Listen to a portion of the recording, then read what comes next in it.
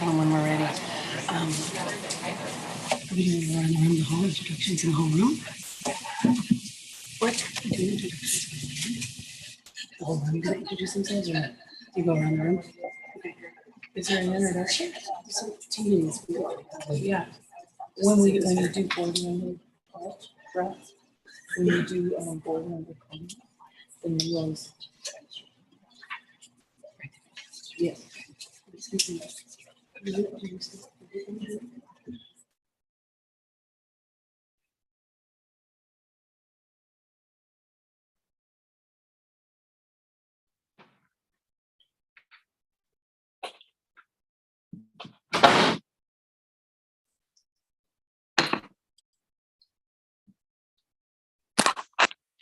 Whoa.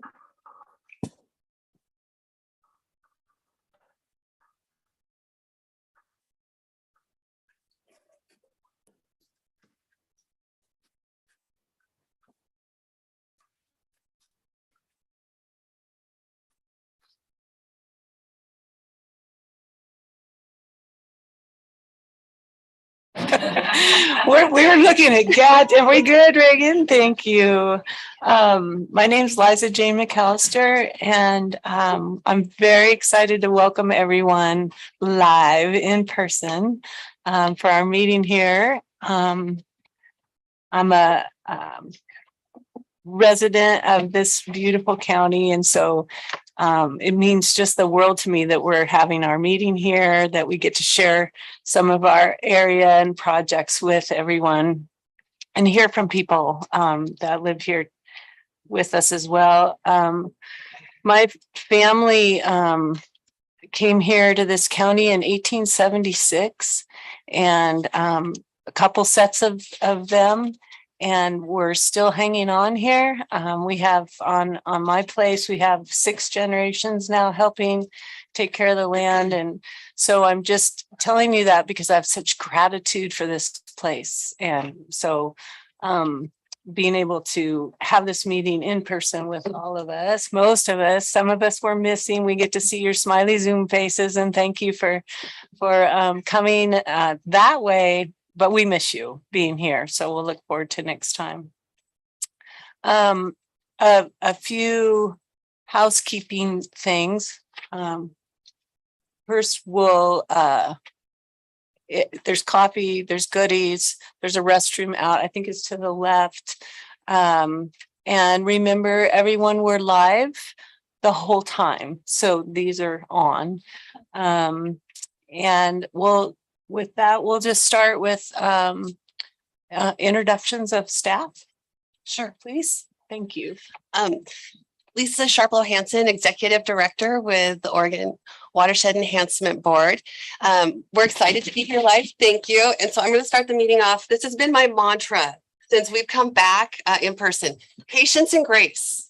And so as we work through today, there will be some things that are a little humpy bumpy, and we're just going to give each other some patience and grace to work through it. And you know, if you have an issue, let us know, and we will do everything we can to help fix it and make things run as smoothly as possible. So welcome. I'm so excited to see and meet the board members that are here in person. And I can't wait to meet the rest of you in person the next time we're together. With that, I'm going to pass it off to staff in the back of the room. And why don't we start with April and just kind of go around if that works. Good morning, April Mack, Executive Director Assistant. OWEB for about 2 years. Wow. Morning, I'm Linda Rethlinger. I'm the Publication Specialist. Morning, Sue Greer. I'm the Regional Program Representative from the Mid-Columbia region. Good morning, Liz Redon. I'm a Regional Program Representative also covering Willamette Valley. Good morning, I'm Courtney Schaff, the Business Operations Manager. Good morning, Eric Kirsten, Board of Legislative Policy Coordinator. Good morning, I'm Audrey Hatch, the Conservation Outcomes Coordinator with OWEB. Good morning, Jesse Kirshner, Water and Climate Programs Coordinator. Good morning, Stephanie Page, Deputy Director. And I'm Kobe Mitt, Region 5 Program Representative, the Eastern Region. And Eric Williams, Grant Program Manager. Oh, sorry. I didn't want to talk to you this morning. Denise Offer, Partnerships Coordinator, and I work at the Focused Investment Program. So I just want to do a sound check. Can those of you who are joining us virtually hear with the introductions around the room? Awesome. Thank you. Perfect. Oh, Reagan. Thanks, Reagan. Okay, so do you want to move on to our next agenda? All right. Good morning, everybody. Really happy to see you all. So the next, sorry, and my microphone too. Sorry. Gotta get used to this. Barbara Boyer, Board of Ag representative on this board. So the next on our agenda is board member comments. And the board members represent from state and federal agencies will provide updates on issues related to the natural resource agencies they represent. This is also an opportunity for the public and tribal board members to report on their recent activities and share information and comments on a variety of watershed enhancement and community conservation related topics. And we'd like to leave a little bit more time for the new board members in this roundtable that we're going to do right now. So who do I want to pick first? Lindsay. Thank you, Madam Chair. Co-chair, my name's Lindsay McClary, and I'm a representative of a public at-large voting member, newly appointed to the OWEB board in March. So it's been a steep uphill learning curve. There's a lot to digest. OWEB does a lot of activities and provides a lot of good funding for projects on the ground. So I am also happy to be here in person. Been great to kind of get to meet everybody since being appointed in March, and then being on a couple subcommittees. So it's been great to meet the other board members and staff members. But being in person, you can't really replace that. So I'm just really happy to be here in person and in the beautiful Eastern Oregon, which I don't get to travel to very often. I've actually only been over here one other time. So it's a really beautiful place. And thanks for this area for hosting us. I don't have any general comments at this time. I'm looking forward to the agenda and the public comment that we have received. So I will just close it at that. Lindsay, this is Liza Jane. Could I ask you to just tell us a little bit more for the newer board members, like something about you? Totally. Yes. Yeah. Okay. Yeah. So I'm new. So I live in West Salem. I've been an Oregonian since 2009, coming from Michigan, but I work for the Confederated Tribes of Grand Ronde, and I've been there since 2010. I've always been on the Fish and Wildlife program for the tribe. Bounced around a couple different positions, but right now I'm a habitat restoration ecologist. So I spend a lot of my time writing management plans, writing grant applications, and writing prescriptions to improve habitat for fish and wildlife across the state of Oregon, but mostly on the west side. And so we do a lot of work focused on floodplain restoration, riparian enhancement, and a lot of oak savanna, oak woodland restoration. Thank you. Yeah, thank you. Barbara Boyer. So I apologize. I put you on the spot. We probably should have started with the seasoned board members with their report. So then you got a kind of a grip of what we were looking for. So I apologize, Lindsay, but good job. Thank you. So I will. All right, Bruce, I'm going to start with you. New season? Yes. I love that word. Well seasoned.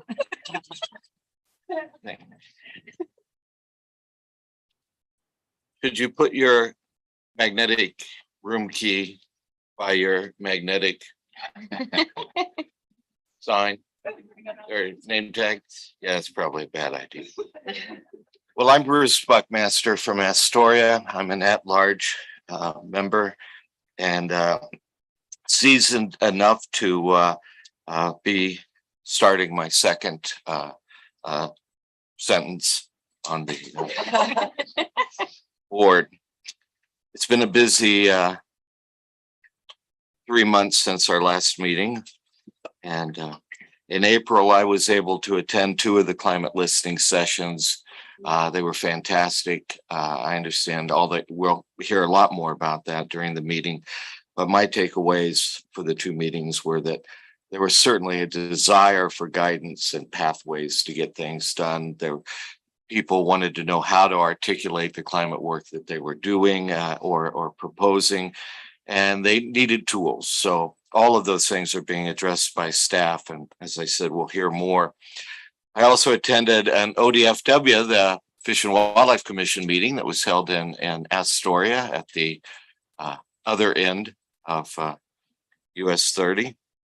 And had an opportunity to spend some time talking to their chair, Mary Wall, who expressed an interest, and hopefully she'll be reaching out to Lisa about having a joint ODFW commission and OWEB board meeting, at least one of those. So they have done a great deal on climate and on the ground work. They're looking at some additional monies, and of course OWEB has always worked closely with ODFW, and it was clear that their commission chair was anxious to continue and increase that. So in June, there was a Columbia River Keepers had a soiree in Astoria to kind of honor their exiting director, Brett Vanderhoven, and welcome their new executive director, Lauren Goldberg.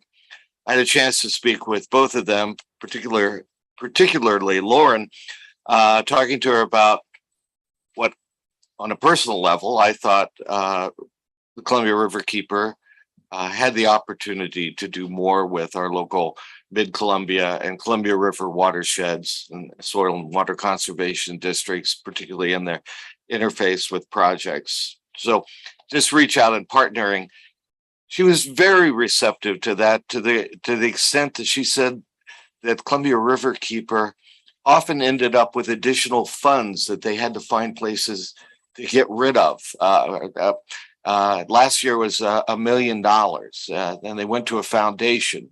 But the idea that there's a small funding source and somebody is closely tied to the river as Columbia River Keepers looks like another opportunity for outreach and potential partnership with our partners.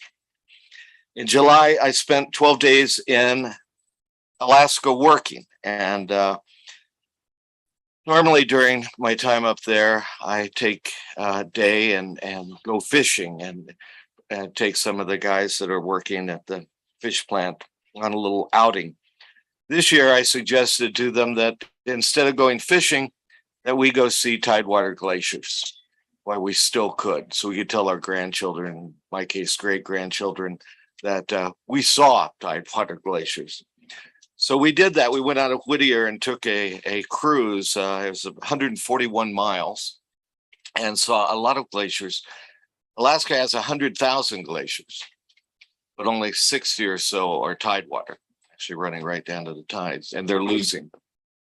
The most, I think, amazing and disturbing thing that happened for me on the trip was looking at the chart on the video they had on the boat, and it showed our location as in the middle of a glacier. There was a guide, a speaker on the meeting or on the boat from the U.S. Forest Service, and she said, "That's no mistake. We are actually in where the glacier was. That the maps, the charts can't keep up with the loss." So the boat where we were was a few years, not that many years ago. That would have been outside looking at the face of the glacier. So then I got home, and then 7/21, I attended a NOAA webinar on the U.S. drought and heat in the West, and it was excellent. I think maybe some of the staff attended that as well. I think Jesse may have. We saw that there may be new tools coming, some in-depth planning and climate change, health equity, mapping, including county by county, that could be coming from there's Dr. John Balbus. There's a great presentation on tribal waters in the Southwest by a Dr. Michael Johnson, who was a 20th generation Hopi dryland farmer. He talked about the lack of adequate financial capital, tech assistance, all things which resonate with OWEB. Lack of shovel-ready projects to take advantage of new federal funds, something that we've talked about for a number of years, and the need for regionally established databases for tribal natural resource and agricultural data. And the last presenter that I noted was Thomas Ballard, who's called the groundwater guy from California. And his talk, my takeaway from that was that once that the aquifers don't just dry up, they collapse. And that when they subside, groundwater, we can't say, well, the aquifers at some point will refill. They will recharge, but never to the level that they were when we depleted them. So it's been a busy 3 months. Thank you. Barbara Boyer. Thank you, Bruce. It's a great update. So I'm going to ping pong between the screen and in person. So Stephen, what do you want us to know today? Well, thank you, Barbara. I'm Stephen Brandt. I represent Oregon State University Extension Service, and I really apologize for not being there, not being able to get up there this time. It's such a gorgeous area up there, and I really miss all of those that I know, and really look forward to meeting those I don't. And as Bruce might point out, I am absolutely the most seasoned person on the board, in probably multiple perspectives. But so let me just give you a few updates on what's going on at OSU, and I'll start off with some extension updates. The extension service has just completed a sort of Oregon-wide survey of folks to try and get public opinion on their awareness, use, and perception of OSU Extension. This is a survey that's been done 6 times since 1979, so you can look at sort of the progression of how folks use OSU Extension. It was last done in 2014. That survey was just completed, and they've had some preliminary analyses, which I won't go into, but the idea here is to get an idea of how well folks are using Extension, how well the service is of value to folks, and also their what their priorities are, and how that might influence where Extension can be a better service to the community. Along those same lines, the Extension Service is implementing county advisory councils. And as you all know, there's at least one Extension office in each of the counties, and they're looking to put together community advisory councils for each of those offices, and that'll be done in different ways. But keep your eyes out for your local Extension office and see if you might want to be involved in help guiding them on priorities and needs in the community. Can move up to the university, and the university held its first, I guess, face-to-face graduation on June 11th. It's 153rd graduation. It was in person in the rain, as we would always hope for, and they graduated roughly 7,500 students, and it was a pretty well attended event. We also have appointed a new university president. So the OSU announced in early June a new university president. Her name is Jayathi Murthy, and she's a national leader in higher education. She came to us, and she'll start in September 9th this year, but she was the dean at UCLA Engineering and Applied Science. Her background is in engineering, and particularly aerospace engineering. she's had a lot of experience working on deepening relationships with local communities and local community colleges, increasing outreach to underrepresented minority groups, and easing the transition of for transfer students. And as OSU's first woman of color to lead OSU, she's one of her key interests is also advancing diversity, equity, and inclusion.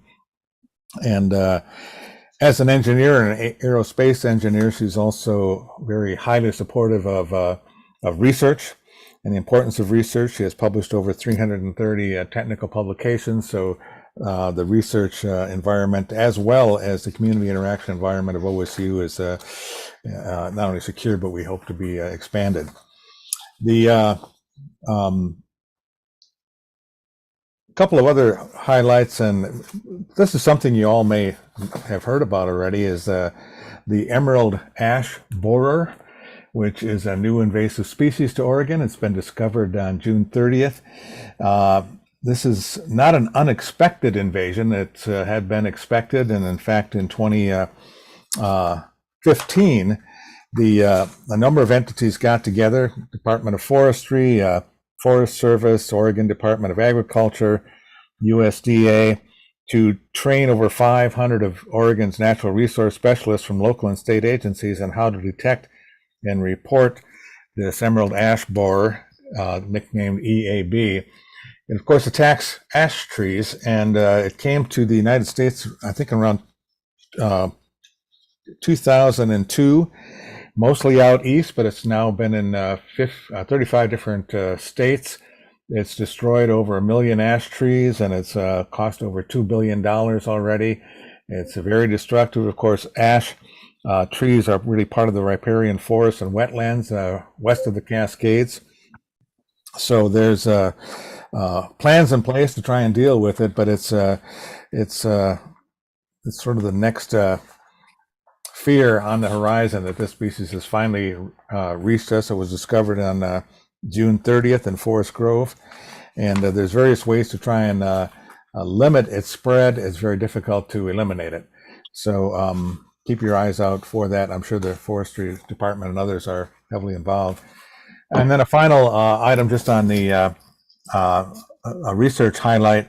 You're all aware of the use of large chunks of wood for restoration in streams and so forth, for primarily dealing with salmon and other fish. But there's been a recent study to see how that large wood in streams actually impacts birds and land-based animals. And this was done with about, I guess, 1,900 videos setting up on this wood structure, and over 40 different species use that, of land-based and birds, use that structure as well for a variety of things, for resting and trying to avoid flooding, to handling food, and as corridors to get across rivers and things like that. So that study has been published. There'll be a much more expanded study with 30 cameras set up in the Andrews Experimental Forest as part of a new study that's just got underway. So if anyone needs any further information, I can send you URLs or things like that, and look forward to this meeting. I should be here the whole time. Barbara Boyer. Thank you, Stephen. I have a quick question for you. So I sit on the Yamhill Extension Advisory Committee. So is this Community Advisory Council going to be different than that? I don't know. They're all being asked to set up what they're calling an advisory council, and different counties already may have something similar to that. And what they will do is, if each county, I would ask the individual county to see if that's going to be the same thing, okay, or some evolution of that, because then the various input from these various councils will be put back into more of a statewide framework and see to help move the programs forward. Each county has its own sort of flexibility to do this as they see this most effective. So I would just check and see if that's what they're going to do in that regard. Okay, thank you. All right, Kelly, what do you want us to know today? Good morning. Can you guys hear me? Okay. I'm Kelly Coates. I am the tribal representative for OWEB.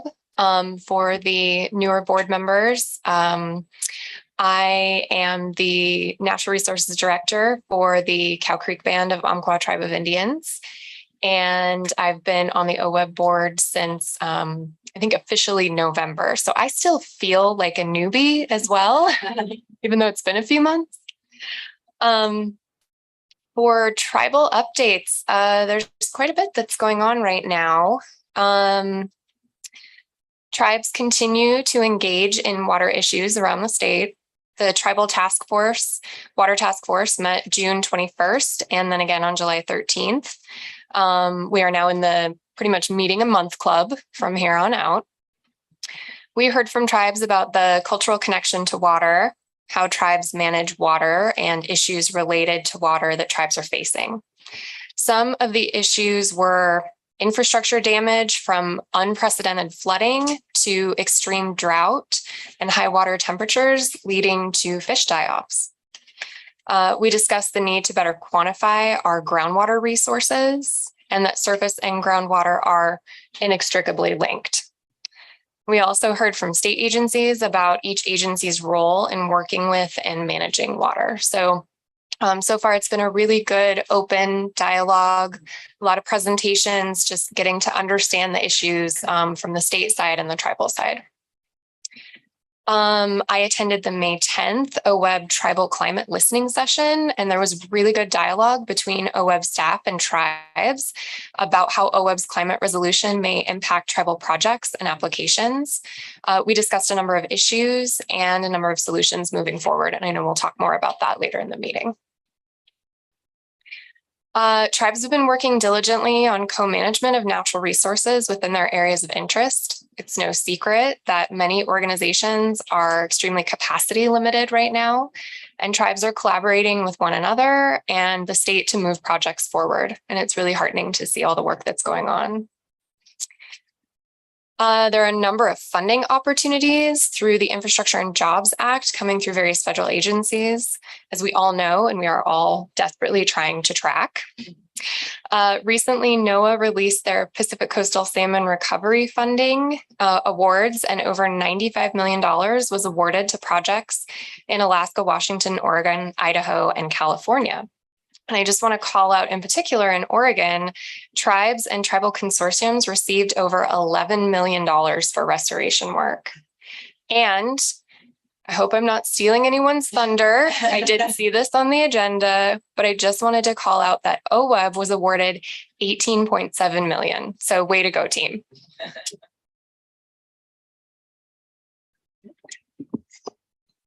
Thank you, Kelly. I am going to go with Jamie, please. Hi, good morning. My name is Jamie McLeod Skinner. I'm a public at-large board member. I love visiting Wallowa County, and really sorry I'm not with you in person. Also, it's always great to spend time with all my colleagues. I live in rural Central Oregon, work in emergency preparedness and recovery, also on affordable housing, and serve on Education Service District Board. So the current heat wave we're facing, the impact of drought, anticipated wildfires are greatly impacting not just the work we do on protecting our watersheds and salmon, but of course also on our families and economy and cultural practices. So I just wanted to express my appreciation for all the work being done by staff and also the engagement of individuals and community groups to help us move forward in this work. There's so many individual stories that I know we all hear every day. And so I appreciate when people share those. And also wanted to just note for the public, there's both what we do and also how we do it. And OWEB is working really hard to not only grow our partnerships, but to better incorporate diversity, equity, inclusion into our work. So I'm really proud of the work that the board's doing on that. And also our continued learning and growing.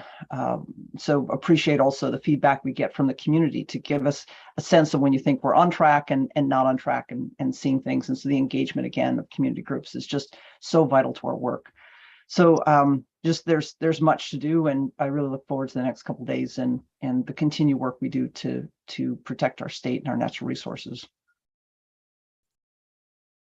Thank you, Jamie. All right, Corey, please. Good morning, everyone.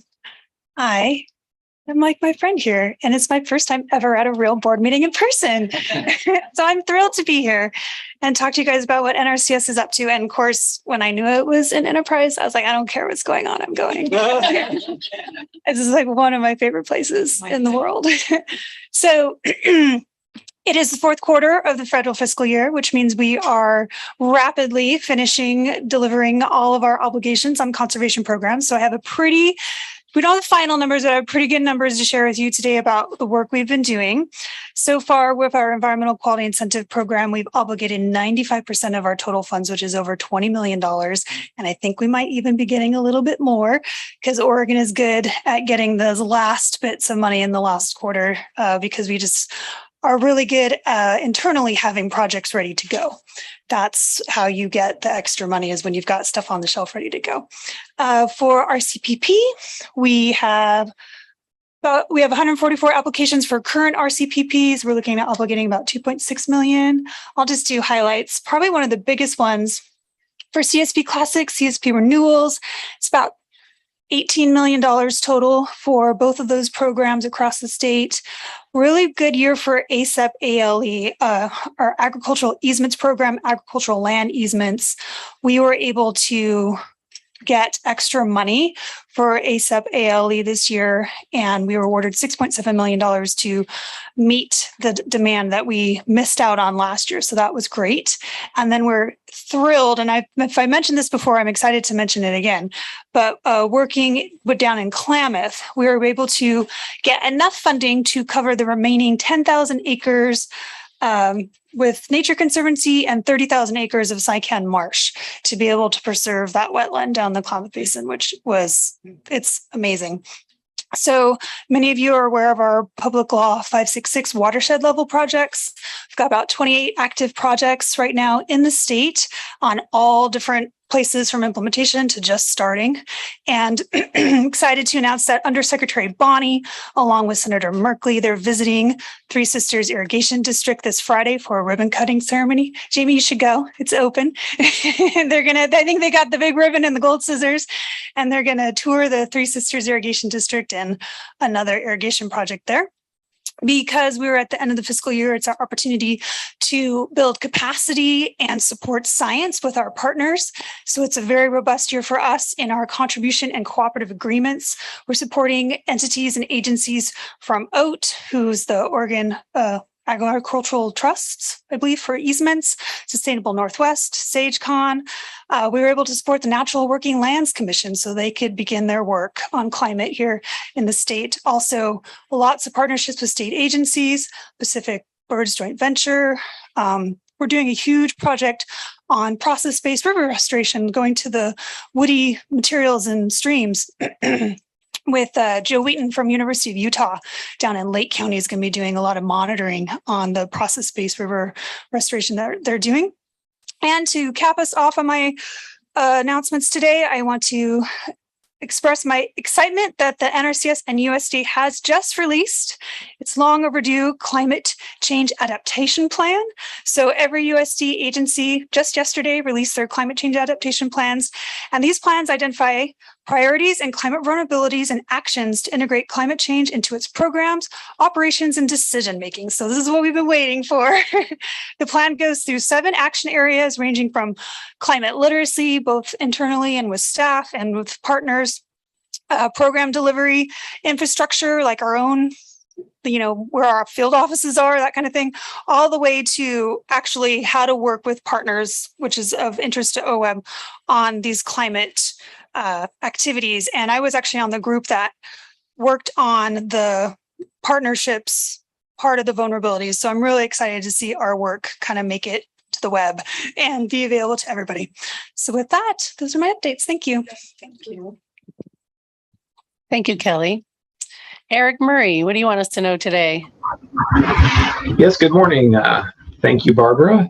Eric Murray, a board member representing NOAA Fisheries. And I just have a few items this morning. The first one I wanted to touch on was the Council on Environmental Quality in the White House issued a report earlier this month on July 12th called Rebuilding the Interior Columbia Basin Salmon and Steelhead.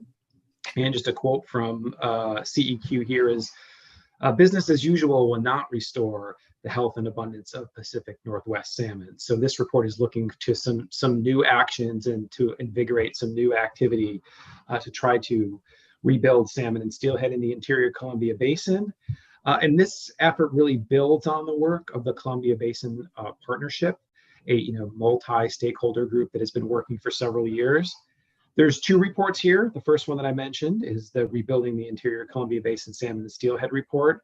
And this includes an assessment of the state of the science about where the stocks are currently at, where they need to go for recovery, and some information about trends in habitat, climate change, other things.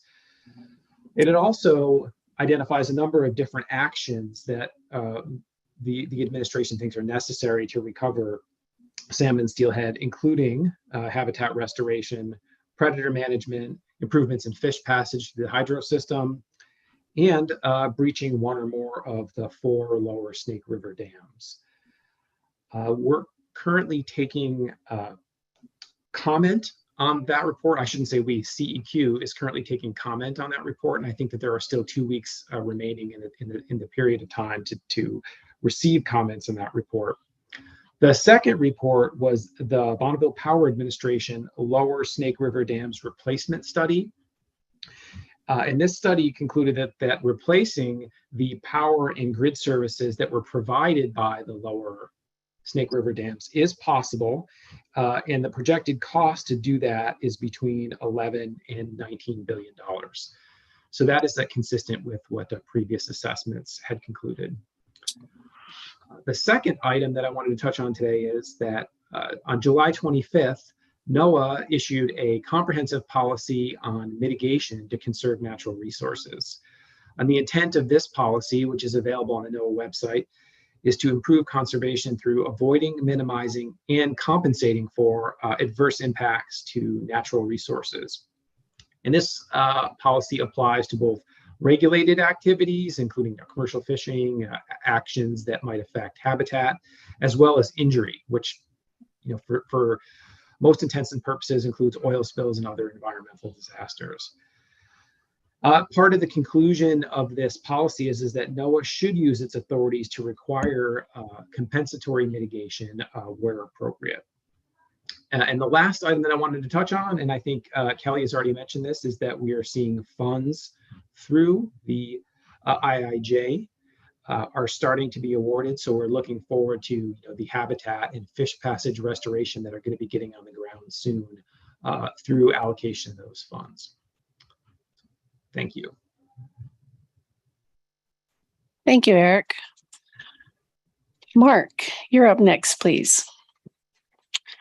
Thank you, Madam Co-Chair, Director Lisa. For the record, I'm Mark Labhart, and I have the privilege and honor of serving on the Fish and Wildlife Commission. I've been on it for 3 years, the commission and OWEB for that 3-year period. And so I can say there's 3 of us here that have gray hair. So maybe that's part of being elderly, I would say, instead of 3 years on the board. So I just want to start off by saying I really appreciate the dinner last night and the get together, because it gives us an opportunity to meet new people and to reacquaint ourselves with old friends. So I got a chance to sit with Kelly and Lindsay, and while it was great to develop relationships with them and meet them, the best part for me was their brand new puppy that her husband and her had there. So we got a love on the puppy for a while. So that was a lot of fun. So I want to talk a little bit about some really cool things I think that are happening that the audience and the rest of the OWEB board might be interested in. We did something really cool the commission did in June, and I'll read it just to make sure I cover it in detail. The Oregon Fish and Wildlife Commission approved a new cooperative management agreement with the Coquille Tribe and ODF&W. The agreement establishes a voluntary cooperative relationship between ODF&W and the tribe to collaborate, share resources, and work as partners to develop and implement plans to protect, store, and enhance the wildlife populations and their habitat within a 5-county area in Southwest Oregon. And that includes Coos, Curry, Douglas, Lane, and Jackson counties and the nearshore marine areas. And it was kind of a special day for me because this is the first time that the commission has entered into an agreement like this with the tribes, with that tribe. And I'm hopeful, in talking to some of my friends here, that there's going to be other tribes that are also going to step up, and we'll develop an MOA with them also. So it's about time that we've done this, and it's really cool. And I'm going to probably steal a little bit of Brenda's thunder here, but ODF&W continues to work toward implementing the components of the private forest accord relating to the agency, which include identifying fish presence, stream typing, determining stream perenniality, working with landowners on beaver-related items, coordinating with the Oregon Department of Forestry on adaptive management, rulemaking, the Habitat Conservation Plan development, and implementing the Forest Practices Act Private Forest Accord Mitigation Fund Program for restoration associated with the Oregon Conservation and Recreation Fund. This is a big lift, at least for ODF&W. I can't speak for forestry, but I'm assuming it is a big lift for them too. And so we're working very hard and diligently to put together this the direction that the legislature and the Private Forest Accord put into statute and rule. Next on the item is the Western Oregon Stream Restoration Program. ODF&W received some funding from the last legislative session. We've received 3 new biologist position, Western Oregon Stream Restoration biologists. We're bringing the program up to 6 biologists total. 2 of the 3 positions, Newport and Charleston, are been hired. The 3rd position is in the final stage, and that's in Central Point. And these positions will be an integral part of implementing the habitat based actions in the state conservation plans and federal recovery plans.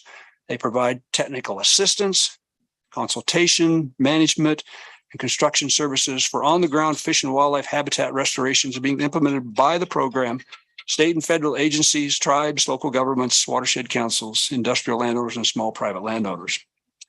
And also, after a year-long process of a beaver working group, they completed their process in May. The commission was presented with their recommendations for beaver management on federal lands, and facilitated work group established, and those recommendations came before the commission. We're going to also talk about those at our commission meeting in August. And then last but not least is something that's really cool. For those of you who drove here, when you left Elgin, you climbed a steep hill, and then you came around a really steep corner and you started dropping down into a very deep canyon, which Elijah Jane knows very well. That's the Minam River Canyon. And if you looked across the way over there, that used to be Hancock property, and now it is ODF&W property. We completed phase 1 of a 2-phase purchase to acquire that property. And it is, we had a big dedication about a month ago out there with some dignitaries, and it is critical elk and deer habitat. It includes quite a few miles of the Minam River. It includes the trail access that goes up into the Eagle Cap Wilderness. And it's, of course, got all kinds of habitat for other creatures, wolves, bears, but it's going to be a critical component. It received unanimous approval at the legislature. It received unanimous approval from the Wallowa County Commissioners and Union County Commissioners. So it was a real collaborative effort because it was something that people said this should be in state protected hands. It's going to be managed for wildlife habitat, but there will be other uses on there. Cattle will be allowed to be grazed on there. There will be timber harvesting for wildlife habitat improvements. So it's going to be a win-win for the environment. It's going to be a win-win for the species and a win-win for the state of Oregon. So it's a pretty cool project. So stay tuned and watch for it. End of report. Thank you. Thank you, Mark. All right, Gary, you're up next, please. Thank you, Madam Chair. Gary Marshall. I am member at large. from Harney County. I'm a rancher over here and also a charter member of High Desert Partnership. And I've been on the board for quite a while. So I'm one of these seasoned members on here too. So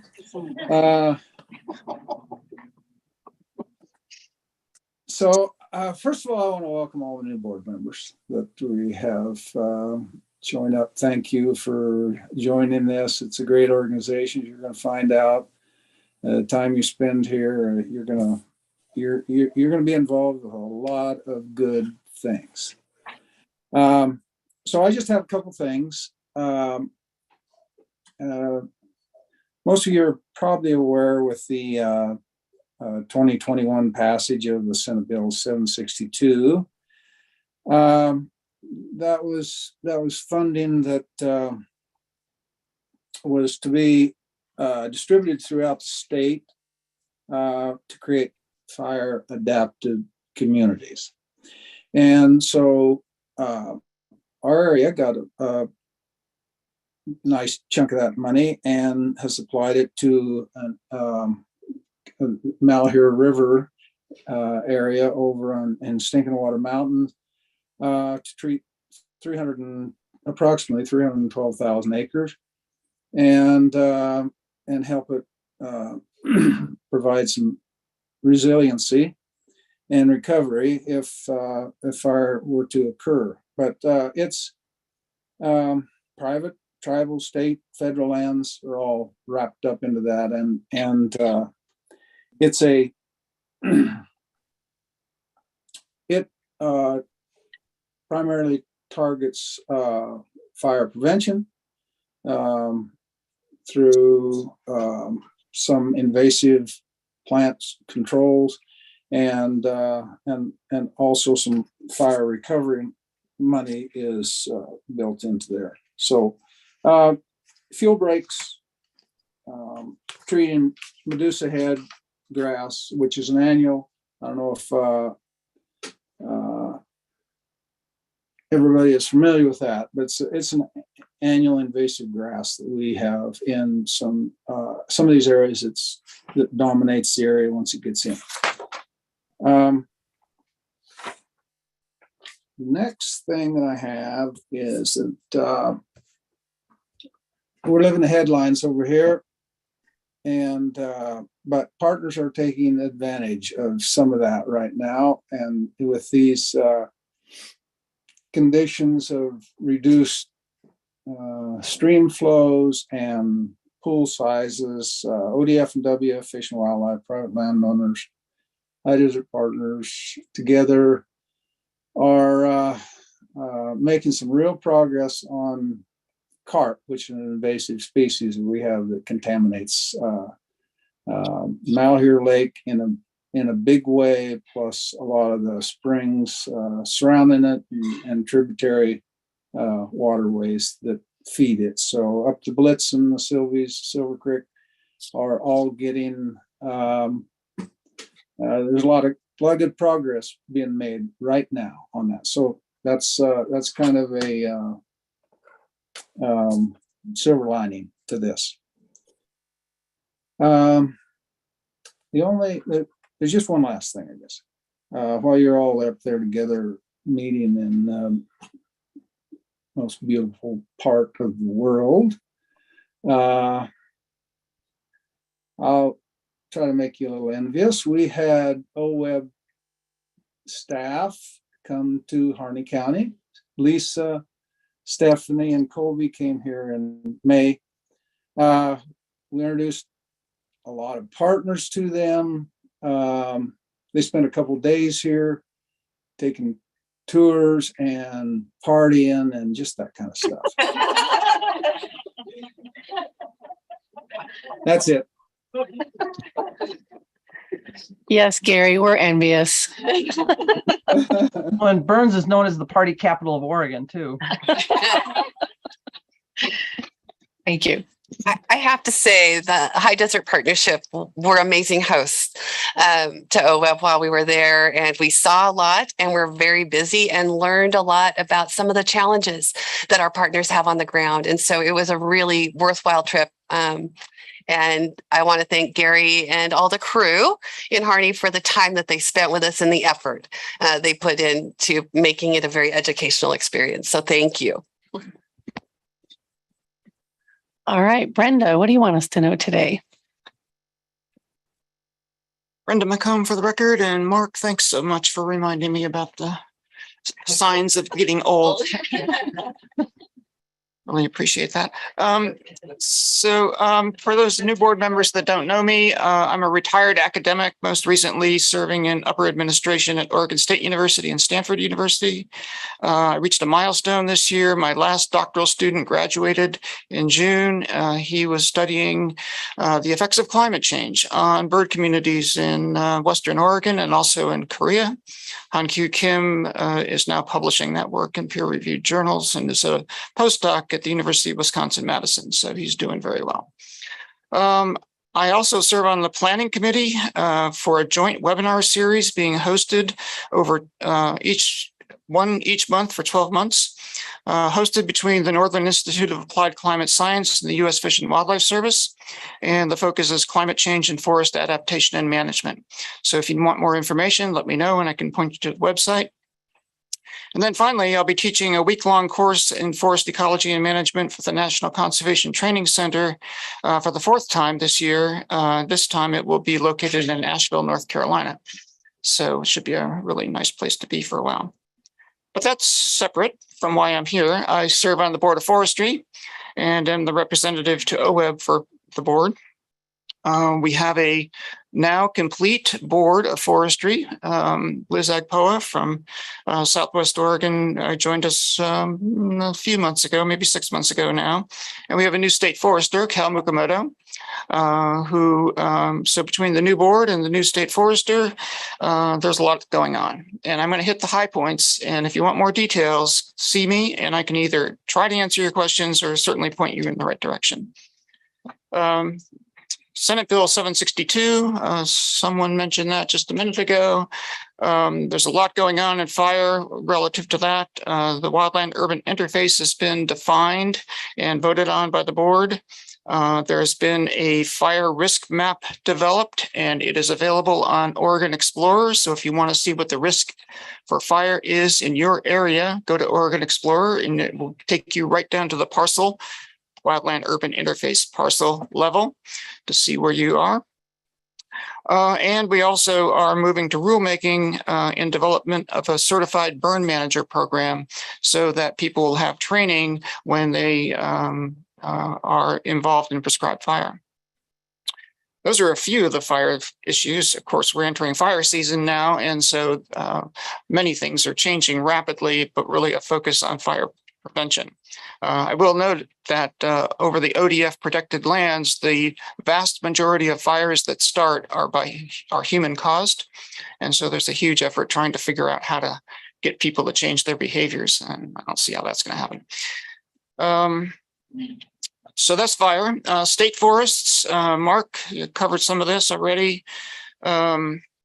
We have a draft habitat conservation plan drafted. There's a draft environmental impact statement that's been distributed. We have comments back on that, and staff is now working to respond to all of those comments, and there are very many comments.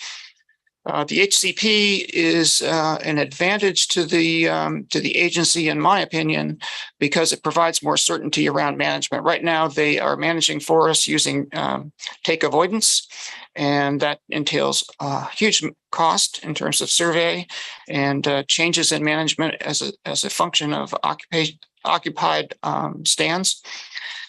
So the HCP will provide much more certainty and less cost to the agency, and also provide monitoring to understand how the organisms are doing.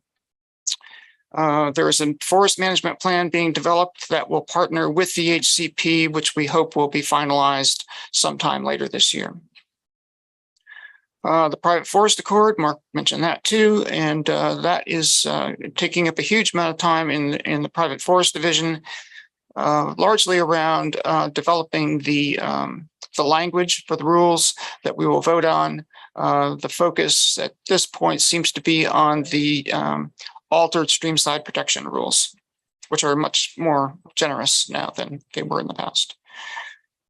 The other thing that is going on with streamside protection is joint work between ODF and DEQ, trying to resolve the disconnect between the Forest Practices Act at the stand level and TMDLs at the watershed level, and how to bring those together. And quite frankly, it's a challenge, and there still some work needs to be done there. And then finally, we have a petition to begin rulemaking for mobile murrelets, and we received that petition 4 years ago. So there's still work to do there once all this other work gets caught. And then finally, I'll just mention that the budgets for ODF are challenged, largely because of large fire costs. There's huge amounts of money being spent for these large fires. We get reimbursed from the federal agencies and other agencies, but sometimes that takes years. And so in the meantime, we are juggling money around trying to keep the agency going. And so there needs to be a larger legislative solution to this large fire cost problem. So and then finally, we will have a board retreat in October. And the focus of that board retreat will be to move forward a forestry plan for Oregon, the plan that will really set the trajectory for the agency over the next 10 years. And a key part of that will be climate change adaptation and mitigation. And one of the outcomes of climate change, of course, is the more intense and larger fires that we see. So fire will also be a key part of that forestry plan for Oregon. And we'll be putting into action the climate change or carbon and climate change plan that ODF has prepared over the last few years. So with that, I'll give you more detail if you want it, but that's where we are now. Yep. Thank you, Brenda. Dan Brown, what do you want us to know today? Well, I want you to know that I'm very, very, very sorry that I'm not there with you all. My background is not where I'm at either, so I'm sorry I'm not in Haskins Creek either. I'm sitting in my office and I'm unable to join the board tomorrow. And for the record, my name is Dan Brown and I work for the Environmental Protection Agency, and I'm a rep from that agency to the OWEB board.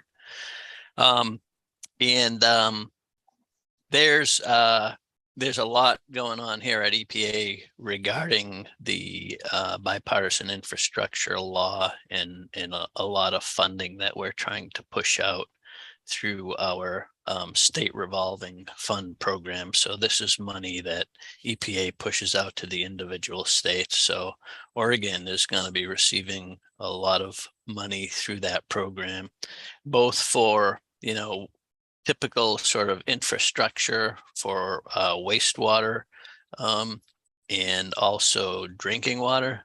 But there's a component of it that can also be used for source water protection. And that's a component that would like to see utilized a little bit more, especially with the new bill has some more ability for loan forgiveness. And so for smaller communities whose drinking water sheds are maybe in need of some source water protection, there could be some new opportunities there. And so, we're trying to get more information about that out. And so we are focused currently on trying to arrange for some technical assistance efforts to get people more informed about those opportunities. So that's the big thing. Part of that also, I think I've mentioned to this group before, where we will also have more money in our Northwest Forest Geographic Program and as well as our Columbia River Program. And so there are a lot of, there was just a RFP for Columbia River toxics reduction grants, and those proposals are in the review team, I think, is in the process of reviewing those. for some awards in the near future. And then with the Northwest Forest Geo program, we'll be adding additional funding to our drinking water providers partnership, which gets more restoration out on the landscape, including, Stephen, some of that large wood replacement in Beaver Dam analog work. And a lot of the projects we fund, as many of you know, are also co-funded with OWEB money. And then the last thing I would mention is I'm not sure how aware folks are that the Northwest Forest Plan has a pretty significant monitoring component for aquatic and riparian effectiveness. And so there's 25 years plus of data out there for these sites that are sampled. I think it's like every 5-year rotation. And so what EPA is doing right now is trying to hire an intern to go look at some of that historic data in the context of recent burns in Oregon, and take a look at the monitoring data post-burn to see how that compares to any kind of more historic trend we have in those watersheds. So more to come on that once that's hopefully up and running. And I think that's it. Thank you, Dan. So Greg, you think you got a feeling of what this is like? Are you ready to give us a report? Welcome. And tell us a little bit about yourself too, please. All right. Thank you. Thanks. I can see I'm going to have to upgrade my report game based on what I've heard, which has been great. I'm Greg Addington. I am the Environmental Quality Commission rep on the OWEB board. I'm the new Molly Kyle, which are big shoes to fill because Molly's great and very smart and somebody I lean on quite a bit on some technical stuff at the EQC. So, but I'm glad to be here. Let's see a little bit about my background. I am from the Klamath Basin.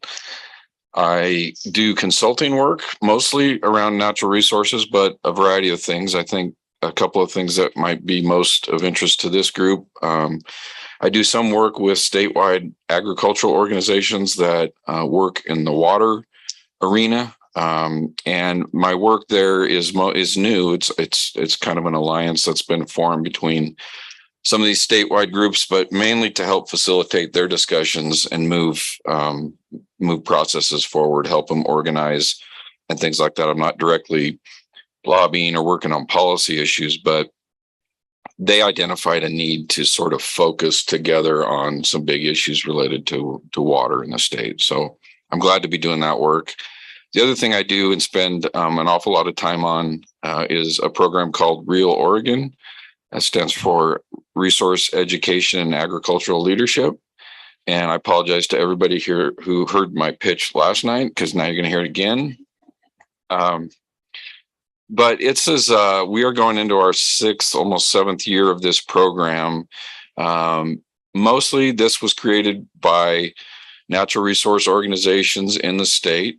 They looked around to other states, Washington, California. Those states are on like year 50 of this ag leadership program.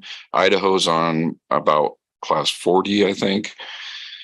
And I think there's a recognition of how come we aren't doing something like this in Oregon. And the idea is to bring natural resource professionals from all different disciplines, ag, farming, ranching, forestry, commercial fishing is a place we're interested as well.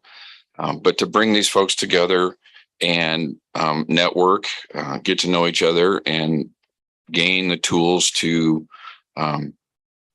advance work in the state. For example, are we training the next generation to be able to sit on an irrigation district board or a commodity commission or OWEB or whatever it might be?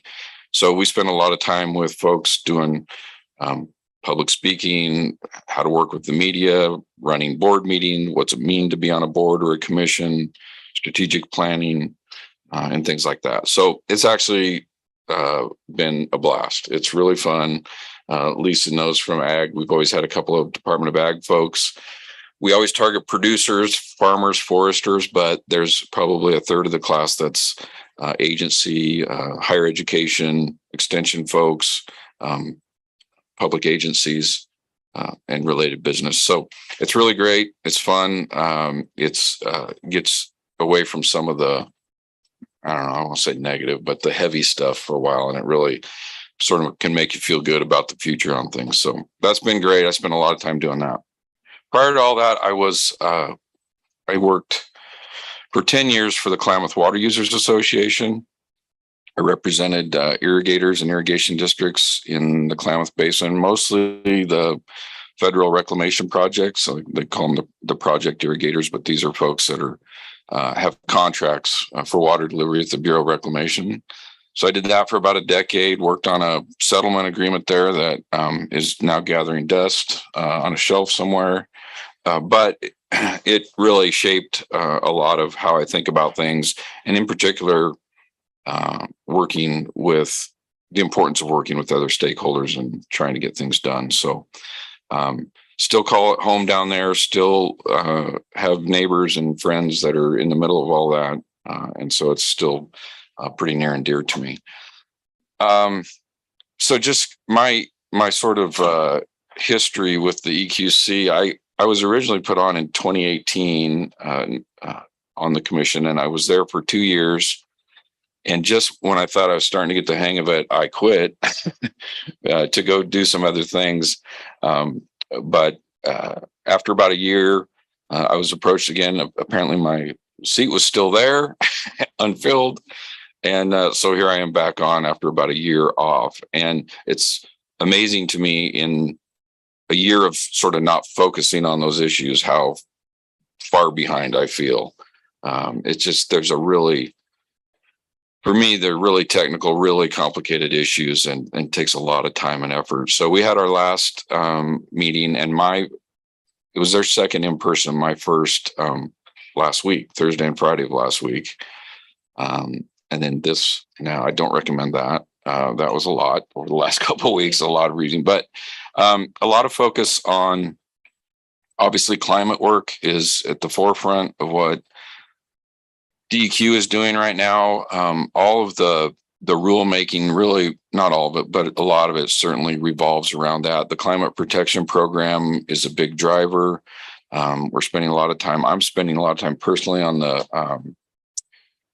clean fuels program, looking at basically getting to 100% renewable fuels, biodiesel, renewable diesel in Oregon. The advanced clean cars. This is rulemaking around the clean burning engines or zero emission engines, and so that stuff's moving very fast. And I think it's good, but one of the things that I spend, I guess I push back on a little bit, is just trying to bring a rural perspective to some of these things. And I can tell you, in the farm country, there is a lot of concern about what some of these things mean and what that does to cost. Renewable fuels, how do they perform? How do they perform in cold weather? And so those are the kind of questions that I bother our staff with at DEQ quite a bit. So you might expect some of that here on different things too. Water quality, obviously a big deal. And you talked about the important work going on between the two agencies, forestry and DEQ. There's an MOU on water quality and how, that needs to be updated. I expect the same thing is going to happen with ag. And so those are big projects that I think are tying up a lot of time for the staff, but it's good work and stuff that probably needs to happen. So I'm really glad to be here. I will say I've known Lisa for a long time. I've known Stephanie for quite a while through ag.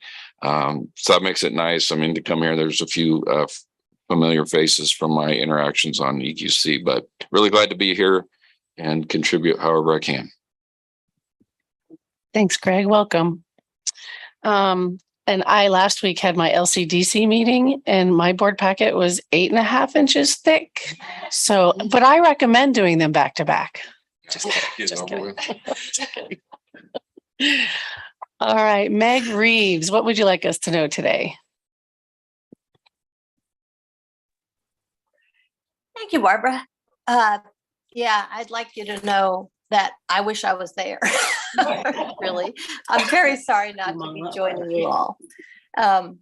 That's such a beautiful part of the state, and you're all together and able to talk to each other, and I'm envious of that. I'm going to keep this really short because I know we're got other things to do today. Last time I reported on a lot of stuff. The thing that has advanced since then is that the commission did at our June meeting. Oh, I'm sorry, Meg Reeves. I'm the Water Resources Commission rep to OWEB. I live in Corvallis, and that's all I'm going to say for now.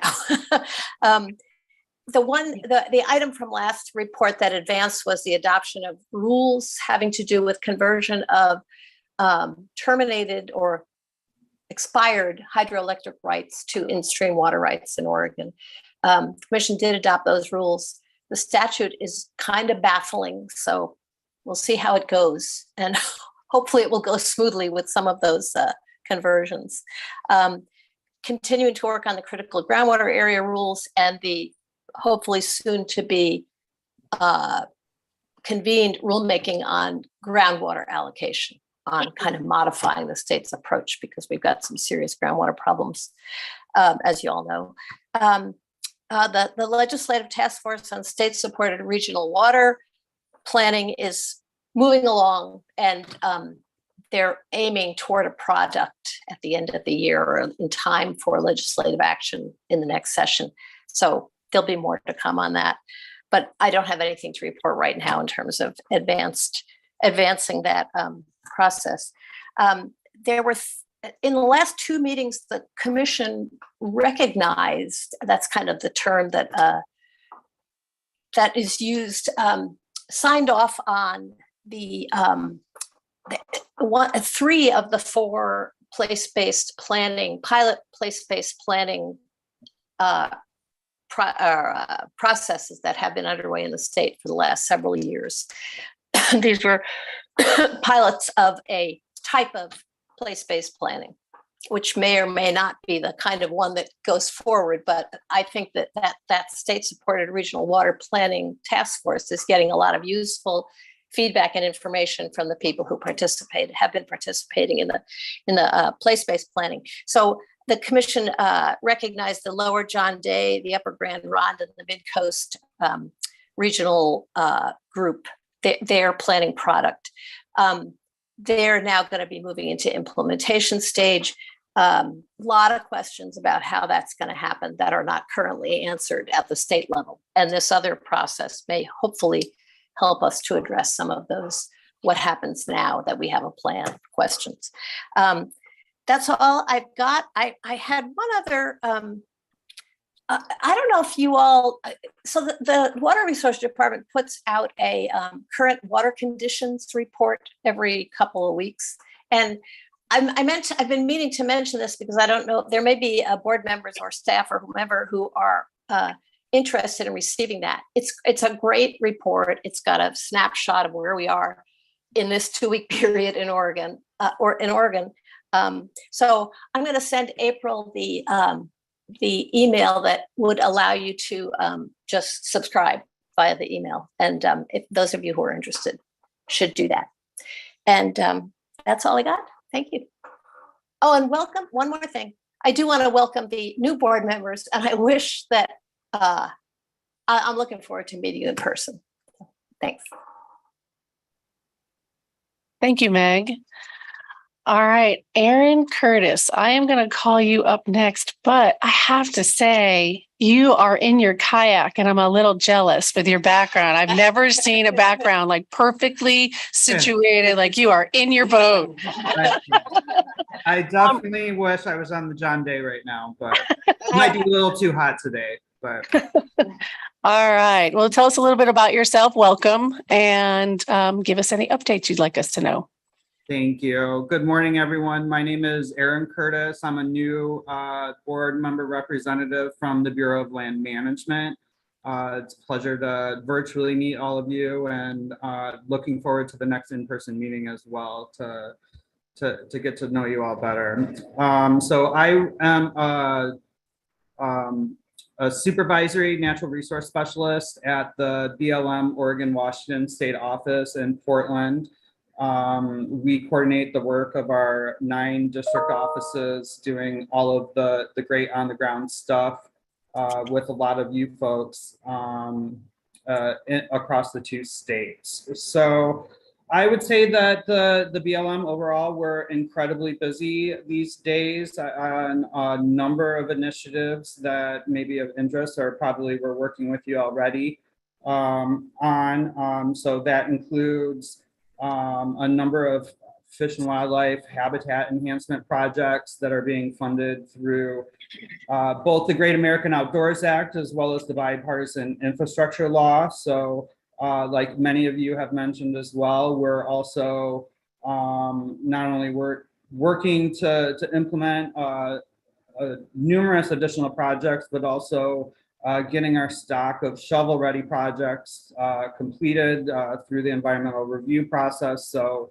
as the funding continues in additional years, that we'll be as ready as we possibly can to get as much good stuff done on the ground as possible. We're also still busy in some of our districts working on post 2020 wildfire rehabilitation projects. That work is still ongoing west of the Cascades, and our districts west of the Cascades. We're also busy. The other thing I'm proud of that we've been making good progress on is developing river management plans for a number of rivers in Western Oregon that were designated as wild and scenic rivers in 2019 as a part of the Dingle Act. So that work is ongoing and keeping us busy as well. So, and the other thing I would just throw out there that I think is worth mentioning is all of this work that we're prioritizing right now is also occurring at the same time as many of the other challenges that folks have mentioned in terms of challenges associated with climate change, and making sure we're doing our best to keep up with those specific issues that continue to pop up. As well as I think it's worth mentioning record-setting levels of recreational visitors to our public lands. So, I mean, we're getting close to almost 1 million more people than the previous years are out there recreating on BLM lands in Oregon and Washington. So that's a whole other set of challenges as well that we're dealing with. So that's it for me. But again, I also wish I was there in person, but thank you for having me, and looking forward to drinking from the OWEB fire hose. Welcome, Erin. Thank you. So April, I'm doing a time check. Do we have any people signed up for public comment? No. Okay, thank you. That's helpful. So we have a little bit more time. Liza Jane, what would you like us to know today?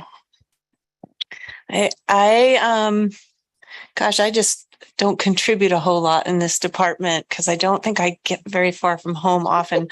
But I did think of something, and that was in June. I was prior to that, I was asked to work with a group, the American Farmland Trust, as a consultant to put together women ranchers for climate resilience learning circles. And so, of course, I hosted the first one. You know, it's really important. We think that this is just opinion from Liza Jane, but we think that ranching and working on the land is real male dominated. And it is to a degree, but not like Hollywood says it is. There's actually a ton of women out there working on the land, and that number is growing all the time. But the voice of that is really male dominated. So it's super important to bring women together to support each other because we do things differently, not better, but just different. And so I'm really excited about this effort. It's a pilot. It's supported by AFT, NRCS, Covera Coalition, probably more. And they're piloting Northeast Oregon. So it's Baker, Union and Wallowa counties. And I think we're planning on having 4 or 5 more of these over the next couple of years with the hope that it'll grow and it'll continue. And I think that will. So that was pretty awesome. The other thing I keep thinking about is abundance. And I think about clearly abundance of dollars seems pretty remarkable, what we're all talking about. But also, like, I just want to invite us as we move forward in the next couple of days with an incredible agenda and some great places to see and things to do. Think about what we're getting done. Like we're OWEB and the people in Oregon on the land and in the agencies and in the endless meetings are getting so much good work done. It's incredible. And sometimes it's really small and sometimes it's gigantic, but it's good. We're getting good things done and we're trying really hard. So I think that's a really good place to remember as we get tangled into verbiage or struggles of which decisions to make. Just remember that we have a lot and we're doing really good work. So that's all I wanted to say. And I look forward to these days. Thank you, Elijah Jane. All right, I'll be brief in lieu of time, but as your Board of Agriculture rep, it was announced on May 13th that our director, Alexis Taylor, has been, I have to get it right, has been appointed by President Joe Biden to U.S. Department of Agriculture team of Undersecretary for Trade and Foreign Agricultural Affairs. So she is leaving us to go back to Washington, D.C. So we'll see what the next steps are at the department. Nothing has been announced yet officially. So stay tuned to that. Yes? No, it's governor appointment. There's not very many that are board approved in the state. Very few. Right. And LCDC. So, that's all right. And then I'm also your Oregon Ag Heritage Commission member, and we have a meeting next Friday. I think August 5th. The 5th. Yes. So stay tuned for that. And then there was some talk about wildfire. So I just wanted to let y'all know that I sit on the Yamhill Stillwater Conservation District Board, and our county commissioners came to us with some BLM timber receipts funding to host some wildfire workshops around our county. And we held 3 and there were stations, and it was unique, like chainsaw maintenance was one of them, and it was really it was well attended. We will do it again, but we were honored to have them present us with $10,000 to host these workshops in our county. So there is creative ways to get the word out there. And the other thing is I'm going to participate with ODF and W on Friday. And I just got word that we're starting at 5 a.m. because of the heat. But we, at our conservation district property, we have one of the largest populations of Western pond turtle. And I'm going to add turtle wrangling to my resume on Friday. So that is all. I'm going to learn a lot. So thank you, everybody. Okay. Liza Jane for the record, and we are at agenda item B, which is our April meeting minutes. And I'm sure you've all had an opportunity to review those. So if there are no changes, I would accept a motion to approve. So, Madam Chair, Mark Labhart, I move to approve the board minutes for the April 26 and 27 virtual meeting. Thank you, Mark. The motion has been made to approve. What do I say next? This is Jamie. I'll second it. Thank you, Jamie. You saved me once again. Motion has been made and seconded. So all those in favor. Further discussion? Ruth? Okay, hearing none. Yes, Greg. Sorry, Greg Addington. I think I'll just abstain from this since I wasn't here. Is that appropriate? Sure, thank you. One member abstaining. So all those in favor signify by saying yes. Yes. Yes. Live. That's awesome. Any opposed? Okay, motion passes. Thank you.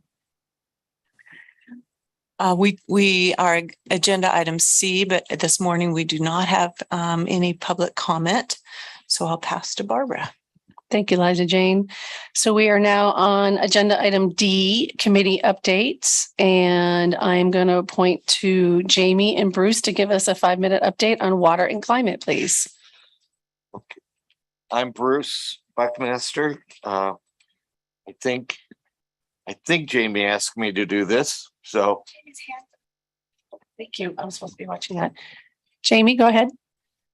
Thank you, Madam Chair. I was, excuse me, Bruce, just before we get on this item, my standard practice is to ask, even though we don't have spoken comments, we did receive a lot of written comments. And if staff could just briefly comment on the written comments received, just so those are acknowledged at our formal board meeting. Jamie, just for clarification, Barbara here. Is it okay that Liza Jane say that, or would you like staff to say it?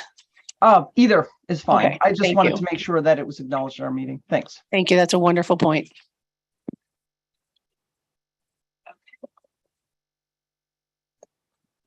For the record, Lisa Sharplow Hansen, Executive Director. So there was written public comment received from the network of Oregon Watershed Councils. There was public comment received from Ken Beerley with the City of Lakeside. And there was also public comment received from the Coalition of Oregon Land Trusts.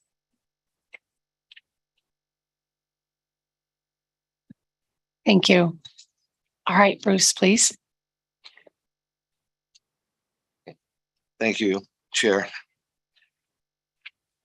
The OWEB Water and Climate Committee met on January 29th, or June 29th, excuse me. The full report is in your board meeting ebook. We were fortunate to have Kathy McDonald, the Oregon Global Warming Commission Chair, speak to the committee. She reported that the 2021 Natural and Working Lands proposal outlining the need and funding for carbon sequestration did not pass in this year's legislative session. The OGWC was still able to secure some funding from the U.S. Climate Alliance and the USDA for some of the work needed. Maybe more fire, drought, extreme weather events will help bring some urgency to the legislature. Climate models have most likely underestimated impacts, such as polar regions warming more than the middle latitudes. This is causing changes to the jet stream, giving rise to things like the heat dome here last summer, the extreme heat and flooding in the Midwest, and the heat wave and wildfires in Europe. Sadly, some of these things have been already happening in less developed countries without the same news coverage. See global DEI. But at least some more people are taking notice of the realities we're facing. A recent report tallies the U.S. cost of inaction on climate at $2 trillion a year. Despite the grim facts, our committee has dedicated the work ahead of them. We understand what's at stake, and I'm grateful for the people on board and what we've been able to accomplish so far. Thank you. Thank you, Bruce. Jamie, do you have anything you want to add? Okay, thank you. So moving on to grants, and Dan, I have to pass it to you because I was out of the country and had really horrible bandwidth, so I could not attend this meeting. Sorry. Not a problem. The grants meeting subcommittee met on June 2nd, and again the packet has a summary. But we had a great conversation about the intensively monitored watershed project, measuring population response of spring Chinook and winter steelhead in the John Day watershed. So in that river that you're sitting on there, Aaron, and really interesting stuff and good info shared out of that project, which started in 2008. And there's going to be a 15-year report published next year. So that's a good sort of measure of accomplishment there on that project. We also received an update on the Oregon Ag Heritage Program. Again, given the funding that program received this year, it's good to see what's going on. And there's going to be a fall solicitation that will likely result in board action on conservation easement and conservation management plan grants. And then the rest of that meeting focused on preparation for a separate grants committee meeting on June 14th and 15th, which included interviews with each of the 11 focus investment program applicant partnerships. The only thing I can say about the June 14th and 15th meeting, well, I can say a lot of things about it, but what I'll limit it to in the brief time we have is that it was really, really hard, number one. Number two is I really, really appreciate all the comments we received for this meeting that were talking about that program and how we as board members might want to think about things differently for that program. And I really hope to explore some of those comments and recommendations in our future committee work on the grant subcommittee, because I think there's some really good input in there from folks that went through that process with us. And in my personal perspective, as a newer board member, it was really challenging for me because it's not a simple task of picking, good projects out of a bucket that has good and bad projects.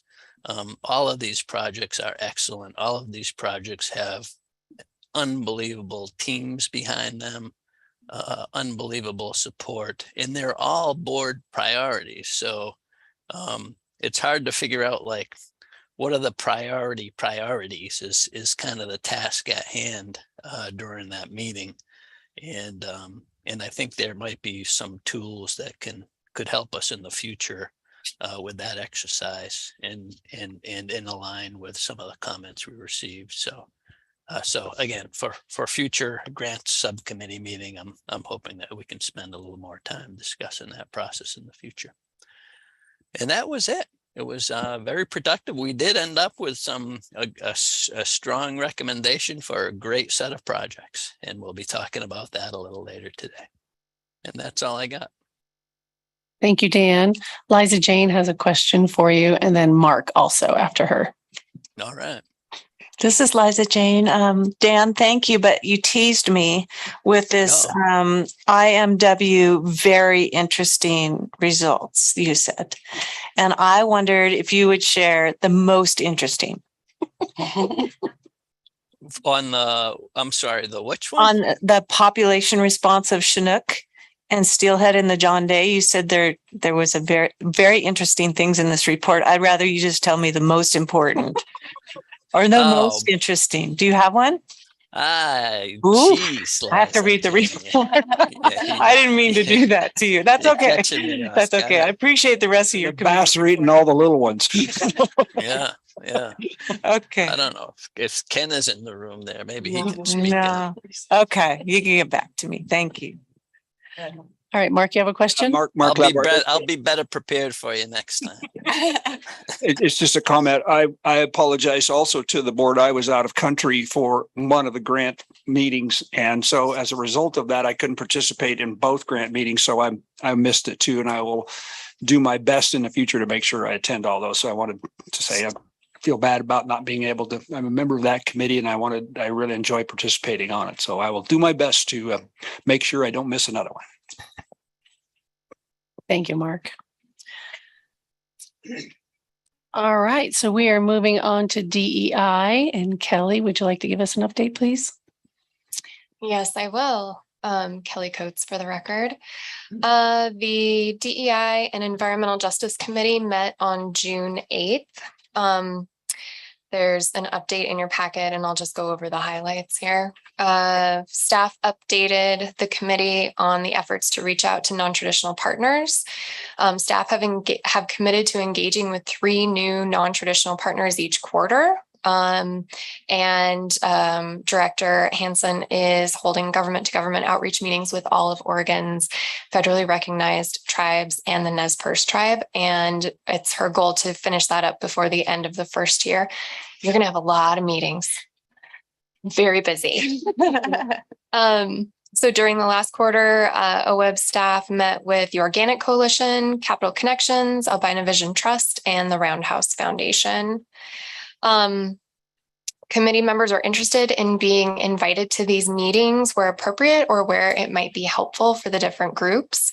So just keep that in mind that we're there to help.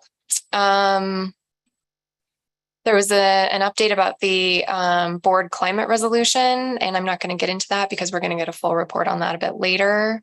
And then Shivanji from Eco Northwest provided an overview of where Eco Northwest is with its DEI work plan for OWEB staff and board.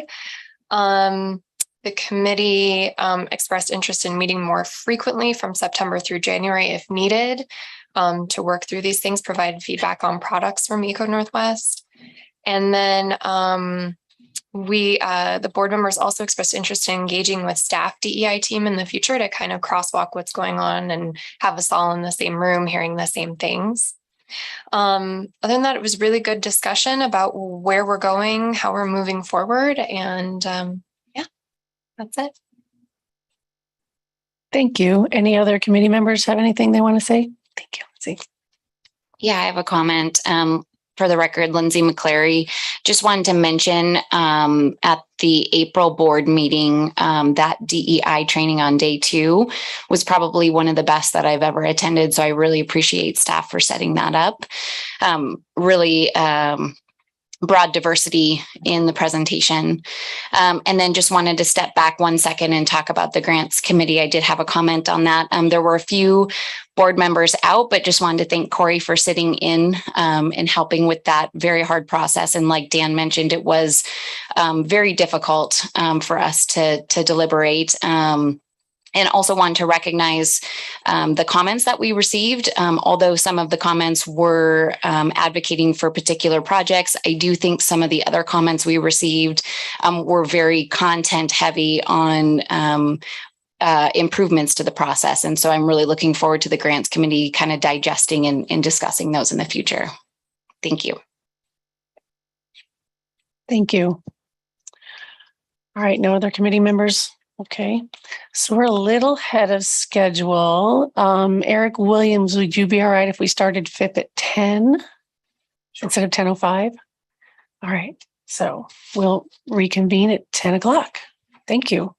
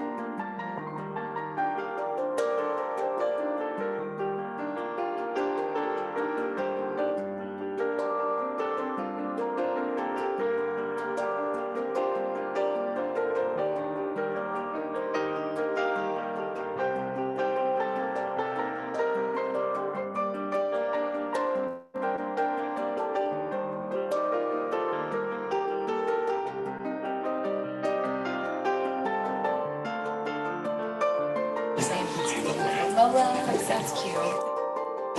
Hello. Yep. Thank you. I've got a thumbs up from Reagan. That's fun. And by the way, this is going great. Thank you for the technology in Wallowa County. Good job. All right, this is Liza Jean for the record, and we'll get underway again.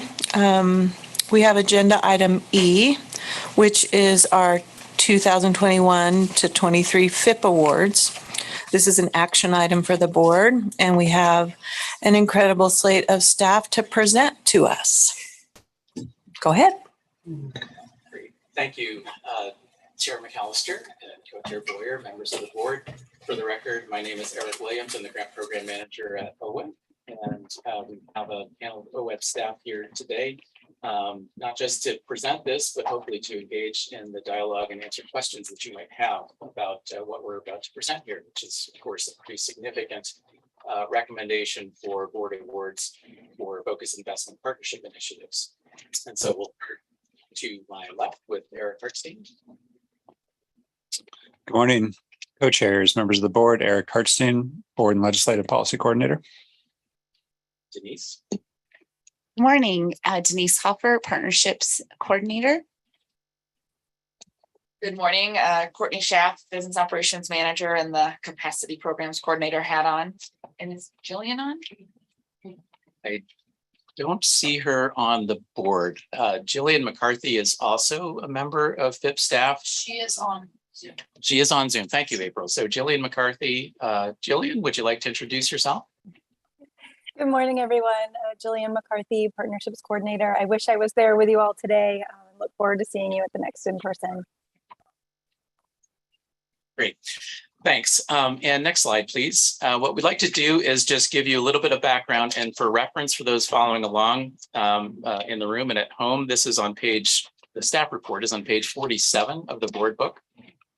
And this is agenda item E. And just as a matter of background, the Focused Investment Partnership Initiative are intended to address board identified priorities of significance to the state. There are 7 of those, which we'll describe in a little bit here.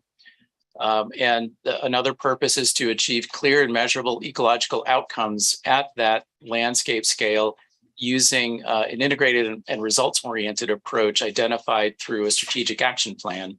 And those strategic action plans have to follow a required template that we've put together through the life of this program, intended to directly draw connections between actions on the ground and those landscape scale ecological outcomes. And importantly, these are to be implemented by high-performing partnerships, and we'll talk a little bit more about what that means as we go forward. Next slide, please. The FIP program, as you can see in this diagram, is intended to implement actions kind of in a nesting pattern here that you see in the representation, starting at the largest or longest term scale that's represented in their strategic action plans. Those cover several decades and include the priority actions and outcomes that the partnerships are looking to achieve for their particular geography. The FIP initiative is the program within the strategic action plan that's pursuing FIP funding. And in the applications that we've received and vetted and reviewed, upon which the recommendations are based today, includes work plans for proposed activities for 6 years of investment, with the most detail for the first 2 years of investment for the first biennium. FIP partnerships, according to our rules, are intended to be funded for up to 6 years for an amount not to exceed $12 million. Next slide, please. Our timeline for review. This is a bit of a lengthy process that started with the solicitation being announced last year. And in March, we conducted our capacity reviews. We have an expert team that's looking specifically at the partnership aspects of the FIP proposals, and that team met in March. And then in March, April, our team of ecological review experts met and discussed the applications and provided ratings on the criteria within our administrative rules. And that ecological review team included experts from all 7 of the board's priority areas. There were at least 2 from each of those priorities on that team. And then, as Dan Brown mentioned in his comments about the grants committee interviewed the applicants, all 11 of them, in public session last month to arrive at their recommendations presented to you today. Next slide, please. The evaluation criteria that are captured in this graphic are taken directly from rules that have been adopted by the board for the program. And what I wanted to note here is that for the 7 bubbles on the perimeter of this diagram, starting in the upper right corner with partnership capacity, that one and the one right below it, performance history and composition of the partnership expert review team focused on those 2 criteria and rated the applications in accordance with those 2 criteria. And then the next 4 criteria going around the circle there: potential for progress toward measuring outcomes, and track progress towards those outcomes, the scientific basis and planning tools that support the proposed initiative, and the budget supporting those outcomes. Those criteria were reviewed by the ecological review team.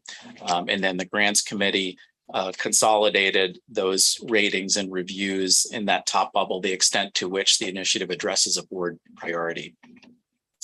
Next slide, please. And so we received 11 applications requesting over $100 million over 3 biennium. I want to pause here and note that, as Dan mentioned in his comments on behalf of the grants committee, that these applications really were well done. We had, and they represented a tremendous amount of work from these partnerships, as you saw in the public comment letters. It is challenging to put an application together. We recognize that. It's challenging to review them, as Dan noted as well. And you may have seen in some of the public comments, there were several comments that alluded to the process and the amount of work involved to put these together, particularly if you fall below the recommended funding line. It's a lot of work on behalf of a lot of organizations and staff from those organizations, putting the applications together to come out without funding at the end. That's a comment that we have, as staff have talked about after receiving those public comments, and we are going to be thinking this through as we ramp up for the next solicitation, which, believe it or not, begins in only 6 months. Because if you recall, during our budget woes when COVID began, we paused the FIP solicitation for a year. And so we're playing a little bit of catch up. But for the 23-25 biennium, we're going to be going out with a solicitation for that in January. And we want to think hard, and have some brainstorming, some idea showers to try to figure out how can we create a stepwise process that some of the commenters were suggesting, so that the level of effort to put through in the first phase isn't quite as significant as it was this round. And then select among those partnerships to then go ahead and fill out a full application for further vetting and review. So there's a lot to think about there, but I did want to recognize the work that people put together in those applications. And for the first time, this is the 3rd solicitation we've done for focused investment partnership initiatives. This is the first time we had applications across all 7 priorities. I do want to note that our rules do not specify preference for any of the 7 priorities. They do not specify any preference to address all of them. It just so happened that we had applications across all 7. Let's go to the next slide, please. And this slide shows you the recommended funding line that came from the grants committee. And you'll see there that there are 5 partnerships recommended. They were all partnerships that were rated high minus by the expert review panels. And you will note here that in the spending plan, which we'll get to as the next agenda item for this board meeting, the spending plan initially has $10 million. And so that was the initial guidepost. Given that we are at this meeting recommending additions of $16 million to the spending plan, that we felt it prudent to increase the FIP line item by $3 million. And these top 5 FIP partnership applications come in just under that $13 million level. And so the top 5 include 2 oak, woodland, and prairie habitat priority applications, one called the Little Butte Oak Initiative, one for oak and fire, restoring resilience in the East Cascades. We have 2 coho habitat ecological priority applications, one habitat restoration for Oregon coast coho recovery in the Siuslaw and coastal lakes basins, and the other in the Coos Basin. And then at number 4 there is hitting our estuary priority. That one is called Restoring Resilience in 2 Estuaries. Next slide, please. This just gives you the spending plan with the line item highlighted for FIP initiatives so that you can see where it fits in the spending plan. And as I mentioned, there initially or currently is $10 million in that. And with this agenda item, we're requesting to increase that line item by $3 million. And we will be talking about the other recommended additions in that July 22 column for the next agenda item, which is agenda item F. And next slide, please. This graphic, we wanted to show you to give you an idea of how this is progressing over time. And it begins on the left-hand bar with the 2015-2017 biennium. That was our first cohort of FIPS represented in the dark bar color there. And then we took a biennium off because the program was still new. And then in 1921, we added another cohort, a second cohort of FIPS. And then for 21-23, where we are here today, we'll be adding a third cohort to those FIPS, and that gets us up to about the $30 million level total, including what would be the first biennium for this new cohort of FIPS, the second biennium for the second cohort of FIPS, and the remaining expenditure from the first cohort that had been delayed when we had our budget shut down. And then over time, you could see the plan for continuing to add new cohorts. Excuse me, Barbara Boyer. Lisa has a comment. Yes. Yeah, Eric, do you want to comment on the line that goes across with the 25% and maybe just a bit of history for everybody? Getting there. Okay, good. And so in the future, you can see this bar graph shows you incrementally adding $10 million each time as a new cohort of FIPS comes on and a previous cohort drops off after their 3 biennium investment. And the bar that Lisa just referenced is something that was talked about at the initiation of the program back in 2015, when the board talked about what proportion of our spending plan do we want to allocate to focused investments. And there was quite a bit of discussion and quite a diversity of opinions on that at the outset of the program. And the board landed via consensus to try to keep the level of investment for FIP at around 25%. And just for context, the open solicitation programs that include our core programs of restoration grants, technical assistance, stakeholder engagement, and monitoring grants, they've been at about 55%, between 55 and 60% historically, and we'll expect to remain there with those consistent percentages, with a little bit of a bump up, as you can see in 23, 25, because the new cohort of FIPS that we're talking about today has a little bit higher level of investment for their second biennium. And then adding that to a new cohort and the third biennium of the previous cohort gets you a little bit above that line. And the other point to note there is that we do have significant increases in our funding available, particularly in the Pacific Coast Salmon Recovery Funds that were referenced earlier when Kelly gave her report, that we've received a significant increase in those funds that will help us pay for not just eligible FIP program projects, but open solicitation projects as well. And in addition, our revenue forecast is still looking positive for lottery revenue. So we feel that while we have that blip in 23-25, that as the program levels off, will fully be capable of funding those initiatives. So let me pause there, given that we have a few board members that were around when we talked about the 25% spending plan to see if you've got questions or comments about that.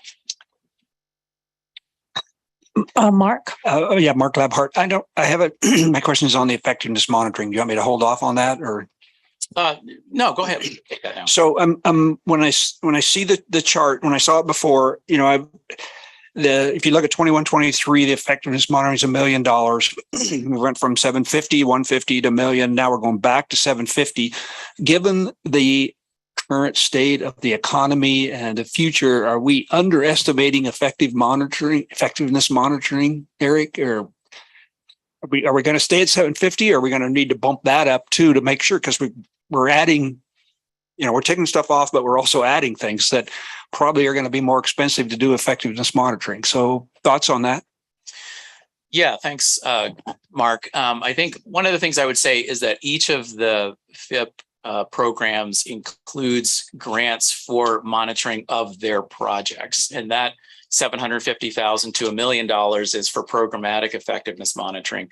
And some of the things that we've been using those funds for since the inception of the program are creating the parameters around which to measure that progress, like the results chains that you now see in the applications. We didn't have those on the front end of the program, and we've used that investment to better develop the framework for being able to measure progress towards those outcomes. In terms of is $750,000 going to be enough? I think it will when you think about the combination of those funds along with the monitoring projects each FIP has. The one question mark I think that remains in that we're still wrestling with is post-FIP reporting. And we've talked a little bit about this both in the grants committee and at the board level, where for the FIPs that finish their 3 biennia of investment, we want to find a way to continue to track progress over time. And of course, when we do that, we've got to offer resources to help pay for that. So given that we haven't quite penciled out what that's going to look like, I can't say right now whether that $750,000 figure will be adequate. We have talked about keeping that focused on reporting rather than new monitoring. So that's not as significant of a resource demand than if we were going to continue to try to fund additional on-the-ground monitoring work. But we do recognize the need, as again, some of the public comment letters pointed out, with 6 years of investment, which effectively ends up being 9 or 10 by the time you finish the last round of projects. That's still not enough time to necessarily show landscape level change in the outcomes that you're trying to achieve. And we do recognize that. And so that's still a bit of an open question that we're going to continue working on. Okay, thank you. Thank you, Mark. Stephen, you have a question? Yeah, hi, Eric. When you, all else being equal, how do you balance the different priority areas? I know that there's 7 priority areas, and do you look at both the historic and current solicitation and to do any balancing to make sure we have 1 or 2 projects in each of those 7 areas at any given time, or is any of that included? Thank you for that, Stephen. The answer is no. The program rules do not specify preference for any ecological priority type. They do not specify preference for over time trying to achieve a balance in investments across the priority types. It does happen that with this recommended slate of applications, we will, if these are funded, for the first time have FIPs in each of the 7 ecological priority types, but there's no preference given across the evaluation process. Okay, thanks. Thank you. Does that conclude your introduction? No, I just wanted to pause there because of the complications around this slide. So if we can go to the next slide. Okay. And our colors are okay for general comment at 10:15? Okay, great. Thank you. Okay. This slide shows you the spread of the current FIPs that we have, which are represented in the polygons, the shading, and some of the lines like you see in the Deschutes basin there. Those represent the 11 FIPs that we currently have funded in the program. And then there are large dots showing the applications received this time around. We had planned to show this anyway, but it also does address some of the comments that you see in written public comment around whether or not there is or has been a preference for FIP investment west of the Cascades or east of the Cascades. And we wanted to point out here that in the first two FIP cohorts, those 11 FIPs, there were 4 west of the Cascades and 7 east of the Cascades. And you can see that shown on this graphic. If these recommendations are funded, and again, this is not by design or expressed in rule because there's no preference for east side projects, west side projects, one priority over another. But as it happens, these things do tend to balance out over time. If this slate of recommendations is approved, we'll have 8 FIPs west of the Cascades and 8 FIPs east of the Cascades. So about as balanced as you could get in terms of level of investment. Next slide, please. And there we are. We are ready for public comment and then dialogue and questions from the board. Lisa, go ahead. Thanks. For the record, Lisa Sharplow-Hansen, Executive Director. I'm really excited to hear the public comment here and really think about the considerations of how we continue to move this program forward with the investments. These were incredibly competitive grants. And I think, there are questions that came up in the public comment that should cause us to think a little bit in some of the areas where they had a FIP. And maybe there's continued work needed, to make that longer term, larger footprint benefit. And I think too, as we consider, climate criteria and other things, how we do that in the future. So I'm hoping that however we move through the conversation today, it helps us on that track record that OWEB has of continuous improvement. And really pulling that in to think about how we get the best outcomes. But I'm also thinking about how we help our partners, because it's a rigorous process, incredibly rigorous process, because it's a lot of money and a lot of investment. That said, we're asking a lot of the partners on the ground today in terms of implementing other on the ground projects with all the new funding that's coming in, different priorities from different agencies. We go to the same pool of people. And so there's some choices I think that need to be made around the rigor of the grant process, grant application, and getting the work done on the ground and the balance. And I think some of that was expressed in some of the public comment. It's just caused me, to think a little bit more about doing some review and talking through that, how we move it forward. I was excited. I hadn't looked at the graph that showed the distribution. I'd seen it on paper in terms of across the state. But I do think it's important that we continue to look at regional distribution because we are one Oregon and how we help one Oregon move forward in conservation. This is Liza Jane. Thank you, Lisa. I just noticed, isn't it funny we always say east and west instead of north and south? Just a thought. It's a Cascades. Yeah, or something. So it's the public comment time in our agenda, and I believe Ken is up first, joining us by phone.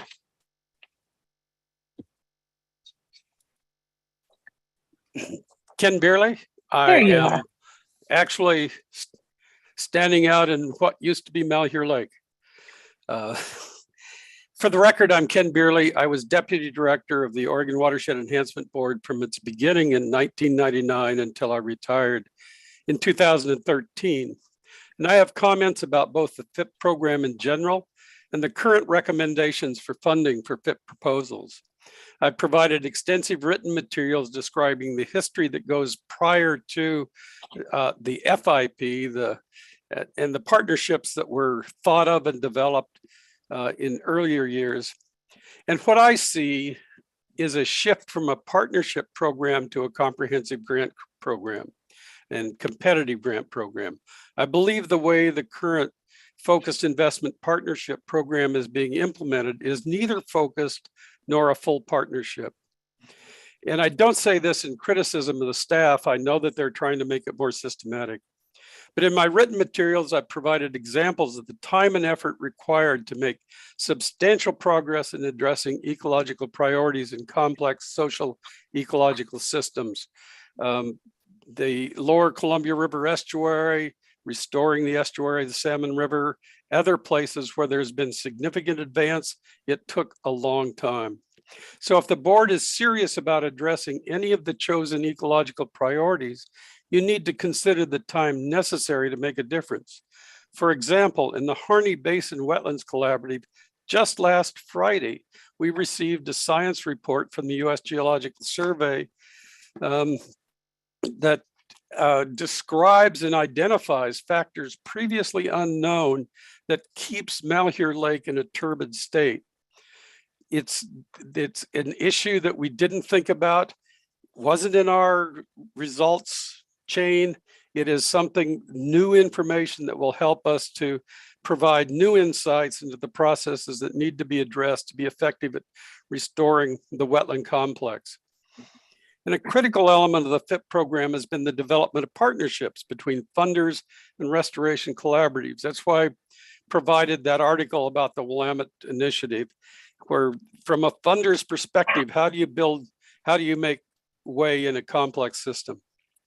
As a partnership, it's important for OWEB to recognize a significant effort necessary to address the complexities affecting, particularly in the Harney Basin, this critical wetland area of the Pacific Flyway, especially while other closed basin wetland systems are drying or dry. Klamath Basin, neither the Tule Lake Refuge nor the Lower Klamath River Refuge will get water this year and haven't for the last 2 years. So it's especially critical for the millions of migratory water birds in the Pacific Flyway. I've detailed the origins of the FIP program in my written materials, identified what I see as a significant change in approach and having a policy implication. And the current approach is clearly modeled after the competitive grant model, not a partnership development model. The funding of technical assistance grants beyond the capacity to fund FIP implementation only exacerbates the situation. Just recently, you've funded, I think, 6 additional FIP technical assistance. That's going to be more competition for limited amount of resources. So you need to be aware that that is a policy choice you've made, and it has a consequence. And I've been unable to identify any board policy conversation that considered the consequences of that significant change. In my letter of July 11th, I asked for funding for the Harney Basin Wetlands Collaborative and the Oregon All Counties CCAA Steering Committee to fulfill the promise of working towards focused ecological outcomes in ongoing partnerships. I don't suggest that these are more important than the FIP proposals ranked higher. However, I do suggest that if your strategic objective is to accomplish focused ecological outcomes, then maintain existing partnerships as stated in your strategic plan, you would continue these partnerships as well as start new initiatives and partnerships. The materials with agenda item 7 that you'll talk about later, strategic plan accomplishment states, quote, sustaining these programs protects current investment, maintains projects that have a large impact in Oregon. So sustaining these projects, I think, is particularly important to be true to the stated accomplishment.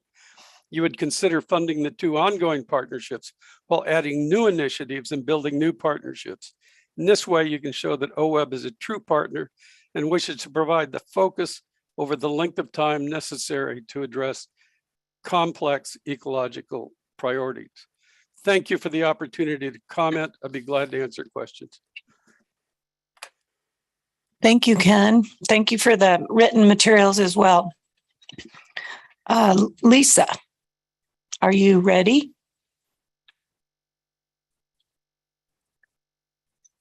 Lisa Cook. I know, I was like, wait. Hi, are you able to hear me? Yes, thank you. Go ahead. Oh, okay, great. Thank you so much. Good morning, everyone, and thanks for the opportunity to provide comments today on the East Cascades Oak Partnership Proposal, Oak and Fire, Restoring Resilience in the East Cascades. My name is Lisa Noss Cook, and I serve as the Vital Sign Indicators Planner for the Columbia River Gorge Commission. We're a bi-state agency responsible for protecting and enhancing the scenic, natural, cultural, and recreation resources and supporting local economies of the Columbia River Gorge National Scenic Area. As you may be aware, this is a diverse landscape that spans about 290,000 acres along 85 miles of the Columbia River in both north central Oregon and south central Washington. We develop and administer land use and development policy for the National Scenic Area across portions of 6 counties in Oregon and Washington. Oregon white oak habitat within the East Cascades Oak Partnership's geographic area is a high priority focus area of 2 Gorge Commission priority initiatives right now, our Climate Change Action Plan and our Vital Sign Indicators Monitoring Program.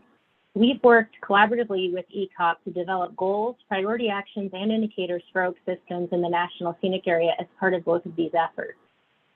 As an ECOP core member, our staff have participated in this partnership since its inception in 2017 through working groups ranging in focus from monitoring and assessment to best management practices and mitigation guidance to protect oak systems through our land use role.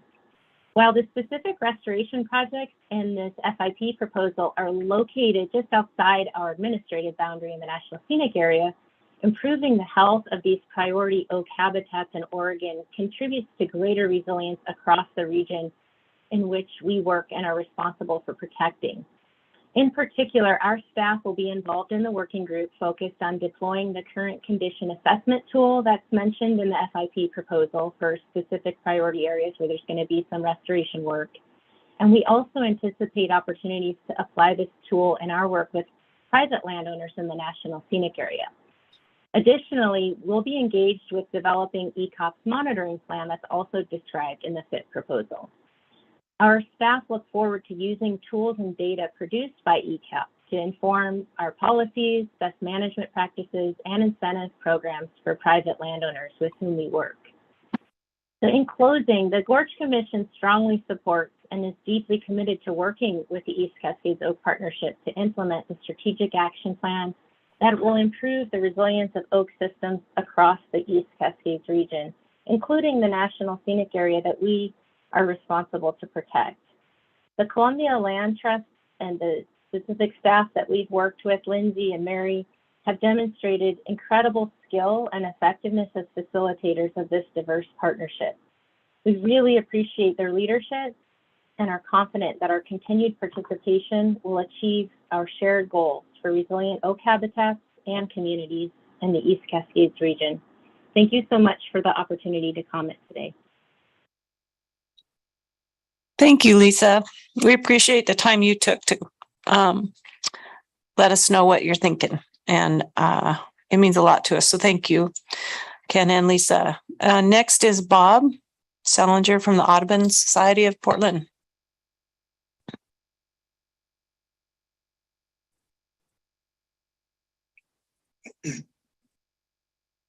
Hello, can you hear me okay? Yes, Hello? go ahead. Yes. Oh, great. Thank you. Thank you. It's Bob Salinger. I'm the Conservation Director for the Portland Audubon Society. We've been involved in the Harney Basin Wetlands Initiative for the better part of 15 years, really since its inception. And very simply, we consider this the most important bird conservation project in the state of Oregon right now. I very much appreciate the work of staff and the board trying to go through these applications and select applications. I recognize how difficult that is, and you have a lot of good choices to pick from. But I do want to put in one last plea for the Harney Basin, which was ranked 6th, so the first one below the line. Again, from our perspective, this is the single most important bird conservation project in Oregon. The refuges that are along the southern Oregon, northern California border, Klamath, Lake Abert, Malheur, are in tremendous trouble. They are absolutely critical to the Pacific Flyway. And we know that avian populations are in tremendous trouble these days as well, not just rare and endangered species, but common species that are plummeting as well. This network across the southern part of our state is critically important to bird species, and all of those refuges are in real trouble because of various water issues. What's even more frightening is the fact that on several of those refuges, there's nothing happening right now. They're going the wrong directions. Malheur is the exception. It's going the right direction. There's been tremendous work that's gone in It's making real progress on the ground. And we think it's important not just from an avian conservation perspective, but from a research perspective. What we're learning down there is going to be critical to protecting those wetlands in Southern Oregon. It's also critically important from a collaborative perspective. This historically has been one of the most conflicted, controversial landscapes in the state of Oregon. We know all too well the pressure it came under just a few years ago from the occupation of Malheur National Wildlife Refuge. This effort has brought together ranchers, conservationists, federal and state agencies, the Burns Paiute tribe, the counties, in a way that I've never seen before in terms of collaboration. It is a model for collaboration. Harney County has become the epicenter for collaboration. I am very, very concerned, and again, I understand all the pressure you're under and how difficult it is to pick a project, but I am very, very concerned that if this project does not get funded for a FIP grant for the next 6 years, that it will collapse, that it will not be sustained. These types of projects need long-term investment. They're very, very complex. The kind of work that we're doing down there in Malheur is really unprecedented. When I think about all the money that's gone into Coho, incredibly important, but money's gone into researching the kinds of problems we're having down in Malheur. Really, we need to think about these things as long-term problems and challenges and sustain them for those long terms. I do not think that this project will survive another 6 years without serious funding. And so my plea to you today is to consider moving it above the line, spreading the money out perhaps a little thinner, but to keep investment going to make sure that both the collaboration, the research, and the on-the-ground impacts are sustained in a meaningful way. We put a lot in to date. This is going on for a long time. We're making progress, but please help us continue. Thank you very much. Appreciate the time today. Thank you, Bob. And we have one more for public comment. And I'm sorry, I don't have a name.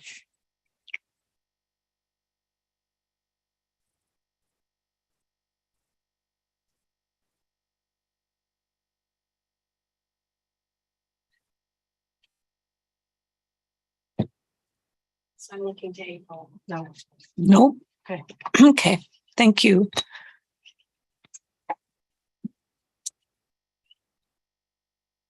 Right, so we have more staff report now, or is it time for us to deliberate and you to answer questions and support us? The latter. Okay, great, great, thank you.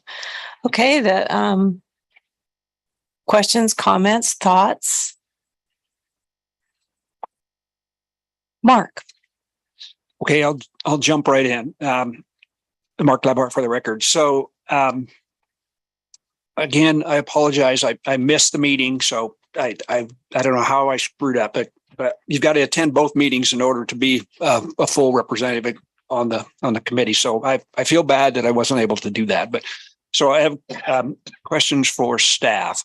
So given Ken's comments and Bob's comments, the Harney Basin project is 11.7 million. It's number 6, was given a medium priority. Could you elaborate?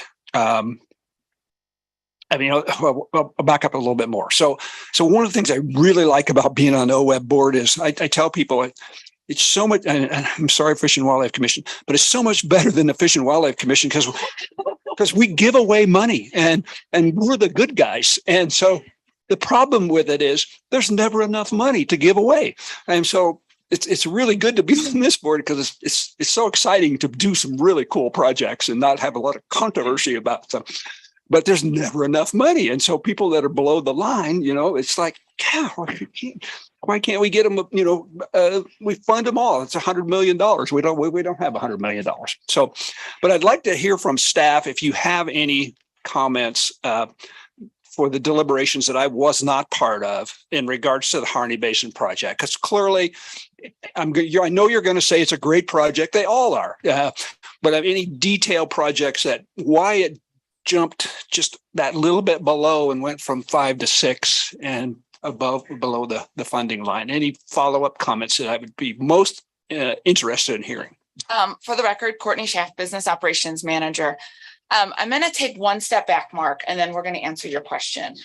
So one of the comments that we read throughout the public comment letters, as well as what Ken addressed, is the history of what we call the Partnership Technical Assistance Program and the kind of spreading of new partnerships and new strategic action plans across the landscape. So when we launched the FIP program, the capacity building FIPs, which Ken referred to in his letter, were part of the FIP spending plan. After that initial biennium, so when we were developing the 17-19 biennium spending plan, staff and board had specific conversations of moving what we call the capacity building FIP program out of that spending plan category and into the operating capacity spending plan category, and changing them into partnership technical assistance grants. So that happened with board staff conversations and developing the spending plan, and then at the April and July board meetings before they adopted that 17-19 spending plan. Specifically, we recognized that we wanted folks that wanted to develop strategic action plans and build the capacity of partnerships to be able to apply for ecological priorities that fell outside of the board's ecological priorities. So partnership technical assistance applicants that want to develop strategic action plans don't have to align with board's ecological priorities. Secondly, we were having conversations with other funders across the state, federal partners, state partners, and we've heard repeatedly that partnerships that are effective, have governance structure in place, know how to make decisions, have a strategic plan that lays out priorities, long-term, 10, 20 years, and a list of prioritized projects are more competitive when funding falls from the sky, as it is right now, or working with our partners such as Water Resources Department with place-based planning. So we made that conscious decision to move the program out of the FIP program and to support partnership development across the state. Then we made a second decision during the life of the partnership TA grant offering to start offering partnership capacity grants. So you can develop a SAP with partnership TA funds, or you can support the capacity of the partnership if you have a SAP already, strategic action plan. Stop using acronyms for our new board members. And so what we saw after our last FIP offering, some of those partnerships with strategic action plans, with governance documents, were below the funding line. And those partnerships were able to sustain themselves and compete very successfully in federal funded programs, as well as open solicitation, by applying for and receiving partnership capacity funding to sustain the partnership, grow it, take care of the partnership while competing in other grant programs for those on the ground dollars, which are more prevalent across the state than capacity support. So there was a couple of things that we just wanted to kind of clarify, some decisions the board has made over time to address the value of having effective partnerships across the state, and also the gap we saw of the need to support effective partnerships in their capacity to collaborate when they don't get a FIP or any other kind of large grant like that. And Eric, anything you want to add? Yeah, thanks, Courtney. I think the only thing I'd add to that is that in addition to making partnerships appealing to other funders, partnerships that have gone through the strategic action planning process and have an effective governance structure also compete better in open solicitation through OWEB funding. So, those avenues were always intentionally considered to be something that partnerships that develop strategic action plans can pursue. And we hear very often in our regional review team meetings, when they do their technical review of open solicitation applications, they're looking for the strategic nature of a project. How does it fit in with the watershed context? Why is it important to do that project here at this place at this time? And having these very detailed SAPs positions these partnerships well to compete in open solicitation. So you're gonna go ahead. No, I have one more follow-up question, if it's okay. Thank you. For the record, Eric Hartstein. Mark, you asked, I think, specifically about the Harney Basin Wetlands Collaborative. And following the expert review panel meetings, they had an overall rating of a medium plus. And during the committee interviews, they actually bumped up one. They jumped actually a partnership that had an overall rating of a high minus. So they did quite well in the interview. Looking at the evaluation for the Harney Basin Wetlands Collaborative, it's broken out quite nicely into, with the evaluation criteria, it has the strengths and the concerns. That partnership, by and large, has very strong ratings when it came to the partnership. There's really none stronger in the state.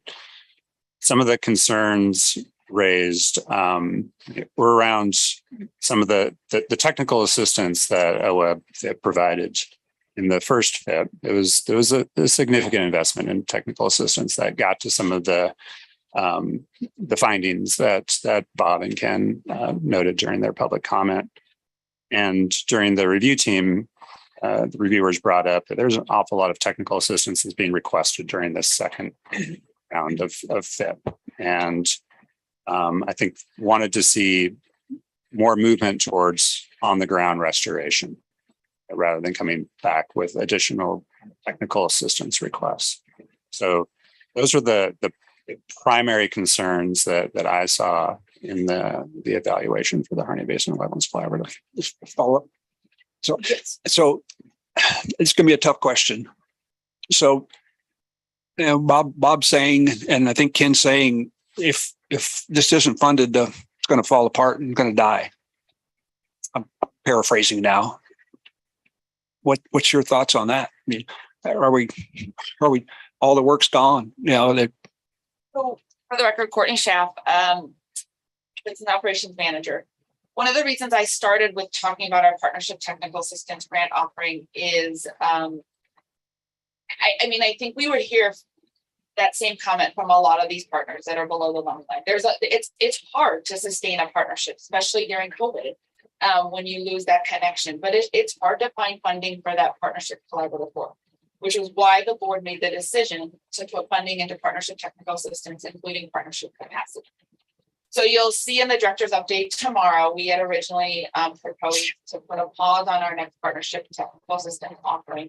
And I'm going to talk tomorrow about, how we've talked about workload and need on the ground, and about how to and when to offer that next grant offering, which is a place where our partners can go to seek funding to sustain the partnership. And then they can be very competitive because they have strategic action plans in applying for other funding sources, including OWEB student solicitation grant. So what you're saying, there's hope. I Maybe believe there's hope, as there would be for any partnership that falls below the line that wants to keep looking collaborative. Okay, thank you.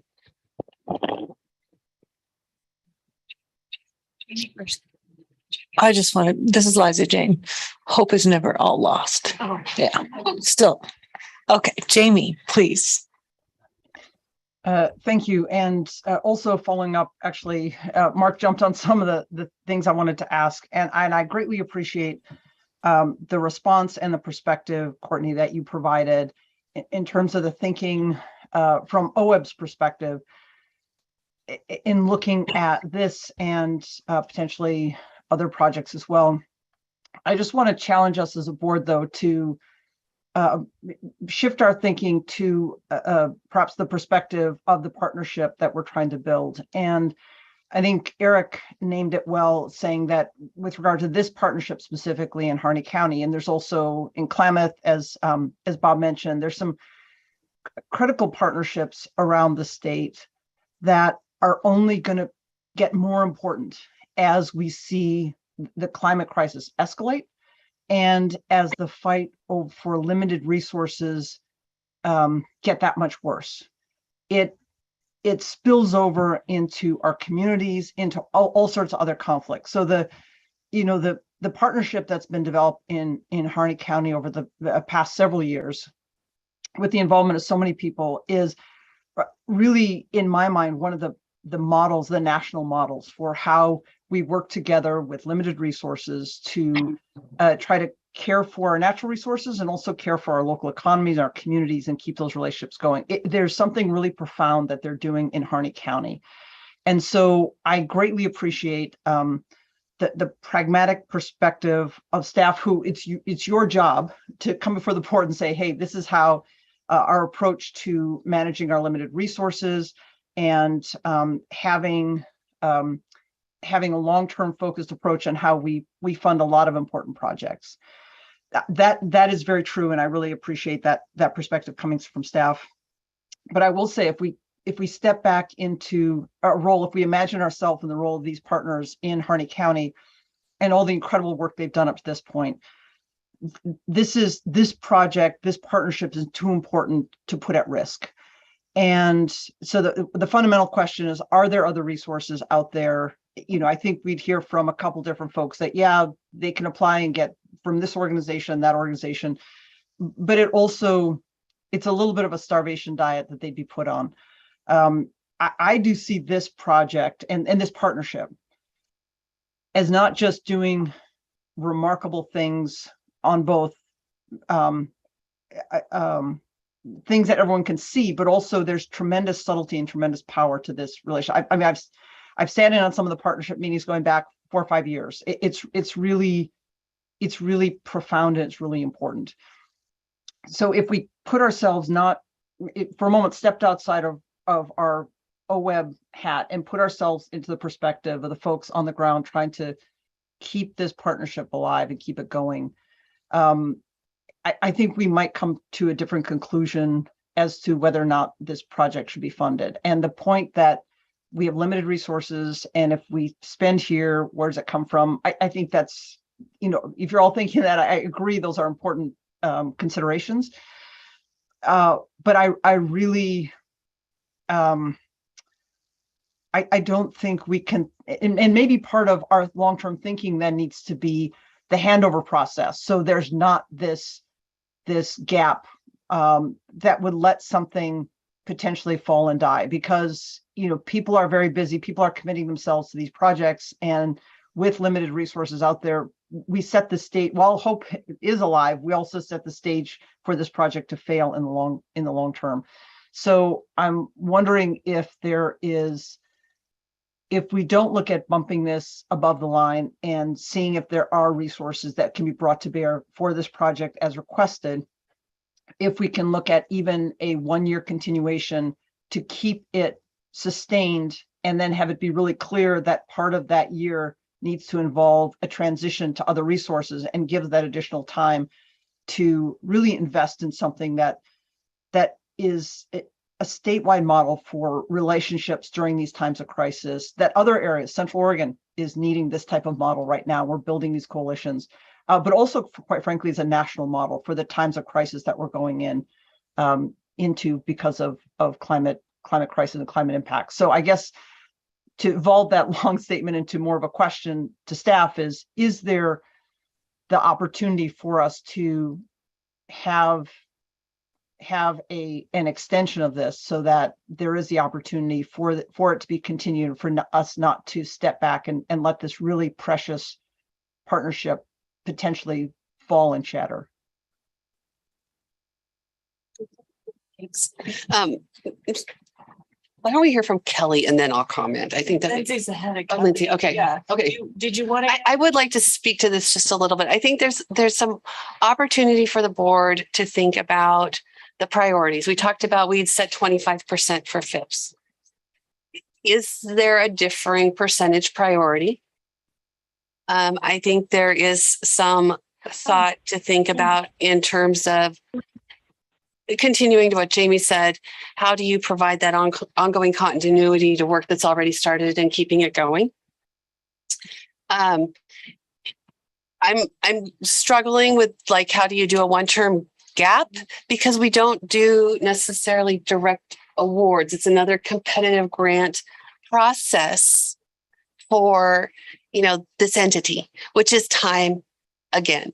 And I'm really cognizant of what Oregon is asking of our partners on the ground to do right now, coming out of COVID. They're struggling with staff to get the work done. We want work done on the ground. We want to see work done on the ground. As compared to doing the administrative work of an entire grant process again. So I throw that out there. I don't know that I have an answer. Staff may have an answer, but there are things that I'm thinking about as I hear these comments in terms of the need for balance. Thank you. Jamie, I think we'll continue. This topic's still open, but I wanted to let Lisa respond to that. Lindsay, then Kelly, then Gary. Thank you. For the record, Lindsay McClary, and want to still continue this conversation. So I have a couple comments. Just as a board reminder and probably disclosure too for the public that I was part of the FIP technical review team. And so in that role, provided technical review on all 11 FIP applications, but also recognizing as the board, I'm part of the grant subcommittee. So also provided a separate role in review of the 11 FIPs. And so this particular one, building off of what Eric Hartstein had said, came in as a medium plus. And so with the capacity and the technical review team committee reviews, ranking it as a medium plus, but as the grants committee, and Corey and Dan were also there too. In those interviews, I think we were very compelled by the Harney Basin Partnership, and clearly the larger board is feeling that as well. And so I just wanted to just reiterate that as the grant committee member, asking the questions, hearing some of the feedback and the testimony from that partnership. This is the exact same spot we were in the grants committee, and it's a very difficult spot to be in. And I think it's what everyone is saying here is there's a lot of momentum and high priority for this project. So not really adding any solutions, just commenting on where we were at with the grants committee and believe strongly in what everyone is saying here in the group. Thank you. Thank you. Kelly, please. Thanks. Yeah. So I think we find ourselves in this position often, right? That we just wish we had more money to fund all of the good work that's out there. But I also know that the staff is really good about when we have a project that's just right there. They're really good about finding other opportunities and avenues for those projects. And I think that Courtney mentioned a couple of opportunities here. And so what I wanted to kind of ask and just get a little bit of clarity on is, so they don't lose total momentum on this. Could they apply next cycle? As Eric mentioned, we're looking at this is starting again in 6 months, right? So one, could they apply at the next cycle? Two, it sounds like maybe if they need some additional technical assistance, they could apply at the next cycle for some additional technical assistance funding to maybe get them where they need to be before they apply for the on-the-ground FIP application. So I think we have some avenues there. And then I was also thinking about this issue we have, for continuation of funding and other sources besides OWEB, right? And I know personally from applying for grants for years and being soft money funded almost my entire career, that a lot of grant applications and some of the more technical and detailed applications and funders will ask for a sustainability plan in your application. So how are you going to continue this work and fund this work past what we are going to give you? And those are tough questions. I know I've been on the side of writing those, thinking to myself, I have no idea how I'm going to fund this past the next 3 years. But it's a great question. And it really gets you thinking as an applicant about what's out there. Also, we're in a unique position right now with the Infrastructure and Jobs Act, right? We're going to have another 4 years of funding coming through that. And so if folks can start thinking about kind of that sustainability plan, maybe some of this can be sustained with some of those funds. Or dovetailed or matched or however we want to do it. So just a couple of thoughts there. And then I kind of just wanted to kick that back to staff for those questions about where do you think funding for this could come from to get them to where they need to be? And I would also say that this isn't just, I'm not viewing this specifically as just for the Harney Basin project, but for all of our projects that fall below the funding line that just need a little bit more assistance to get where it needs to be. Courtney, do you want to talk a little bit more about timeline for PTA and then Yeah. talk about the next solicitation? And I actually was going to we can't quite whisper across the table, turn it over to ask Eric Hartstein, because they should have, but what is their status of their current funding level? Like, when will they use that up? That's probably important context. So for the record, Eric Hartstein, the Harney Basin Wetlands Collaborative still has some open grants that they're implementing. I don't have the exact timeline in front of me, but they have open grants and expect them to be working on those over the next year or so. And so then for the record, Courtney Schaff, Business Operations Manager. We are proposing that essentially we would open a partnership technical assistance grant offering this summer, early fall. Need to kind of wrap our heads a little bit more around the timing, but likely then be able to award grants in April 2023. So that is, not too far from right now.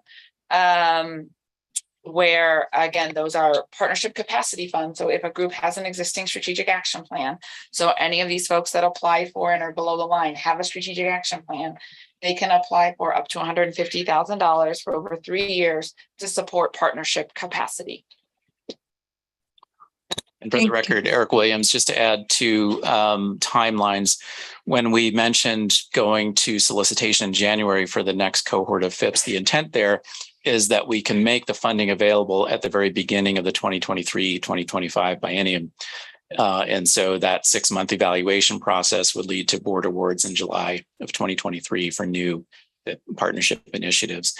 And we actually are going to find ourselves most likely in the situation where partnerships that have partnership technical assistance grants are then successful at FIP implementation grants. And should a partnership apply for the partnership TA, as Courtney mentioned, with April board awards, they can continue that work while, if they're successful getting FIP implementation awards, we can sort out the details of work programs across those different grant offerings. Thank you. Gary and then Mark. Oh, thank you, Madam Chair. Gary Marshall for the record. So I don't want to influence board decision but what I want to say is how about this conversation here, how I so much appreciate the staff and the process that it's gone through to bring to us these recommendations.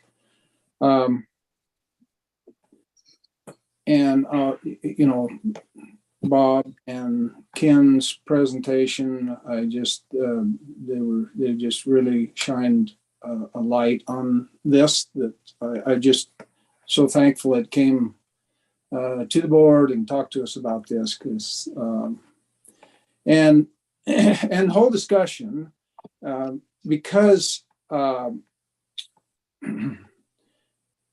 this it's been brought out that the strength of the partnership and in this area, I just appreciate all the rest of the board's comments and support on this. I'm gut is in a knot because this thing has been one of my passions for so many years. The High Desert Partnership has been so valuable to not just the natural resource community, but the social, economic part of the entire region here. And somebody cited the occupation, and I made a statement to a person that was taking comments and writing a book around that time that the High Desert Partnership was inoculated Harney County to the Bundy virus. And even though we went through that whole thing, we came out of it. We survived. It was very healthy. And so this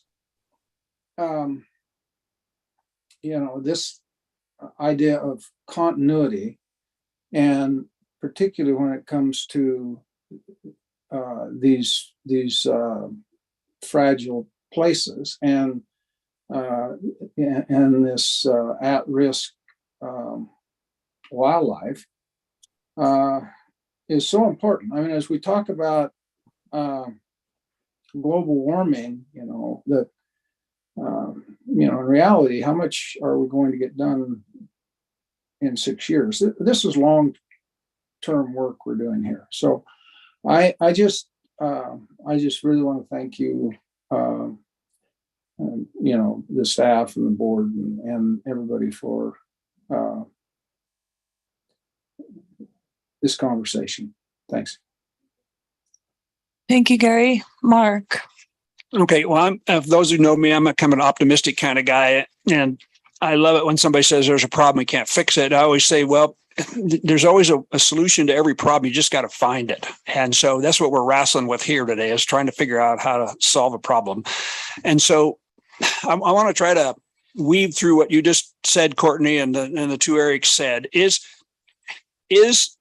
there a lifeline through the partnership technical assistant grant process to keep this partnership or collaborative, the Harney Basin Collaborative, Wetlands Collaborative alive until they can file for another FIP request? And can we keep them alive just that long and still comply with what the process had? Is record business operations manager, Courtney Schaff. So it is a competitive grant program. Correct. I'm going to say that. If you look at their evaluation, they received very high scores on the partnership capacity side of their partnership. Because as we all recognize, they are the model. So I believe they would compete very well in the partnership technical assistance grant offering, which we would bring to the board for board award in April of 2023. And as Eric said, they currently have still open grants. Correct. Their current FIP. So they're operating as. So they have funding. We can't speak to whether they have funding through April of 2023. Likely they do.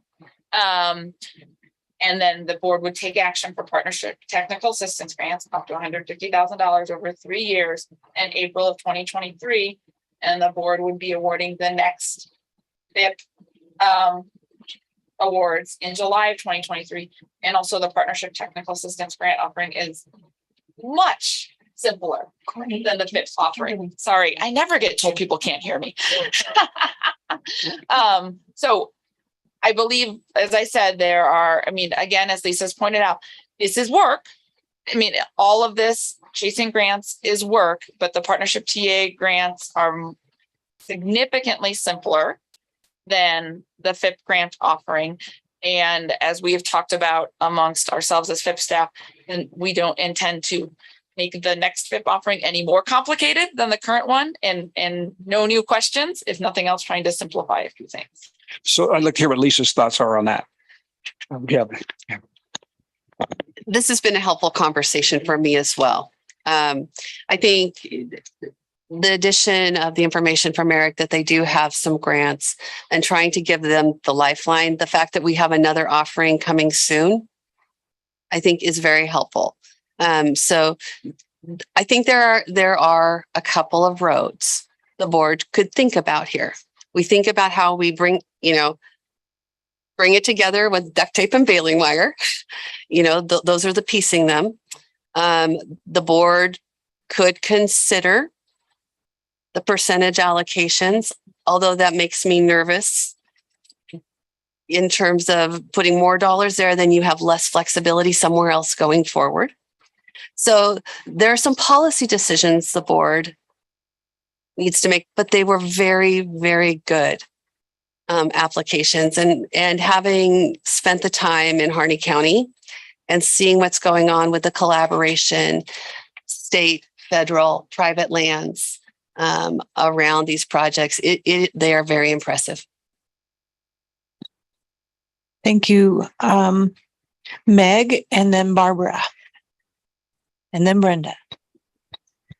Thank you, Liza Jane. Meg Reeves, for the record. You know, I'm my mind's kind of racing around on this. A question first, but I don't want to cede the floor when I get the answer. How much money, what's a typical partnership or technical assistance partnership award, or is there a maximum amount that can be gotten on that? I'm just trying to get a sense of that. Yeah, for the record, Courtney Schaff, Business Operations Manager. The maximum award is $150,000 over 3 years. Typically, we see somewhere between 75 and 125, and then some ask for the full amount. Okay, and I think we heard from Eric that the Eric Hartstein that the main gist of the concern about this FIP proposal was that it seemed to be needing a lot of technical assistance, basically, right? Is that accurate? I mean, I saw that it's listed as one of the concerns, but yes, for the record, Eric Hartstein, that was noted in a couple spots in the concerns. Okay. Okay. And yeah. So I'm in my head weighing what feels like it might be kind of a limping along approach versus the human capital that we all know is available in Harney County, has shown to be available, is an incredible asset, probably the most important asset. I think we're learning that too in all of these projects. And I worry that it's just putting more stress on the system to ask that the people who are working in that basin continue to kind of limp along and further develop proposals. I hear the concern about, there's a finite amount of money. So if we decide to fund this FIP, that money's coming from some other program, basically. I don't know where I am, which is the right approach, but I'm really worried about saying no to this group now, and them losing momentum as a result. I'll leave it at that for now. See where else the conversation goes. Thank you. Eric, you have follow-up? Yeah, just one little bit of additional context. So we did look up the open grants that the partnership has, and we're looking at 11 open grants currently, and total remaining balance of $1.4 million in those grants. Take that with a little bit of a grain of salt. They could have just wrapped up some grants and had sitting on receipts, and they're going to be submitting tomorrow, but that's what we currently have in our database. Thank you. That's helpful. Barbara, Brenda, and then Dan. Thank you, Barbara Boyer. Like Meg, I got so much going on in my brain. There's a lot of moving parts. But I first have to follow in Mark's footstep by saying, I am so sorry. I was not at that FIP interviews and feel like I let you all down. And I'm really sorry about that. Because I did read in the public comments how some of the public was not happy that there were only 3 people making this recommendation forward. So I took that to heart and apologize. So in the ranking that we see here, this is before the interviews, correct? Or is this after the interviews? Because I see Harney's still at medium plus, and you said after the interviews they went up. Is that correct? So for the record, Eric Hartstein, the evaluation contains both the rating that was developed by the expert review teams, and that's where the medium plus occurs. And then the ranking, which is what the grants committee ultimately came up with. That's where the Harney Basin Wetlands Collaborative as a medium plus actually jumped above a high minus partnership in the ranking. Okay, I'm just not seeing it on this particular graph, I guess. I'm sorry if I could just jump in. So Harney Basin went from a ranking, I believe, of 7 up to 6. I see. Okay, thank you. I really appreciate this conversation today and all the creative thinking. And after this conversation, I feel comfortable like they'll be able to duct tape and baling twine or wine or wire. Not wine, not wine. That I feel like it would continue. It's just where I sit right now. Where else? I have so many notes. And I feel like there's a bit larger conversation that really needs to happen, and probably a longer conversation, like almost revisiting the whole program and how we allocate some of this money. And some of my thoughts right now, just to throw out there for that conversation, is, maybe in the FIPS, we put a percentage aside for the continuation of projects, and then another percentage for new ones, something to consider in the future. And then I want to throw this out there, but we might be close to having to, getting to consensus on this conversation. But I look at our agenda and I almost wonder if having the spending plan conversation first before we take action. I just wanted to throw that out there to the board. If we kind of held our action and talked about the spending plan, that might help with some of this conversation. So how do you guys all feel about that? We don't have to decide it now, but I'm just throwing it out there. Thank you. Well, we can put the question when we're done deliberating, because we still have a lot of comments and I haven't even started. So, Brenda. Thanks, Liza Jane. Brenda McComb for the record. Maybe this question was raised when I stepped out of the room for a few minutes, but it seems to me that the Harney Basin collaborative work is extremely vulnerable to what we're already seeing in terms of climate change. And there's a social vulnerability, and there's the collaborative vulnerability. And this one really struck me as one that, if it's not funded, then why not? And I know there are good reasons. I know you've done your homework and ranked it the way you feel that you should. But there are a lot of implicit things in this project that I think really need to be addressed, whether it's here today, whether it's something really soon. But climate change, social issues, and just simply, as Meg pointed out, the person power to get the work done, maintaining that momentum. If we lose that, we've lost, as Bob said, an amazing chunk of habitat for millions of species, millions of individual bird species. So I'm really concerned about this one. Thank you, Brenda. Dan. Thank you, Liza. And I just have three things to say. One is, I'm happy to see the rest of the board suffer with this decision. Because those of us who were on the grants committee suffered hard on this.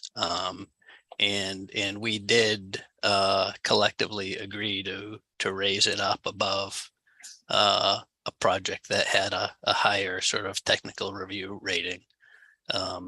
So that was what we did going through this process, is we moved it up a notch. But it was challenging, and so that's the one thing I'm glad to see you guys sharing our pain. Thanks a lot. And then the second point I want to make is I don't think this partnership is in a dire place of drying up and dwindling. Just look at the comments we received, and you have a sense of the passion and the pride of the work being done there. That the flame has been lit. I mean, I hear so much passion in the partnership that, they're not going to sort of walk away with their tail tucked between their legs. I would suspect they're going to go for a technical assistance grant, and they're going to get it because they're great.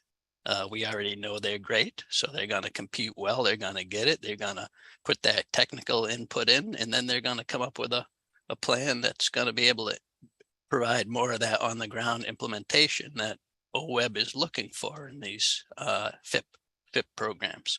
So I mean, I'm not worried about this team out there and this group of people out there sort of losing energy. I think they're probably going to gain more energy through this process is my personal opinion.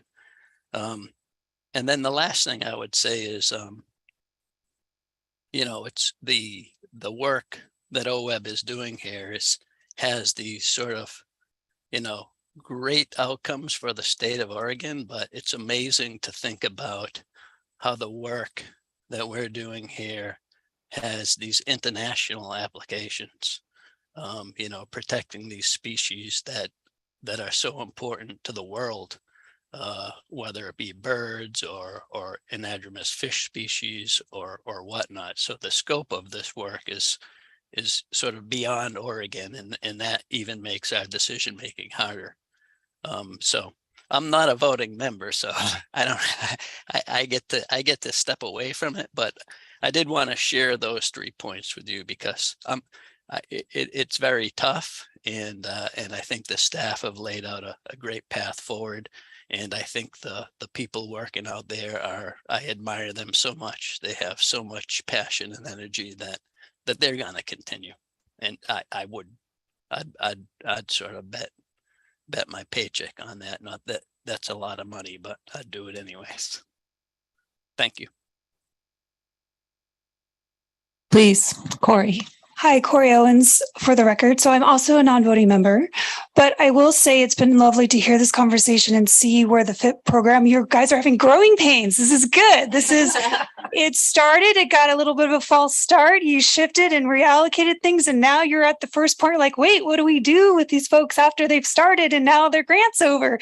And I just want to put a parallel to the NRCS's Regional Conservationist Partnership Program. Also had a bit of a stuttery start the first few years, and we had to think through how entities can reapply for RCPP, how they continue through RCPP, and the whole program looks completely different now than it did when it started.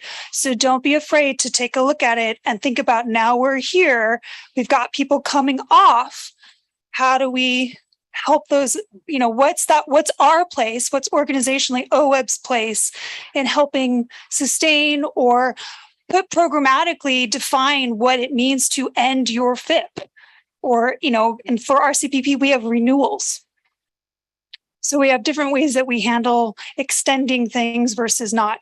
So just something to think about, that these landscape scale, big partnership idea grants, it's the concept of how you structure one of these programs. We have partners around, examples around the state of how it's been done. So there are places to look for how you could think through what this is going to be like. Thanks. Thank you, Corey. Greg. And then Jamie. Greg Addington. So I'm reluctant to say anything here as a new guy, but I'm very interested in this conversation. It's been very helpful to me. I was telling some people last night after reading through these proposals and the package that, I mean, I don't know how you did the work, the staff and the grants committee. I mean, it's amazing. And I'm a huge fan of the Harney County project and the partnership there, and the work they're doing. And it was one of my favorites when I was reading through these things. And that being said, I just watching this, I would say, as I've heard here today, there were several that were really close, right? I mean, this was not just one that was really close. There were several that were close to that line, and there are identified 7 evaluation criteria that the staff and the grants committee presumably use to figure this out. And so I would just be a little worried about the perception of moving the goalposts. You know, if some of these things are being considered now and weren't for everybody else. So I would be worried about that. I am, I guess, heartened a little bit by the conversations I've heard about the technical assistance, the open grants, and the potential for another round of FIP. So anyway, that's my thoughts. Thank you. Thank you, Greg. And please speak up. New eyes are great. Jamie. Thank you. And thank you to everyone, of course, first, our team who put this together, and our OWEB staff always put their heart and soul into and really sharp and put so much into this. So I really want to acknowledge that and appreciate all my colleagues raising the comments. I think there's several of us here who have understood some of the realities on the ground. We worn both the applying agency, applying nonprofit hat, as well as the government hat. So really appreciate those different perspectives. Two quick questions. One is, we've heard that there are other funding resources such as the TA grant, but I'm trying to get a sense of what may be the delta on what those dollars might look like, because I'm looking at the grant, it seems like there could be a huge differential. So what would be funded through this allocation versus through the TA grant, which, if I heard correctly, was a maximum of 150K per biennium? For the record, and I'll give Eric a chance to maybe pull up the application. Courtney Schaff, Business Operations Manager. So when the FIPS put in their applications, they break out their very high level spending plan by the partnership capacity, restoration, technical assistance, monitoring, stakeholder engagement. What the partnership technical assistance grant would fund would only be the partnership capacity portion of this partnership's work. They would have to seek, through open solicitation, if they had projects that they wanted to work on in the next 6 months, to fill those other gaps. But then again, the partnership technical assistance funding would sustain them until they applied for the next FIP, as well as sustain them as they continue to implement those 11 open grants that they have currently under the current FIP. Right.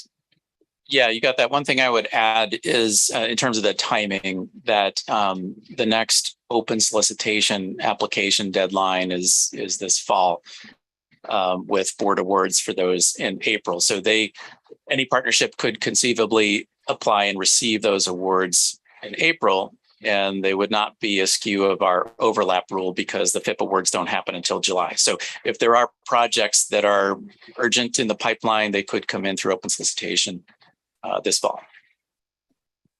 Thank you. And I apologize. I've been scrolling through on my screen trying to find the exact amount. Is there, if I'm the organization or the agency on the ground, and I'm hearing that the two options are that are being considered are either funding now. What does that funding now? And I understand it's per your comments, Courtney, it's a subset of the total application, but what's that amount versus me having to do an application in the fall and then potentially getting a max of 150K for the biennium? What's the delta on those two amounts? For the record, Business Operations Manager. So they requested 3.9 million for biennium 1 in their FIP application. And I don't think any of us have opened their detailed FIP application, which would lay out how much they asked for partnership capacity, restoration. I'm sure if you give us a minute, one of us can open the application. We don't have that in front of us at this very second. Okay, so I don't know that difference of what the partnership technical assistance grant would provide versus what they requested in biennium 1 in their FIP application. I don't know that difference, but Eric Hartstein is digging. But just conception, thank you. And then while you're digging, Eric, just to say, so my understanding, what we're looking at is a consideration of funding now, either their total amount or even a percentage or portion of that amount. That would be 3.9 mil. That would include technical assistance, but also other specific projects that partnership would be working on together, versus a consideration of potential funding for them just for the technical assistance. That would be a much smaller amount, and that would just fund that one subset of work. Is that correct in terms of what's before the board today? for the record, Courtney Sheff, Business Operations Manager. And I think what I heard you say is, the board could shift things around and make some decision to fund them at 3.9 million. The board could make some decision to fund some sort of them as a transitional grant, or highly recommend them to apply for the Partnership Technical Assistance Grant offering, which we will open summer, fall, and award in April of 2023.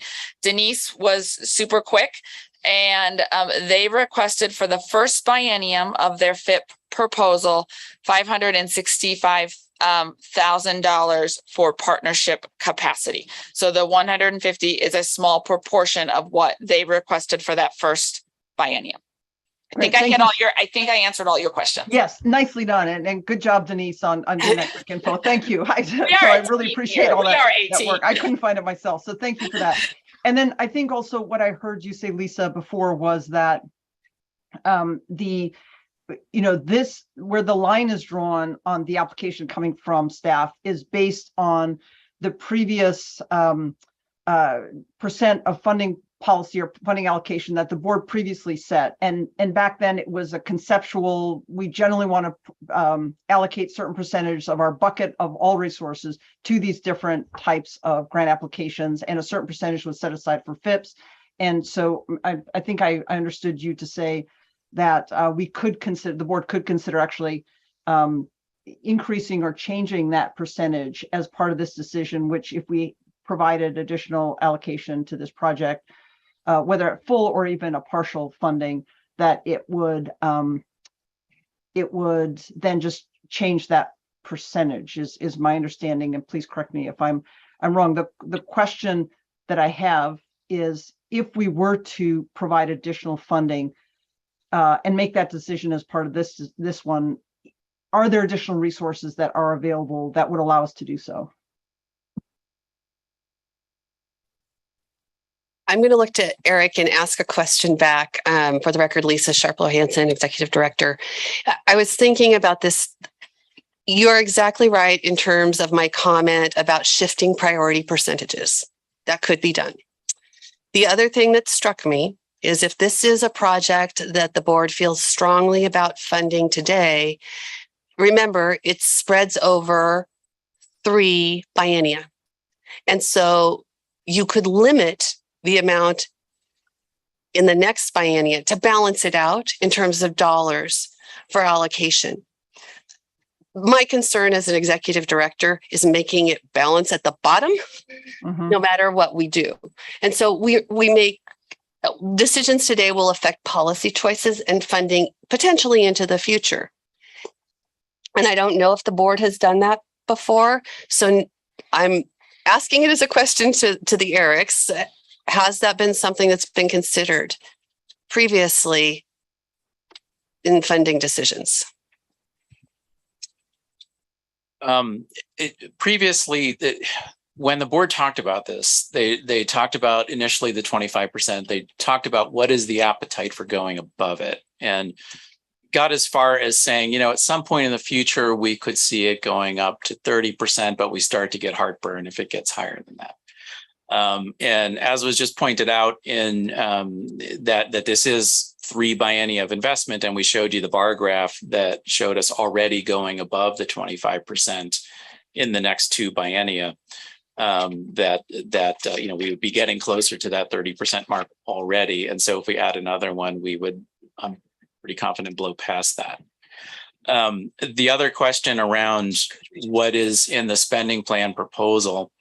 And that $15.6 million that we have for allocating in the spending plan that's in the staff report under item F, there is a spreadsheet on page 142 of your PDF that shows the proposed additions to the spending plan.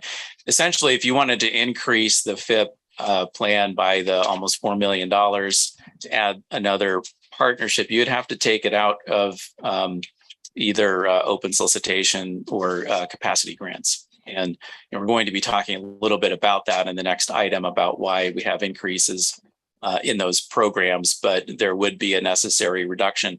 The other piece I'll point out, and this is in the staff report as well for agenda item F, that in addition to that $15.6 million, we did propose to hold 1.3 million in reserve. And that was out of concern for if we should see lottery revenue reductions, which the forecast does not show that, but if we did, it would be nice to have a little bit of money in reserve to cover next biennium spending plan. So there is that 1.3 million as well. Thank you. And one other question, because I appreciate precedents and you know, opening the door on that. Someone else mentioned that in their comments as well. You know, there's a standard practice for FIPS to be 3 biennia, as you mentioned, but have we had, or is I'm thinking the difference between starting a new FIPS project, which will go 3 biennia, with that whole argument of you need to invest over a period of time, and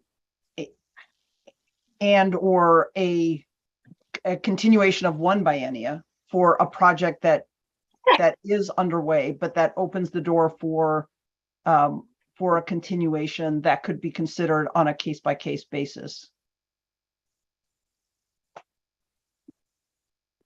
We haven't considered it in the past, not to say we can't going forward. I think a couple of things to consider in thinking about that is, you know, the partnership put together their 6 years worth of funding proposals at fairly significant levels. So would we be in the same place after one more biennium of funding? You know, we kind of are then, well, okay, we still have all this work to do, but now there's no more funding. And I think we'd hit that conversation again each time. And where does that put them in terms of applying for the next round? You know, if they were given $4 million now for just 1 biennium, do we encourage them to apply to get 6 more years out? You know, it makes it a little bit jumbled in my mind in terms of trying to manage future direction of the program. And then in addition to that, we would have the consideration of, well, what kind of continuation funding would be offered to the other FIPS that are at their end? You know, we had 6 of them in the first cohort. You know, Harney was one of 6. And so, you know, would there be needs and considerations to provide continuation funding for all of those? So it seems like a lot to think about to package into making a one-off funding recommendation of that nature. Thank you. And I appreciate that.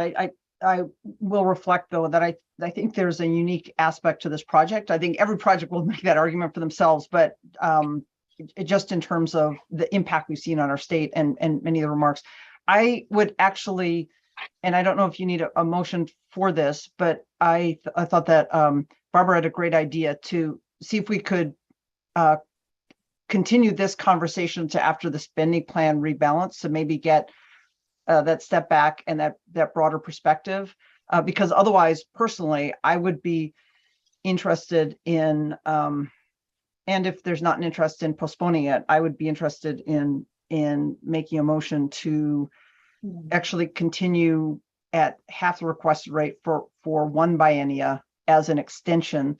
I recognize that it sets precedents and kind of opens that door, but I think in this case we have a unique situation, and it's such an important project, I think, statewide, that I would be very concerned about having them see the potential financial cliff coming.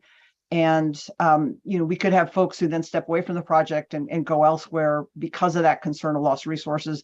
And even if they would get the full amount on the TA grant, it would be a huge step down from the investments being made right now for this very important project. So I just wanted to note that, or asterisk that, with my my thoughts to share with my colleagues, other voting board members, but wanted to just ask if we could take Barbara Boyer's suggestion and postpone our decision on this item till after the spending plan rebalance conversation. Okay, thank you, Jamie. Heard you. Going to keep on with the questions, and we'll come back to that, answering that question. Okay. Bruce. Like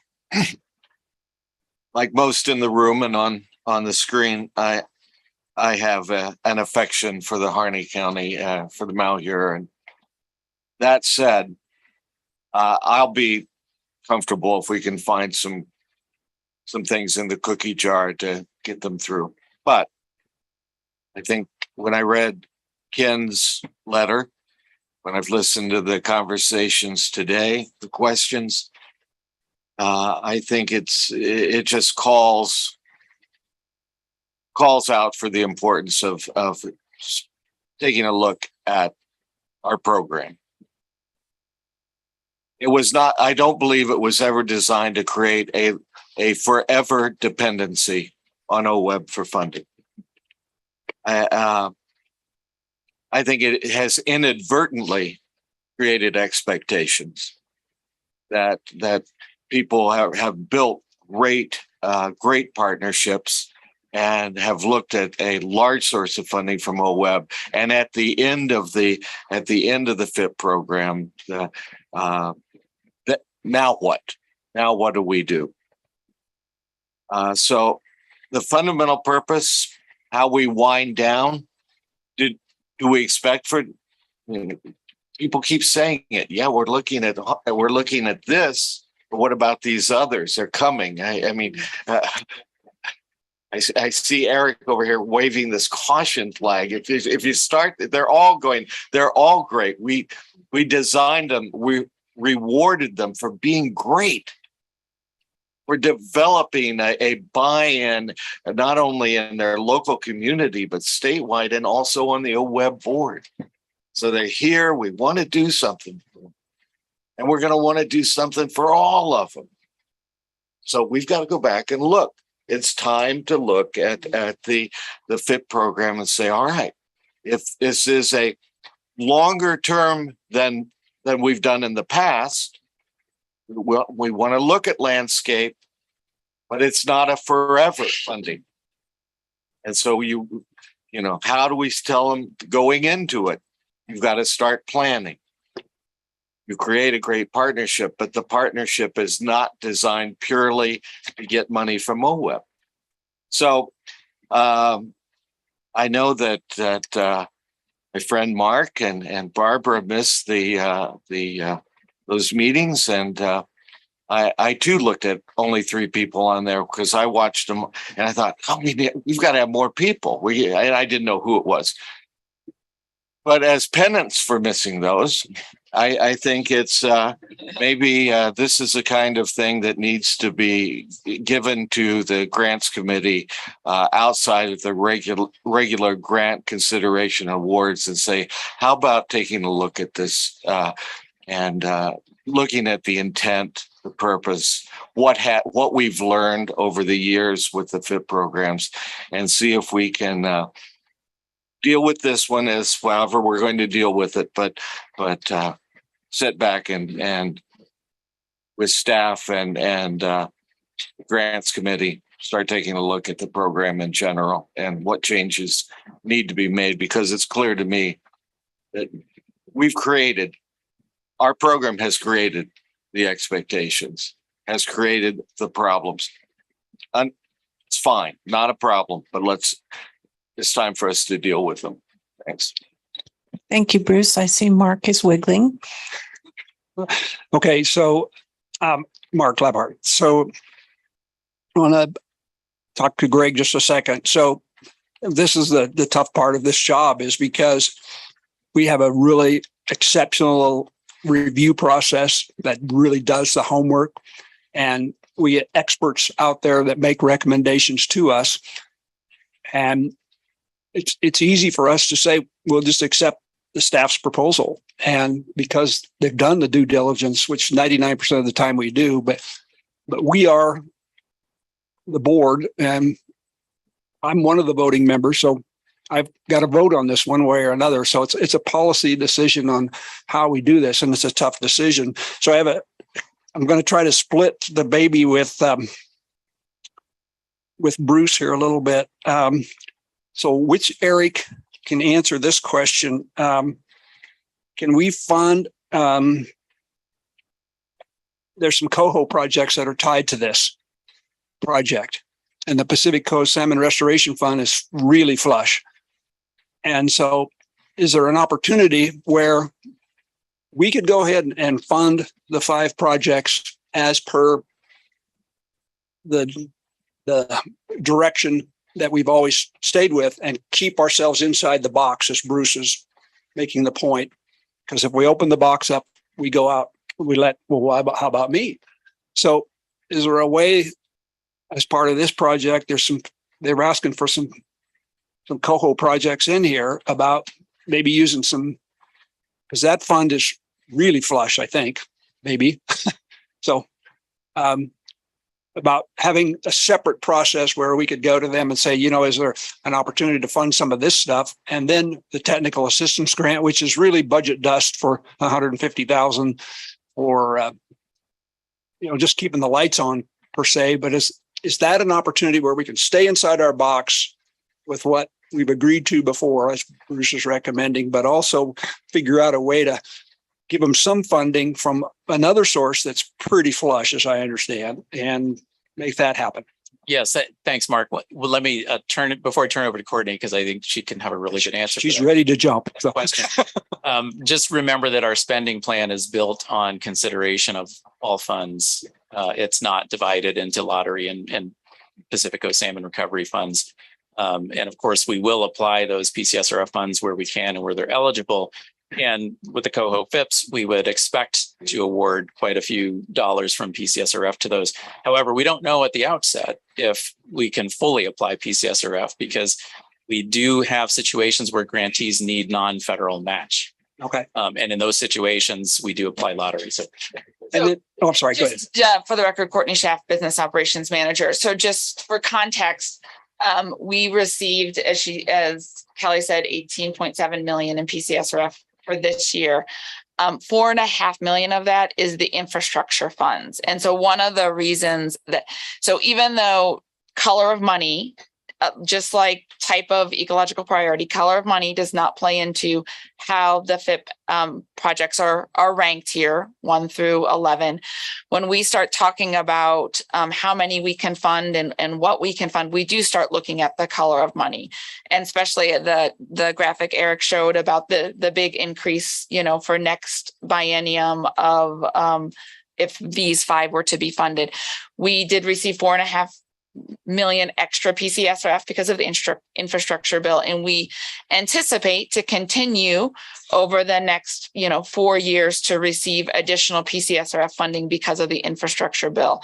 And so 3 of these 5 that are currently ranked 1 through 5 are eligible for PCSRF funding, which kind of helps with some of the spending plan angst about of what we can fund and how we cannot overstretch our spending plan in the next 5 years or 6 years that these FIPS would be active. And as Eric said, none of them would likely be able to take 100% of PCSRF because they need match, or, we can't use PCSRF for certain types of activities such as stakeholder engagement. So it is kind of a mix and mash of funds, but we have already significantly considered available PCSRF and infrastructure funds in this ranking order. Okay. One other piece I should mention too is, and of course, this is maybe a comment out of self-preservation, but one thing we do have to consider is staff capacity to manage these FIPS. And, we've felt comfortable with the recommendation and assignments that we could make for staff management of them.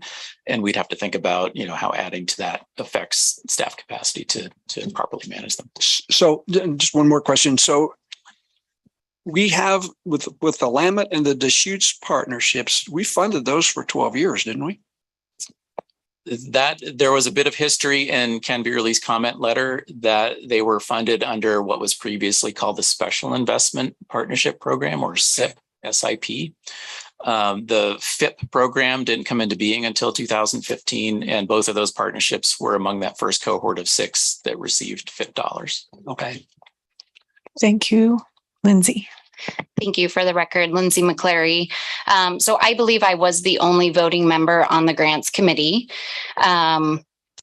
With that, the grants committee did feel strongly about the application that we've been discussing for some time. We knew that the spending plan was about 10 million. We knew that there was potential funding, additional funding coming down the line, but we didn't know how much that was going to be and how much that was going to be plugged into the FIP. So we bumped the Harney Basin Wetlands Collaborative up one, with the chance knowing that there could be potential funding to fund below the do not fund line for the allocated amount that we knew. This has gone through the capacity technical review. It went through the ecological technical review and the grants committee, and it ranked out this way. I'm not opposed to the let's hold off and look at the allocation spending plan and then revisit this for a board motion and vote. Might give us some time to digest a little bit more, might also delay the process and revisit. So kind of not sure how that is going to either benefit or delay. All that to say, I was kind of prepared to also make an alternative motion to fund as ranked and move forward. So not sure if we're ready for that yet, but would definitely support looking at the funding spending plan if folks are supportive of that. Thank you. I'm looking around. Yes, Corey.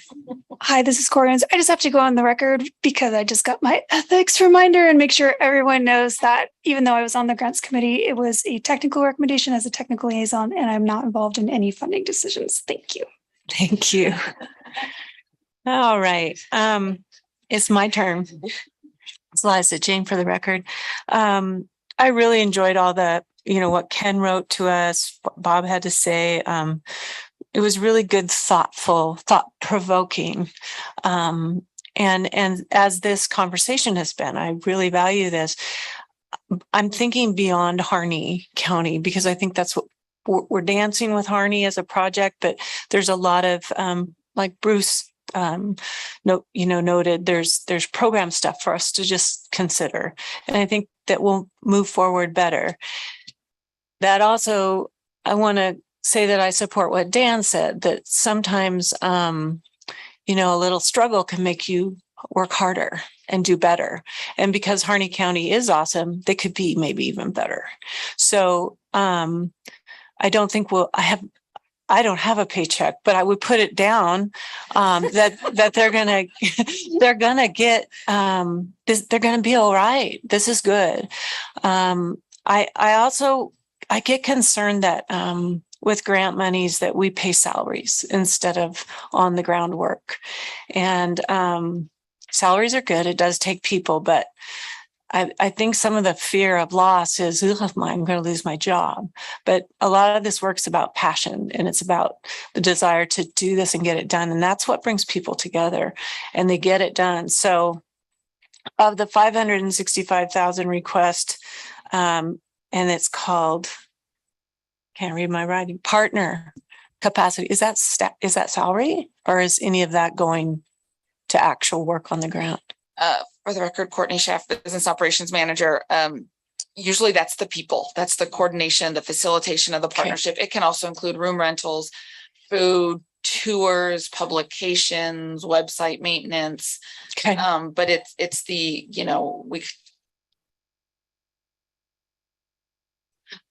I'm done. Okay. So thank you. You answered my question. Thank you, Courtney. And that's important, but I will resist OWEB creating agencies out on the land. So, and that's sometimes how I see that. There's some really great questions that we can talk about and consider at some point, whether that's grants committee or where, and that I kept hearing, ecosystem monitoring and improvement or impacts take a long time. Well, yeah, because it's constantly changing. So I've been looking at a little piece of ground for 40 years and it changes all the time. And I'm seeing things that I can't measure except to say, the bird life and the wildlife are just blowing through. We must be doing something good. That's going to continue with every OWEB project we do. We don't have to measure it. We don't have to be involved. Like, we did it and it's working and it's continuing to be good. So what is falling apart after a certain amount of time? Is it the people's jobs, or is the work on the ground still happening? And that's really, really good that we were part of that and funded that. So how long is long enough? And I think what Kelly was saying, every grant I've ever been involved with, whether funding it or writing it, there's an end point. You know it when you write it. And you're usually always asked that horrible question. And my answer on every grant I wrote was, I'm going to keep looking for funding. I'm going to keep writing grants. That's how this works. And so it doesn't have to be OWEB.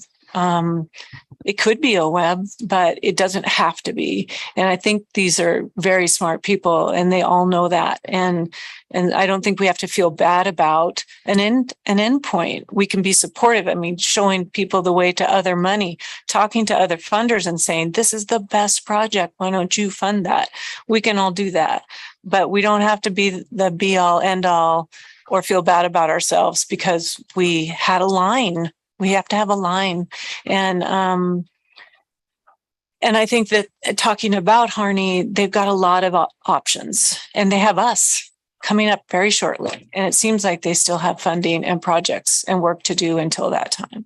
So thank you for the opportunity to say those things. And I look forward as a board and staff to continuing to improve this really important project. And there was a lot of issues in those letters and then information and we have that we can address and be better as well. So I believe my co-chair and I and the clock want to, can we move forward to this? And then maybe, I don't know how we'll fit that in, Lindsay.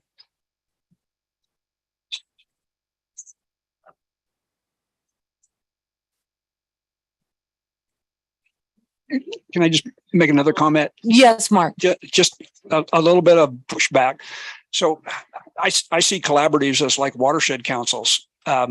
Watershed councils are collaboratives and they work together. And so what we've done is put this collaborative together and they've done a really, really good job. And so we're going to, I think, probably going to cut them off. And so I just am disappointed that I just see a collaborative as a group of people that have done really good work. And it's not just a FIP project. This is essentially a watershed council, a collaborative that has taken the Harney Basin and moved it from a really tough rural project that has a potential of doing really good things. And we're probably going to cut them off. So that's my comment. Madam Chair. Yes. Jamie, there you are. I came from. I apologize for speaking so many times. I know this is pushing standard protocol and etiquette, but I do think it is worth in this conversation. I will respectfully note one thing, Madam Chair, in your comment about not just funding people, in that, especially in our DEI considerations, there are some folks who don't have the resources to be involved in some of this work without the work being funded. And so I'll just flag that for our overall consideration. Whether or not it's argued that that applies in this case, I'll leave for other people to argue. But I do want to flag that because we will need to be careful in our thinking going forward if we get kind of locked into blocking out the needing to invest also in the people who actually get the work done. But as it sounds like we're not going to be postponing this conversation and the co-chairs want to move forward with it, then I would like to propose a motion that would essentially be, and I'm going to have to get some help from staff because I don't have the exact numbers in front of me, that would essentially be in concept to approve the recommended above line items and this specific project at half of the requested rate, and have that move forward for the full period, given that there's been some precedent previously, and then also there is the additional infrastructure bill funding that would cover this period. Thank you, Jamie. The motion was made and we'll have discussion. Any further discussion? Need a second. I think I need a second. Yeah. I don't know what to do. I don't think you can do.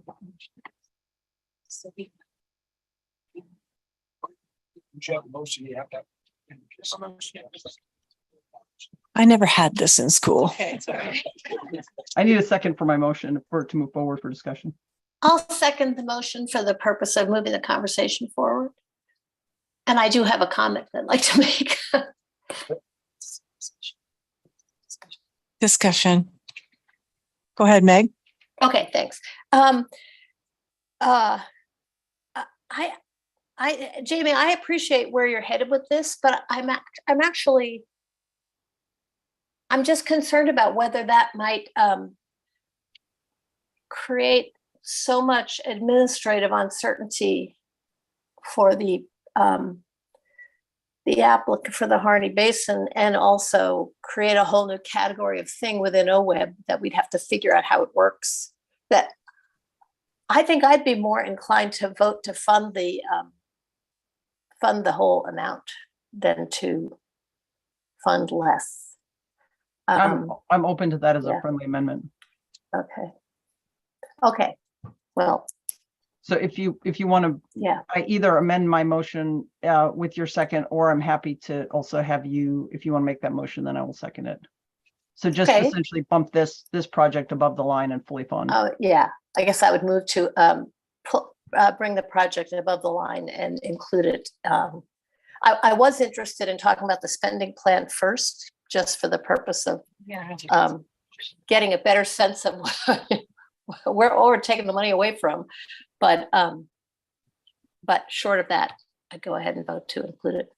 So do you want to own move to it? Yeah, move to bring this project above the line and include it as a funded FIP project. I'll either second that as a substitute motion, or happy to also withdraw my motion and then second that motion. Jamie, I'd like you to withdraw that, please. Yes, ma'am. I withdraw my motion, and then hearing Meg's motion, I'll second her motion. Okay, and we're still in discussion. So Kelly? Kelly Coates for the record. I don't feel prepared to vote on this right now until we hear about the spending plan, because we are talking about significantly increasing the budget for FIP, and I want to know where that money is coming from. And what I heard earlier is that money would come from open solicitation, and it would also come from what is the other? Operating capacity. Operating capacity, which I'm very concerned about as well. So just know that we would be taking funding away from future proposals by doing this. So I want to hear the spending plan before I make a decision, if that's okay. Can we pause a motion? Nope. Okay. So Mark? Well, Kelly just took it away from me. I was thinking the same thing. Let's not rush into this. Can we take a lunch break? I mean, the motion is still on the floor. Can we just take a lunch break and have some discussion with staff and the director's office and among ourselves, and see if there's an opportunity to, maybe not, maybe there is, but I don't want to be forced into something like, well, can we do that? That's my worry right now. Just, can we do that? So similar to what I just said. So, as a seasoned member, I believe I've been here almost as long as the FIP program. I think I came on just about the time it was started. And there's been an evolution of argument on FIP funding. Early on, it was people who saw projects that they on the board, who knew them, who had been involved with their genesis would advocate for them. When we got to a line, we would try and find a little extra money to maybe, it was like not a partial funding, but we had almost enough money to get to the next one, and we might be able to find that. There were discussions on if we want Harney, if Harney has such strong feeling, which of the other five should come off? If there's no more money in the bucket. So this is a new type of argument for me on FIP. It is this one. Not only did we get to the limit, the 10 million for the five, We went way above it. We went to what, 12.9, right? So we're almost $3 million over where it would have been. So there probably would have only been 4 FIPS if we hadn't done that. So we've added one additional. I haven't heard anybody say, let's take one of those 5 off. And if this were a business, that's what the CEO would say. He would say, okay, you want this one so much, which one do you want to take away? So we don't have that. And if somebody wants to discuss that, I think now's the time to do it. But a full funding after we've gone from 10 to 12.9, I'll just say at this point, unless I hear additional arguments, as much as I like Harney, I don't think I can support that. Thank you, Bruce. Jamie? Or no, sorry, not Jamie. Brenda. I was looking at you. We're often confused. So I think I like Mark's suggestion that we need to think about this. I like Kelly's suggestion that we need to understand where the money's going to come from if we move forward.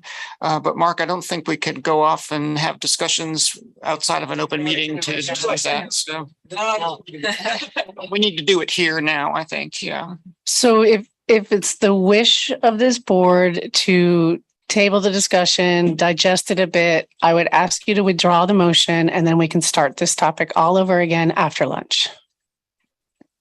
And I would add. Point of order question. Oh, go ahead. There've been a couple requests to move the agenda around. I serve in another board where the board formally approves the agenda, such that a board member can also then request a change to the agenda. But since we don't approve it, I don't know if it's just the chair or the co-chair's prerogative on the order of things. I think tabling this, and it doesn't necessarily even have to be a withdrawal motion at this point, but just even tabling it till after lunch without the sidebar conversations. But I think with a couple of requests coming through, if there is the possibility of switching the order of the agenda such that we can hear about the spending plan and then revisiting this, whether it's through an additional re-request to the co-chairs or a formal motion, I think that would help to provide some clarity to board members in general on this item. For the record, Eric Williams. I think if you decide to table the motion for now, lunch was scheduled at 12:20, so we do still have 11 minutes. I would be happy to introduce the spending plan item before lunch. And I think there would even be time in there for a couple of questions and then maybe break for lunch and then come back and complete both items. This is what I would recommend, Barbara. That we withdraw the motion currently, and then we can move on to the spending plan and see where we end up by lunchtime with that. And then after lunch, very rapidly, because we have a tight agenda with lots more important things to discuss, we can have a vote without discussion during lunch. This is your thought time for your own, what do you say, rain ideas or something? That's great. Idea showers, but they're personal. You're in the shower by yourself during lunch. Yeah. So, but I would like to suggest that we move forward with the spending plan. I think that's great, if that's okay. And we would request that the motion that's currently on the table be withdrawn, and then we'll come back to that. I think that's my motion, so I'll withdraw it. Thank you, Meg. Mm-hmm. So that's you. Thank you. All right, we are moving on down to agenda item F, and we are going to be talking about the rebalance of our spending plan, please. Thank you, Eric. Great. Thank you. Again, for the record, Eric Williams. We're on agenda item F. This is on page 139 of your board book. This is the spending plan rebalance item.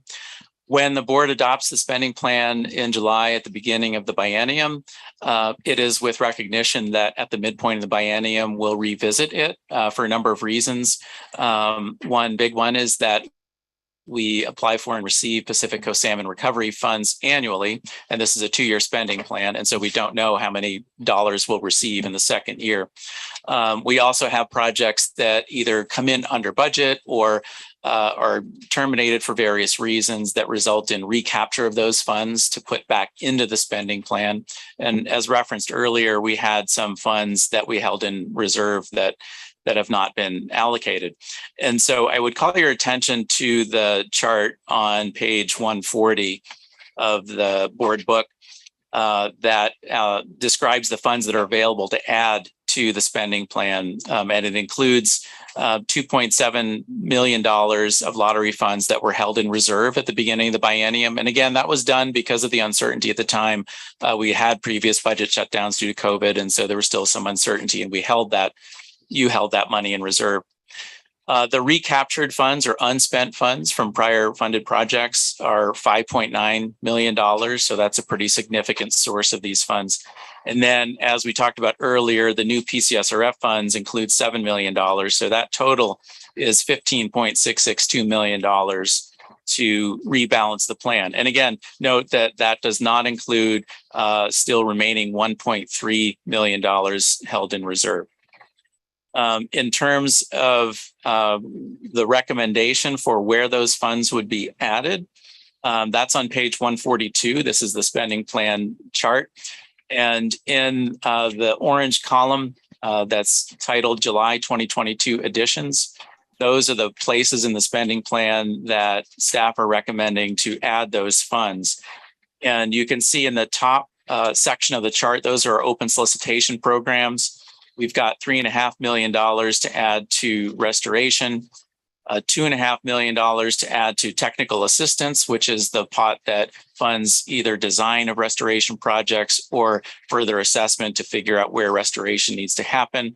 Another $500,000 to stakeholder engagement, $500,000 to monitoring, and $1.5 million to land and water acquisitions, as well as $250,000 to quantifying outputs and outcomes.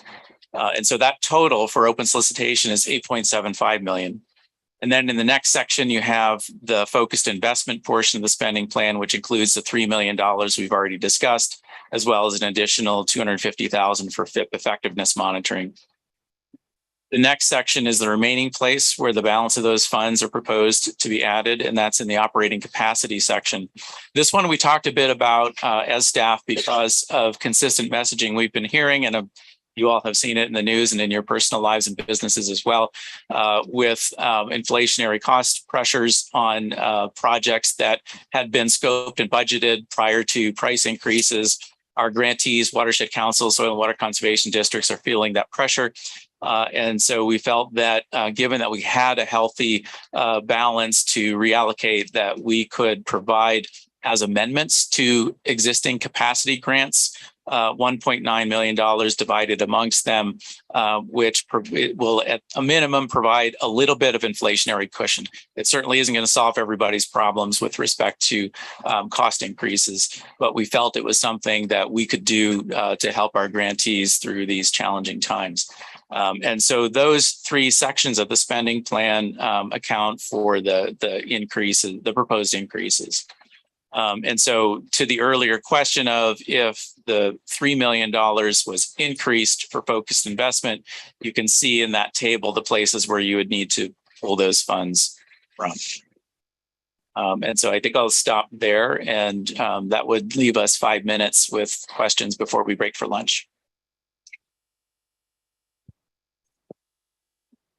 Are there any questions or comments? Stephen, I see you have your hand up. Yeah, this may be a totally unfair question to Eric, but that's okay. He can handle it. I was here before FIP started, and I think when you go and look at some of these, when we look at the individual grants, there's always a line drawn. These are to be funded, and these aren't. That line, from my perspective, is always drawn because of the merit of the proposals. There's rankings. And then there's a line drawn. There's not regional piles of money where there's any sort of a budgetary decision on that line. So the question here is, in terms of where you drew the line, how many pages do these proposals have? Quite a lot. And there was a tremendous amount of effort that read all of those pages, conducted the interviews, and made a decision on rankings and where to draw the line. So when you drew the line in the FIP, was it based on merit, and that was the 6th ranked proposal, or was it based on budget? We can only do 5, and one's got to go. Thank you, Stephen.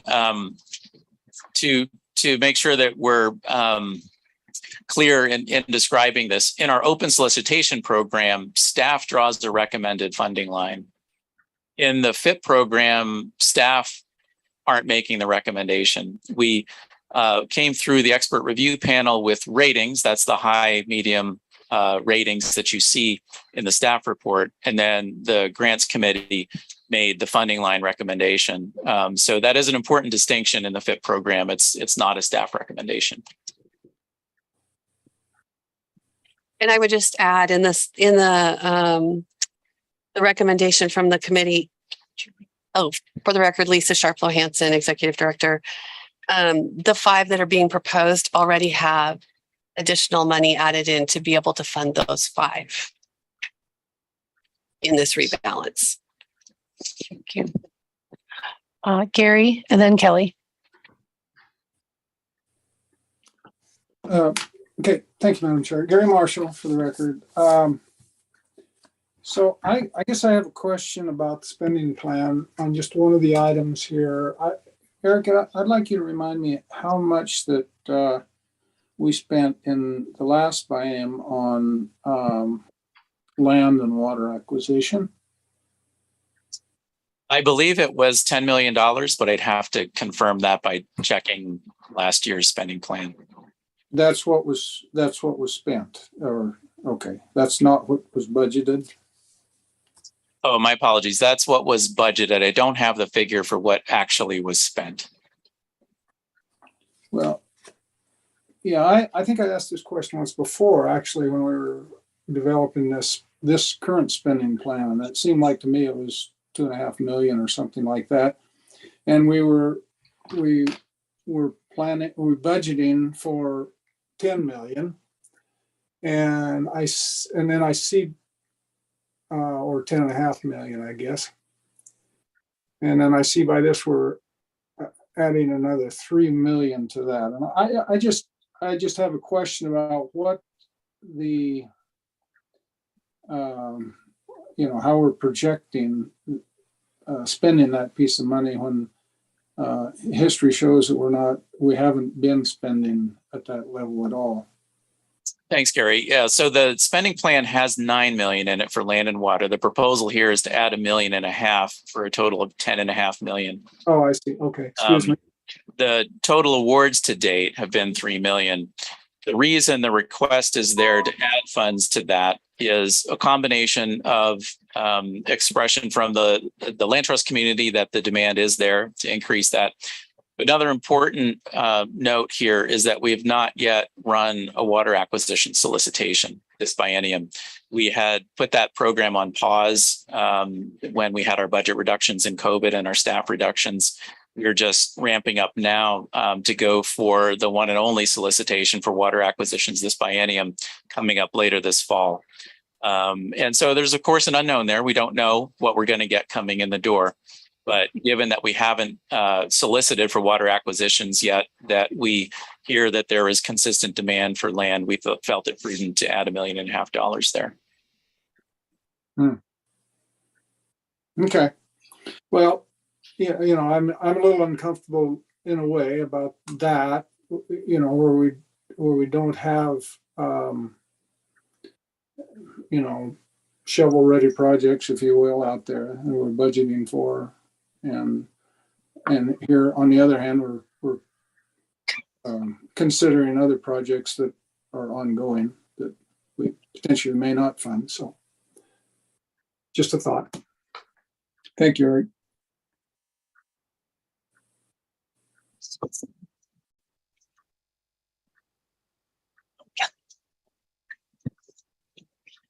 Hi, Kelly Coates for the record.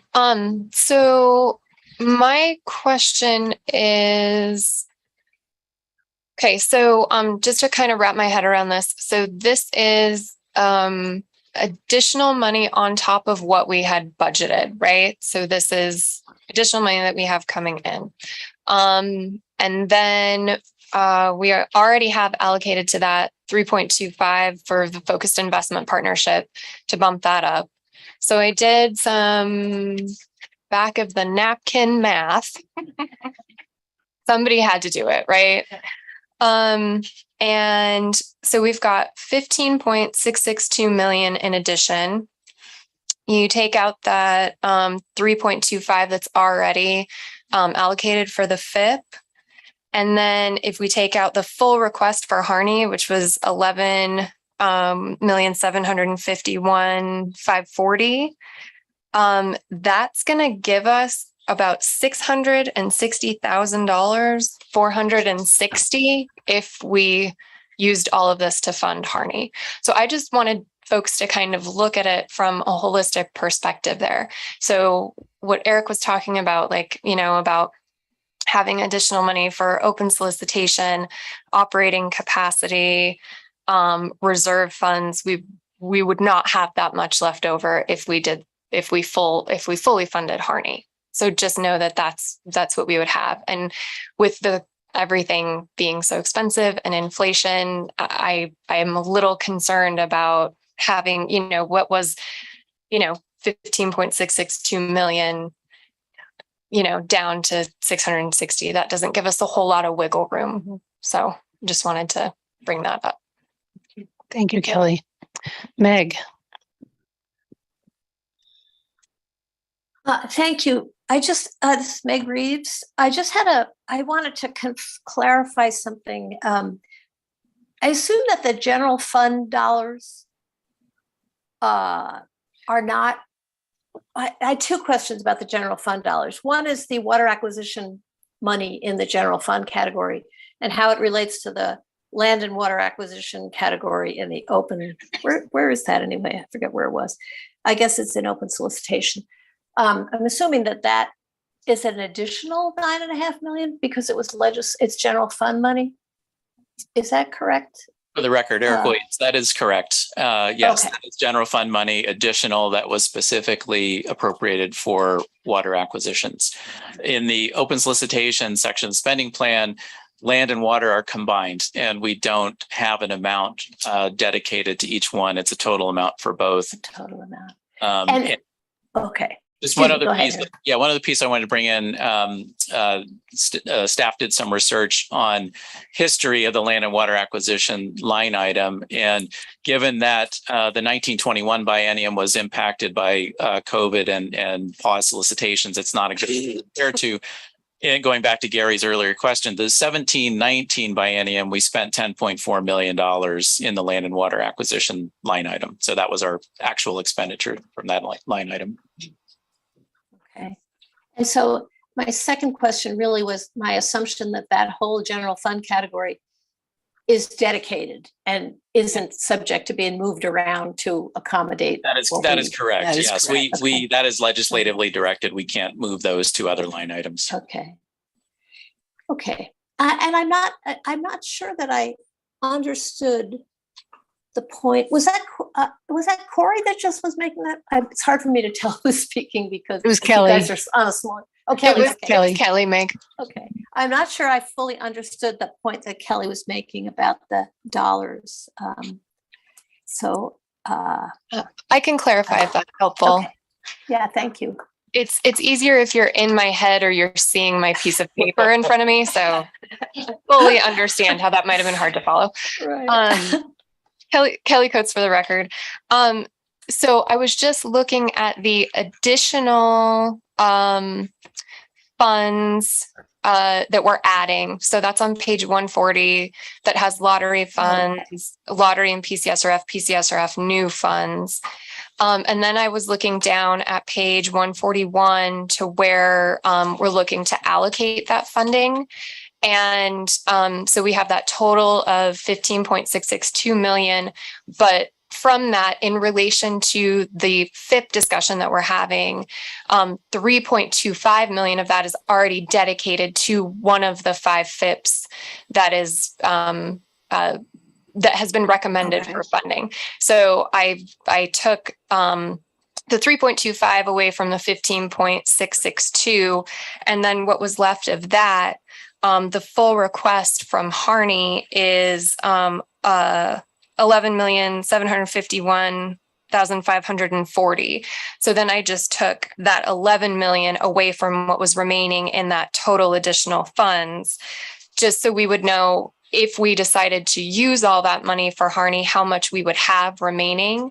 And that remaining amount would be 660,460. Just one point of clarification on that, Kelly. And I may be wrong on my math. So. No, you're right on your math. But just for clarification, the Harney request is, you cited the 3 biennium total, the 11 point something million. We're actually talking about the first biennium of investment, which is 3.9 million. This spending plan is only for the first biennium. So we wouldn't have to fund it all out of this. We can't. We have to fund these FIPs across bienniums as our budget is approved each biennium. So got it. So just substitute 3.9 for 11. So we'd add in about 7 or 8 million. Am I right on that? Yeah. In the ballpark. Okay. So we would have that remaining for this biennium, but the motion was to fund it in full for this year, but knowing that we will have to fund it in future bienniums. Correct. With money that we have. Correct. So ultimately, we will have to commit to that 11. Right. So if you wanted to fund Harney fully at 3.9 million, that 3.9 million would have to come from one of these other places where the funds are allocated in the table on page 141. Thank you. And thank you for that point of clarification. Greg? Thanks, Greg Addington. Eric, I need help on that some more. So if you decided to fund the 3.9 for the first biennium, you're committing to the next 2 bienniums. That is how the program is set up, that we fund one biennium at a time, but we're committing to funding future bienniums. We can't formally commit those funds though until the beginning of each biennium. So the way the FIP program works is we get reports at the end of each biennium from every FIP partnership. And then the board decides, have they made adequate progress? Are they on the right track? Should we appropriate their second biennium funds or their third biennium of funds, as the case may be, at that point in time? And so that money for future bienniums, I guess that's where I'm stuck. That's in future spending plans. So we will have that conversation next year, starting in January. We'll tee it up. In April, we'll give you detailed presentations. And in July, you will adopt next biennium spending plan. So that spending plan will include the second biennium of this cohort of FIPS funding, as well as the third biennium of previous cohort plus a new cohort added in. So there's always some dropping off and some adding on, but we approve funds one biennium at a time. Okay, just try my one more. Just so, but if we approve 6 of these projects, including Harney, you're using, I mean, that money still has to come out of somewhere that's not the FIP money. Does that make sense? Yes, but we're talking about the first biennium of investment, which for Harney is 3.9 million. So that 3.9 million would have to come from some other place. Okay, I got it. Approving and committing are 2 different things. Bruce? Yeah, you're exactly right. And it is confusing, but the agenda item we're on is rebalancing. And as I look at the rebalancing, in light of Liza Jane's comments about on the ground work, which I generally agree with, I look at the total of 2.325 of additional funds going into capacity, operating capacity. And for me, the question then is asked, is that how necessary is that? We are approaching on capacity grants upwards of 20 million, where our funding for the 2022 on the FIP, the landscape scale projects are at 32 million. And so anyway, it's a number that is important. And I like all of the programs, but it is growing at the same rate, or indeed, and I'd have to go back and look at it, I think maybe a little faster than the on the ground work funding. So if we're desperately looking for dialing for dollars to do Harney, that's the first place I would look as far as the additional funds. Will you respond? Yeah, go ahead. For the record, Courtney Schaff, Business Operations Manager, and I did run out quickly for a quick break, but I think I got most of Bruce's question. The one thing I will just point out, as I think others have articulated, is whatever FIP decisions we make, we are then making for the next 3 biennia. OWEB staff are proposing a one-time and one-time only increase of this amount in for watershed councils and soil and water conservation districts, and recognition of one example is mileage costs. It took quite a while for the mileage rate to catch up with increased costs, and we heard on the ground the challenges folks were facing. So both council and district capacity grants can pay for any eligible cost within OWEB's eligible costs, so they can, buy a few extra fence posts, pay for excess mileage or other increases that they're seeing across their organizations. And we're also seeing a lot of challenges in recruiting people, and they can help retain and recruit and retain the staff they have. But we are proposing this amount of funding as a one-time increase, and not something that we would propose in future biennia. And as others have articulated, whatever FIP decisions we make, we need to pay for future biennia. So Mark, Jamie, then Kelly. So Mark Labar. So Greg just left. I think we ought to put him in charge of a committee while he's gone. So there's a clinker in here too. The focused investment partnership additional funds of 3.25, those are really already allocated. Those are allocated to existing FIPs and the proposed 5 FIPs, right? That's correct. So you can't include that in the 15.6. So that reduces that a little bit more.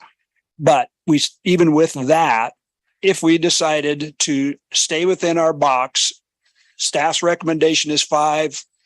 The OWEB board says, nope, we want to go to 6. What would that leave if we funded the first year of the project and made a commitment that this is an important project, we want to continue it? What would that leave for additional funds allocated? I just want to make sure I've captured that figure.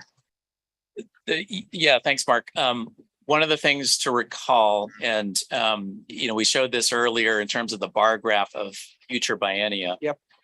Is we're at, roughly 30 million, just a little over in this recommended spending plan for FIPS. Or the 23-25 biennium, to Greg's earlier point about what does this commitment mean in the future, we would be close to $40 million with just the 5 FIPS in the 2020 or 2023-25 biennium. And so if you add another one to that, there's the chart on the screen. If you look at the tallest bar there, that is the 23-25 biennium FIP spending, or the 5 recommended FIPs plus the others that we have in the earlier cohorts. You're already approaching 40 million. So you would then add to that another, I think, close to $4 million to that. So that would make the 2023-25 spending plan, like I said earlier, go way past the 30%. I'm not sure what the number would be. I'd have to take a look at it to see what that figure is. So, while I think we could probably handle it by moving things around, although it's going to impact those other programs that you decide to move from. It's really going to create a challenge in 23, 25. And for the record, Courtney Schaff, Business Operations Manager. I just want to clarify because I've heard infrastructure bill funding talked about a lot. Our PCSRF funds, which include some infrastructure funds, are not eligible for the closed basin wetlands project. So I just wanted to be really clear because I've heard different things said, and I want to be really clear that that is only lottery fund. We can only spend lottery funds on that project. Thank you. So I'm gonna take, is it Jamie? I'm sorry. I can't see the Zoom anymore. Yes. Thank you. And then Kelly, and then I think we're gonna move on to a motion. Thank you. Jamie? Thank you. I've got a couple questions that are a little bit carryover also from the other. And first of all, when you're looking at the proposed allocation among some of these separate grants under open solicitation, that the FIP projects really include many of these subsets of activities. Is that correct? That is correct. Absolutely. Okay. And so even under that 8.7, kind of theoretically in our brains, we could say if we were carving some of those pieces out and putting into this Harney County project, it could be, we'd be doing some of this work, but just piecing it and carving it out and putting it in that project. I appreciate the comment on the infrastructure funds. I was going to ask about that 7 million for grants. So it would then couldn't go to the Harney County project, but it could offset if funds went to the Harney project, that 3.9 million. How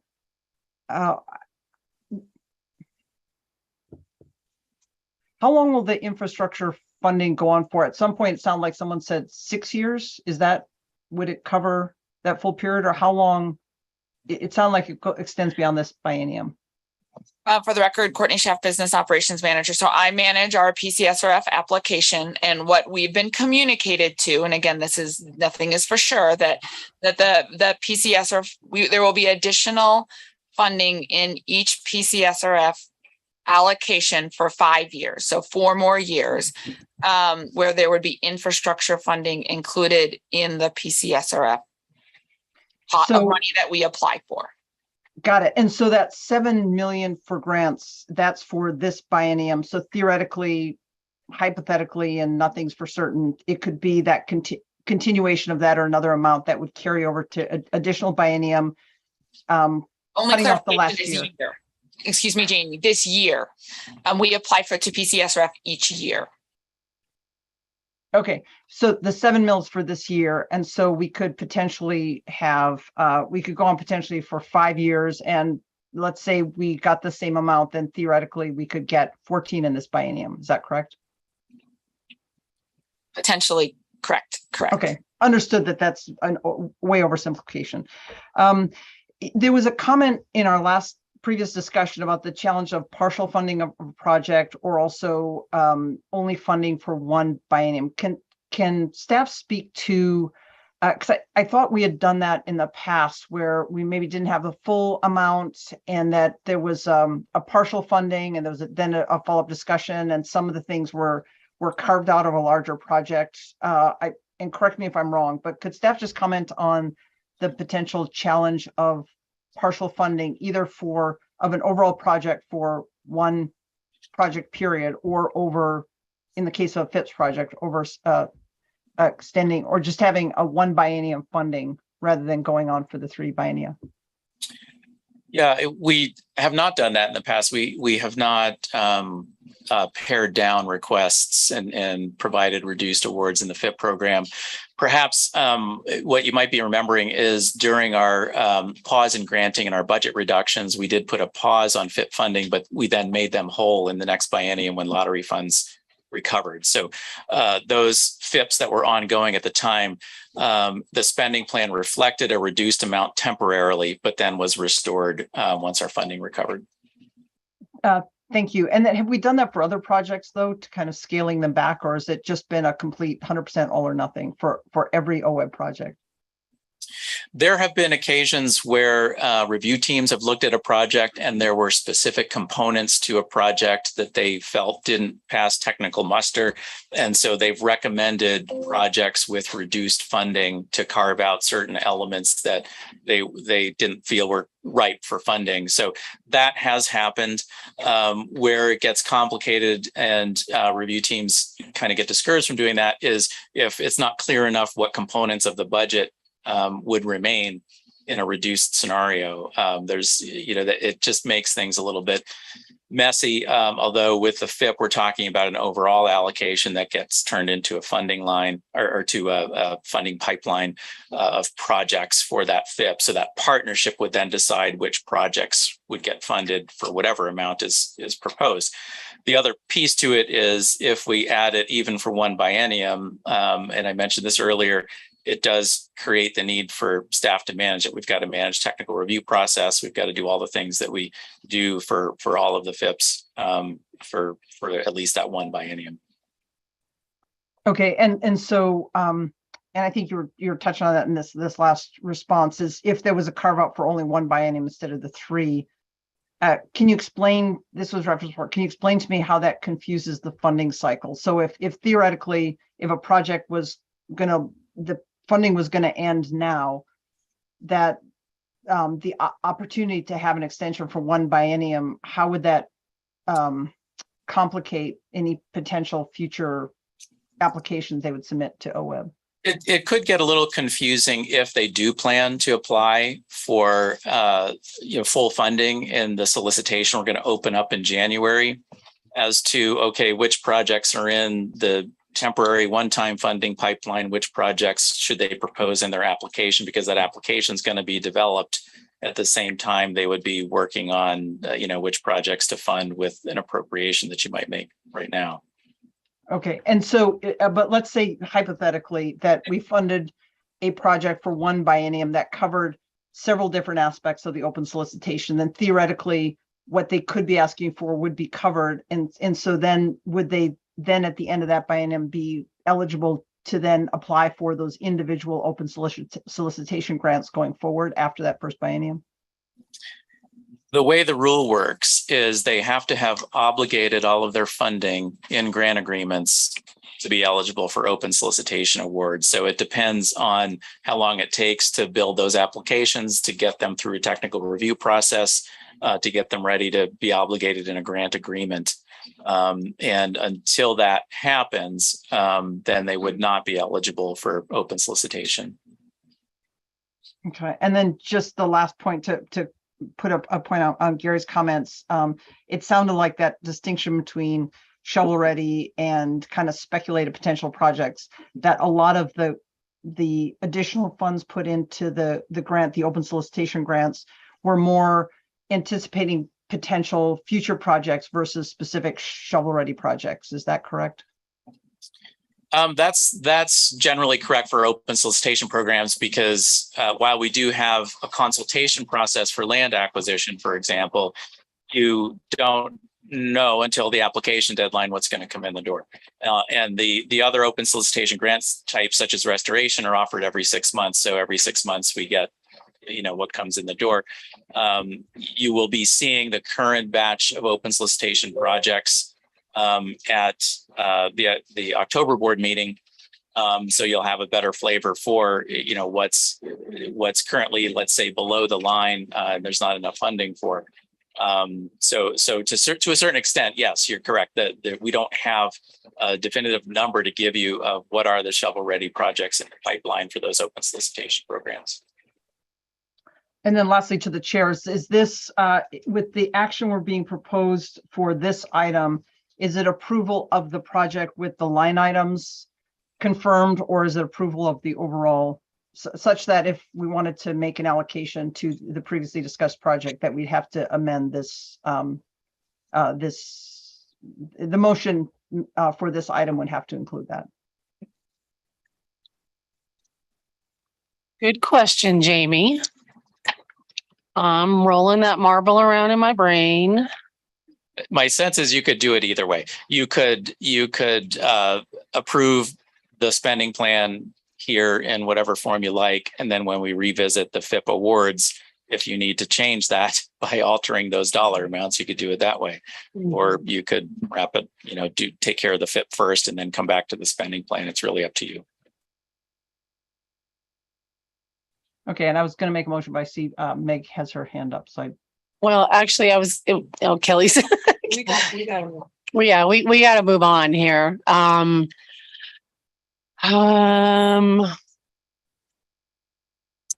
that's a tough one. I feel like approving the spending plan and then we can split the hairs in the FIP. Not split the hairs, sorry, that's not the right term, but we can deal with the funding part in the FIP is where I'm sitting right now. This is Liza Jane. If it's all right, if people are comfortable with that, we would entertain a motion to accept the spending plan as rebalance as presented.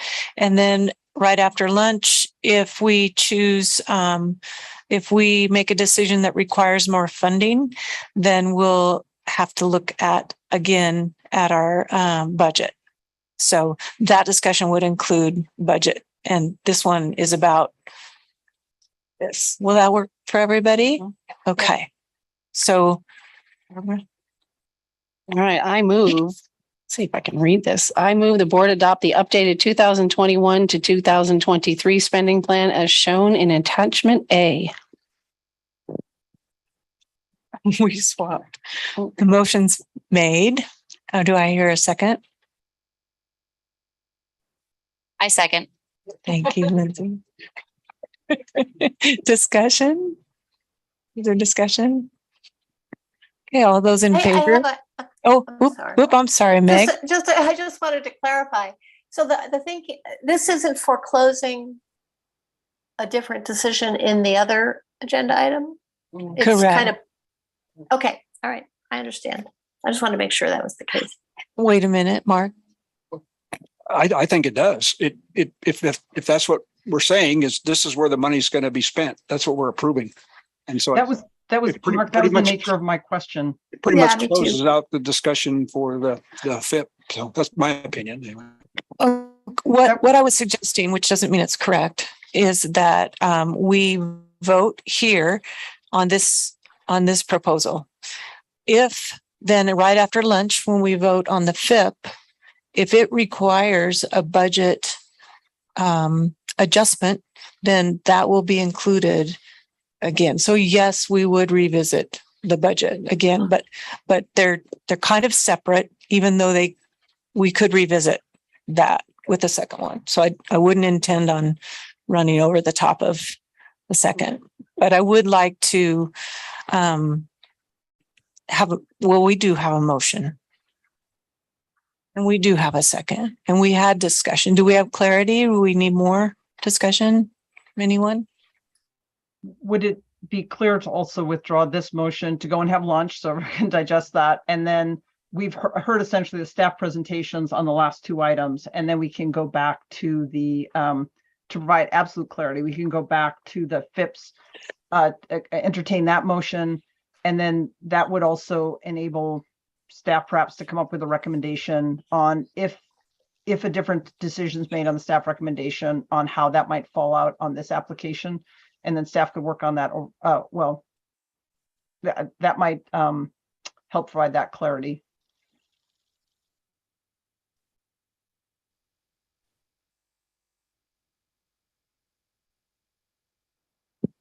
I'm just curious why the spending plan didn't come first on this agenda. Well, note to self. I mean, I want to respect staff and all the work that they've done on this rebalancing. I mean, I want my motion stays. Chair, we have a motion in a second, right? We do. Yes, we do. So now it's time to take a vote. Yeah. Thank you. Take a vote. So if we're ready to vote, all those in favor of the motion on the floor that's been made and seconded, please signify by saying yes. Yes. Yes. And any opposed? Okay, thank you very much. We have supposed to have 20 minutes. 15 minutes for lunch. We don't want to do that, but we really have great things ahead of us too, and important discussions. So eat well, stretch, get fresh air, and we'll come back at 1:10. 1:10. Thank you so much for this awesome discussion. I know, me too.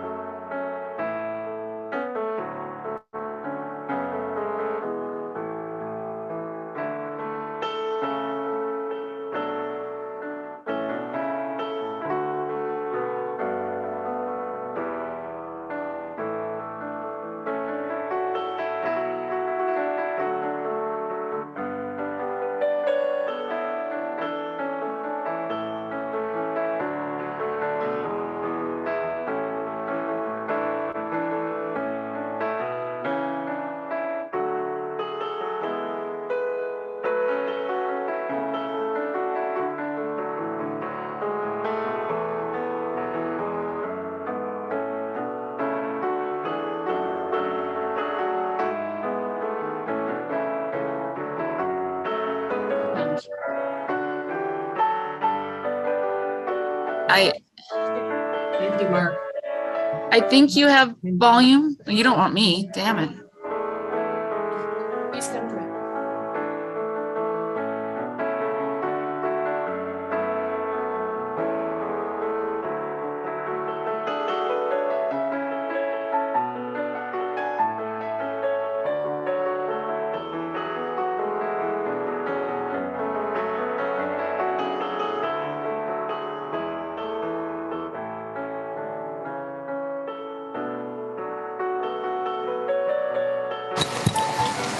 Thank you, Mr. Wizard. Okay, let's get started, please.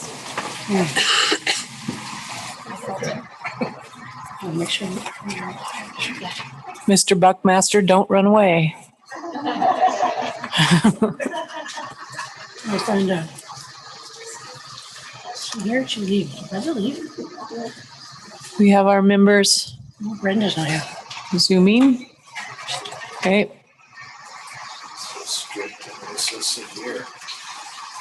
April, did Brenda say anything? Did she say she was leaving or? She's in it. I watched her walk to the room. Oh, okay. Okay. 20 minutes went really quick. It did go really quick. Yeah, it was a fast one. Thank you for lunch. I'm so quick. I was finished.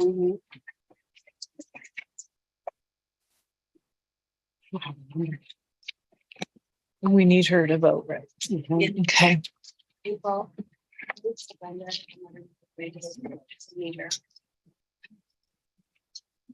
Thank you.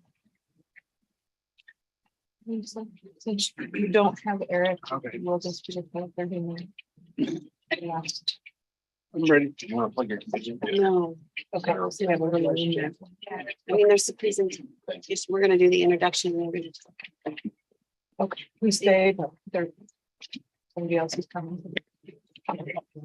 Yes, she wants to. I want to come in and do this presentation. We're waiting for Brenda. I appreciate that.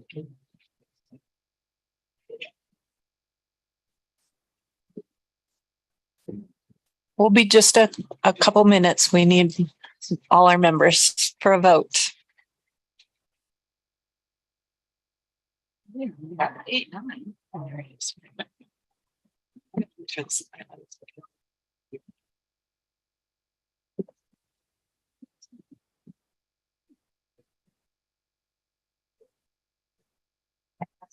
You know what? I gotta talk to Lisa. I just got touchy there last night. I'm such a touchy person. Actually, and I leave, and I think I didn't. I was like, this, I touched it, they published it. And she calling her. I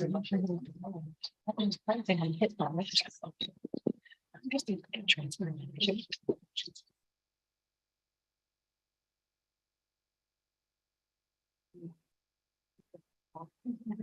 Okay, cool. That's what you're thinking.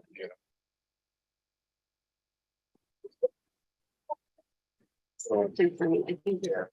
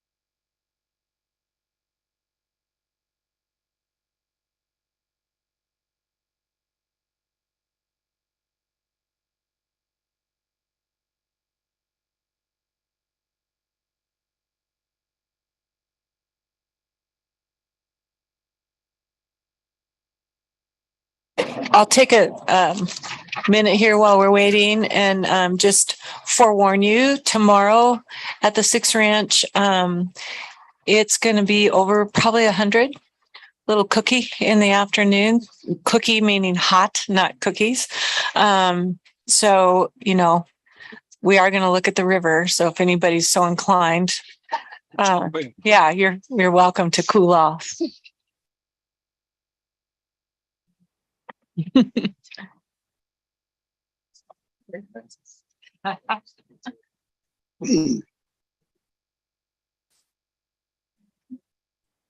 Okay, let's get this underway. We had agenda item E with fabulous discussion. Thank you very much to everyone and the public input there. And we decided that we would come back right after lunch and the board would entertain a motion. Mark. Mark Labhart. So before I make the motion, I just want to say that I think the board's given pretty clear direction to staff on what we think about the Harney County project. I appreciate all the discussion, appreciate the staff's input back to it. I apologize for interrupting as a point of order. Yes, Jamie? There was previously a motion on the floor that we were asked to table. And I would just in courtesy respectfully ask if Meg would be invited to remake that in good faith. I mean, that was on the floor. Thank you, Jamie. We did ask for that to be withdrawn so we could start clean, but Meg, if you want to make that, Mark could concede that to you to make the motion, or we can carry on. Meg, that's up to you. Well, I was interested in resurrecting the same motion I made earlier, but I don't know what Mark was planning to move. Okay. Yeah. It's a different motion. He said it's a different motion. So different motion. Okay. All right. Well, I would like to resurrect the motion I made, which was to bring the Harney Basin item up above the line and include it in the approved FIP awards. I'll second that. I'm sorry, I missed the second. Jamie seconded that. Okay, the motion's been made and seconded. Is there discussion? Okay, seeing none. All those in favor signify by saying, Eric, did you have some? I'm sorry. Yeah, just as a point of clarification. Yes. To do that, the spending plan has to be altered to find the $3.9 million. Is that part of the motion, Meg, or are we going to do that separately? Well, I assumed we were going to do it separately, but you can tell me how it should be done. Yeah. Actually, I can't. Oh, okay. Well, I mean, I guess I would be more inclined to separate. If the motion carries, then we can talk about from whence the funds would come into the, and that's what I would do, into the FIP program. I mean, if my current motion carries, then the next conversation would be the spending plan.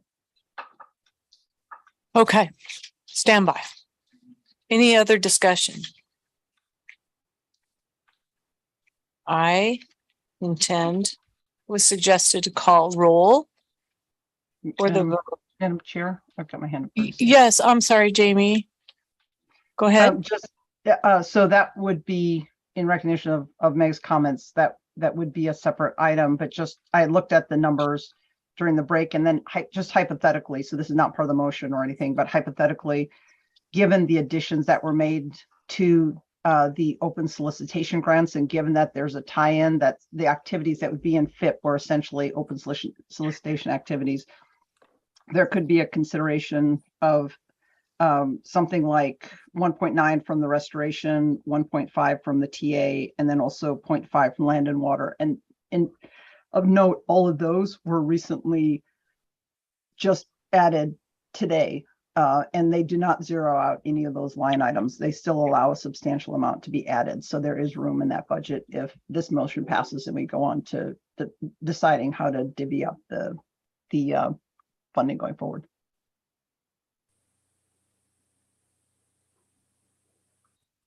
For clarity, Jamie, and that means for 1 year, one biennium. Correct. Because we will still need to adjust moving forward if this occurs. Correct. And per the comment or the question, the response to a question before, that carries through, but there is potential funding such as the infrastructure dollars that could offset some of the other expenses going forward that are potentially available. Okay, thank you. Bruce? I like the Harney FIP, and I hope at some time we can fund it fully. To fund it for one period is not a FIP by definition. So we'd be committing to the full thing. I think this is one of the projects that when we have a fully developed climate lens will be excellent to look at, along with all the other projects we have. What is the long-term prognosis in the face of climate change at different levels on Malheur Lake, and what can we do to mitigate or adapt at Harney? So this is really important, but because it is not this, it's really not a FIP when you're only talking about one biennium. I think I will have to vote against it. Can I just clarify? My motion is not a one biennium funding. My motion was to fund the whole thing, Bruce. I mean, I recognize that the conversation about the spending plan is just the biennium. I just want to make sure the motion is clear. Thank you, Meg. In that case, so we're evaluating that. That will affect what future FIPs coming down the road. So we're guessing now that this is better than anything we're going to see down the road. Well, we're doing that with all of them, I'd say. Sure, absolutely. Yeah, no, that's correct. But this is over and above our amount. Yeah. Right. Greg. Thanks, Greg Addington. And man, you guys really know how to have a good time here. I was comparing this to EQC deliberations, but I won't keep doing that. No, that I was telling somebody I'm glad I'm here in person because it's just easier to sort of track this and ask some questions, which might be dumb questions from the new guy, but I've really appreciated this conversation. I feel like I've learned a lot, actually. A couple of things struck me. I mean, what Gary said earlier about if we were going to try to cobble together 3.9 right now, that's one thing. And when you look at the land and water acquisitions, there's a chunk of it there. And that sort of struck me. But overall, I think I'm where Bruce is. I mean, to me, if I understand it right, if Meg's motion would signal in the future that we're reallocating more money to the FIPS than what we're saying we're doing now, is what I think. Well, I think it would be, yeah. I mean, it's a decision about FIP allocation for the next 3 biennia. Right. And another comment that struck me was, again, from Bruce, why don't we look at the other 5? I mean, if we feel so strongly about this, this program, why aren't we looking at the other 5 and deciding maybe one of those isn't as good? So I'm going to be a no on this as well. Brenda. Brenda McComb for the record. I'm in support of Meg's motion for several reasons. One is this is the project that was just below the line. So I think it is next in line. It did receive some very positive reviews, although it didn't quite make the cut. And given all of the challenges in that area, in that basin, it does seem like putting some money toward getting some work done or continuing the work that's being done there makes a lot of sense. And so we could take the money that we're saving and reallocate it as is being proposed in the budget plan. Or we could take some of that money and put it to work and get some things done or continue to get things done. And so that's where I'm coming from with Meg's proposal. Money in the bank is fine, but money on the ground is probably more relevant to the mission of this organization. Mark. Mark Labart. I'm, as you have heard throughout the morning, I'm an extremely strong supporter of this project, but I'm going to be a no. And the reason I'm going to be a no is we've just approved the additional funds allocated into grant programs that are going to go out on the ground of $15.62 million. 3.2 of that's going directly into the FIP partnerships. We're going to be outside the box of what we have set up as a process for all the rest of the FIPs, and anybody else that's watching this might apply for the program in the future. And so what you permit, you promote. And so if we permit this to happen, even though I wish we could fund this thing, we're promoting it to others. Say, well, you did that one for this one. Now, how about the Hood River project, which is a high minus, I think, project. And so it stands out. And also, I think that the board has given pretty clear direction to staff about the Harney project. So when it opens up for FIP projects, you can pretty well clearly tell that there's probably not a person in this room that doesn't highly support that project. And maybe it'll make funding for the next time around in the priority list for FIP, and that we stay inside our box of what we've agreed to in the past, even though I wish we could fund this thing. So I'm going to be a no. Thank you. Any further discussion?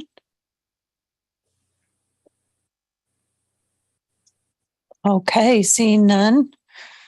I'm going to do a roll call vote. I've not done that before. So I think I just read the names and you record. Yes? I can. Yes. Okay. Barbara Boyer. No. I got it. Brenda McComb. I've never been good at staying in boxes. Yes. Bruce Buckmaster. No. Gary Marshall. Yes. Greg Addington. No. Jamie McLeod Skinner. Yes. Kelly Coates. No. Lindsay McClary. No. Liza Jane McAllister. No. Mark Labert. No. And Meg Reeves. Yes.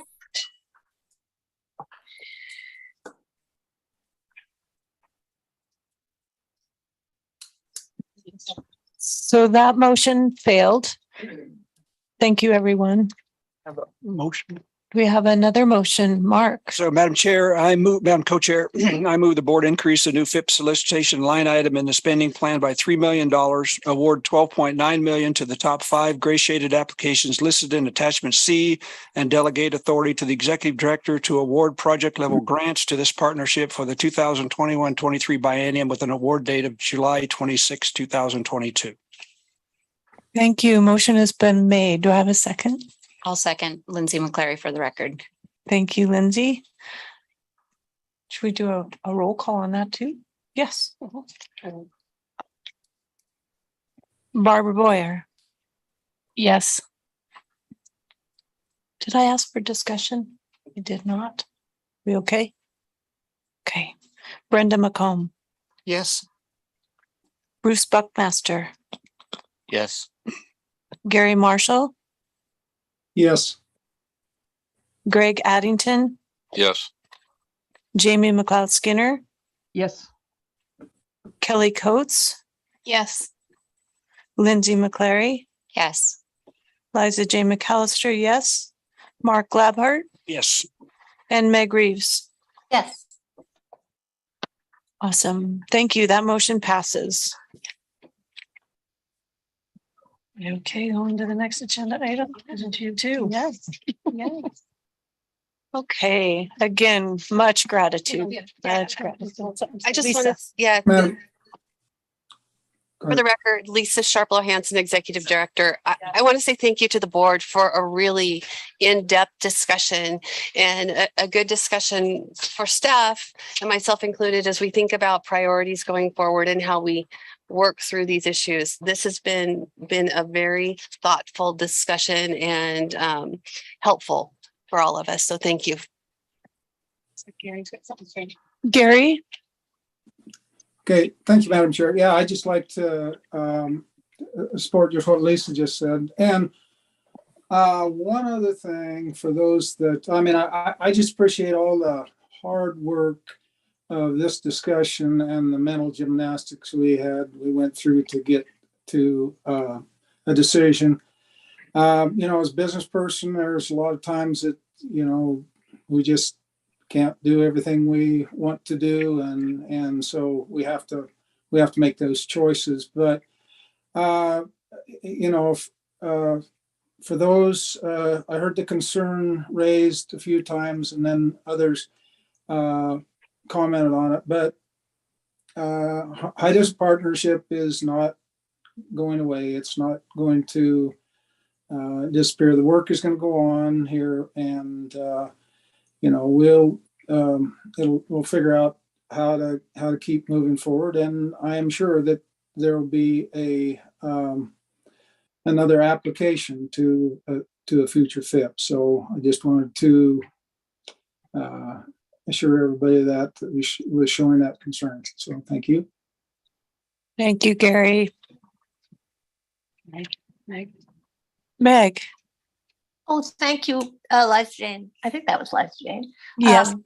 Yeah, I do think, I hope that we'll continue to take up this question that this FIP application has raised of the next round of funding, kind of, and maybe, I don't know if it's a question of managing expectations or more clarity about what happens after 6 years. So I just don't want that conversation to just kind of fade away and come up again in the context of another application. So some maybe scheduled discussion about that, I think, would be helpful.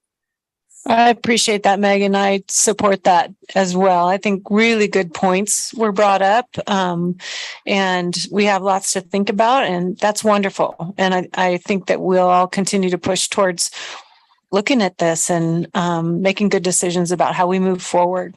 Thank you. I'm really excited about the next agenda item. So much work has been done.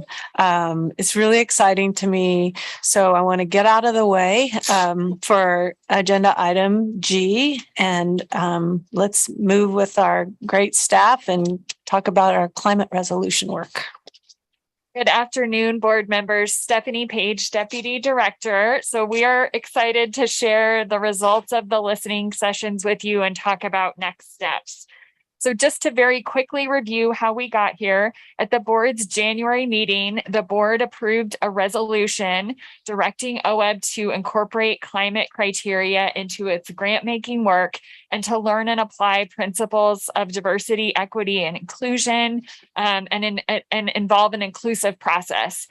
Prior to initiating rulemaking to implement the resolution, the board directed staff to engage in an inclusive stakeholder engagement process. And that's what you'll hear about in just a moment from Jessie. So she'll go through the feedback, and then Eric Hartstein will talk about possible next steps in terms of rulemaking. Jessie prepared a comprehensive report about the listening sessions that is in your packet. So just really pleased with the quality of work and want to thank everyone that was involved in this process, as well as the folks who participated in the listening sessions, the surveys, and the one-on-one conversations. Just a couple of things that I wanted to clarify before I turn the mic over to Jessie. There is another rulemaking that has been going on and had its first Rules Advisory Committee meeting earlier this month. And I got a couple of questions from folks just kind of wondering how that intersected with the climate rulemaking. So I wanted to clarify that that rulemaking is related to the nuts and bolts of OWEB's grant making. It is separate from the climate rulemaking that we'll talk about today. So I just wanted to, for anyone listening who's worried they missed a chance to be involved, they will still have a chance to be involved and comment on the climate rulemaking process. I also wanted to note that In the staff report on this item, the possible action indicates rulemaking in Division 10, and that is related to the restoration grants that OWEB administers and awards. There are other on-the-ground grant programs as well that have their own separate sets of rules, So there are a couple options the board could discuss and consider. One would be to focus on Division 10 rulemaking, or another would be to explore bundling somehow, or incorporating criteria into multiple rules relating to on-the-ground grant programs. So with that, I'm going to turn it over to Jesse and Eric. Thanks, Stephanie. We got a new tool, so we got to see if it works. All right. So for the record, Jesse Kirshner, Water and Climate Programs Coordinator. So Eric Hartstein and I are going to provide an overview of the public engagement process and the feedback that we received, and then talk a little bit about OWEB rulemaking and the rulemaking process. So here's a timeline, which I thought would be helpful, particularly for the newer board members. That climate resolution was passed in January of 2022. As part of that resolution and that board meeting, there was a lot of discussion about needing to engage in that public, to engage the public in conversations around implementing the resolution. So we kicked off somebody's dog. I think we kicked off the process.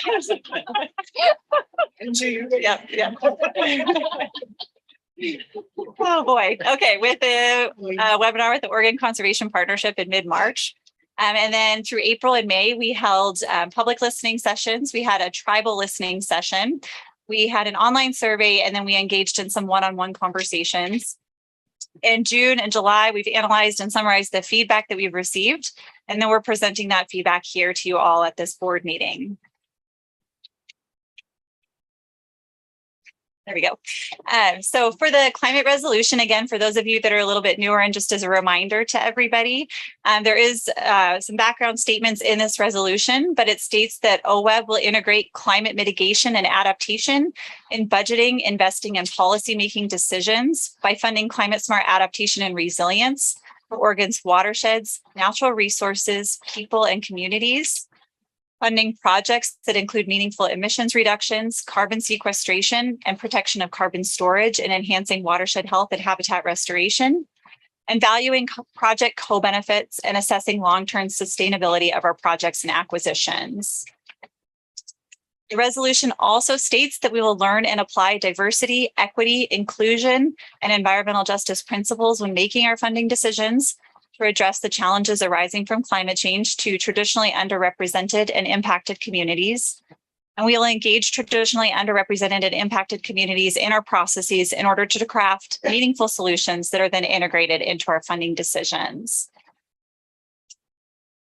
So the goals for the public engagement process were first just to provide our partners and stakeholders with an overview of the climate resolution. In many cases, people had sort of a cursory understanding of the resolution, but we wanted to make sure people understood the history, how we got to where we are and ended up with this particular resolution.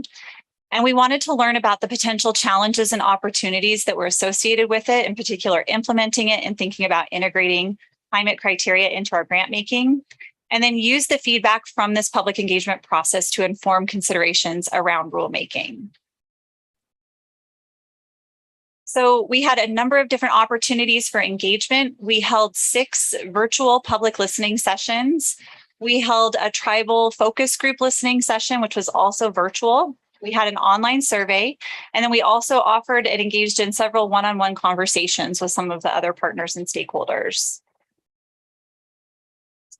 So the public and tribal listening sessions, we focused on a couple of things during those discussions. The first was just talking about the challenges and opportunities related to integrating emissions reductions, carbon sequestration and storage, and adaptation and resilience into projects.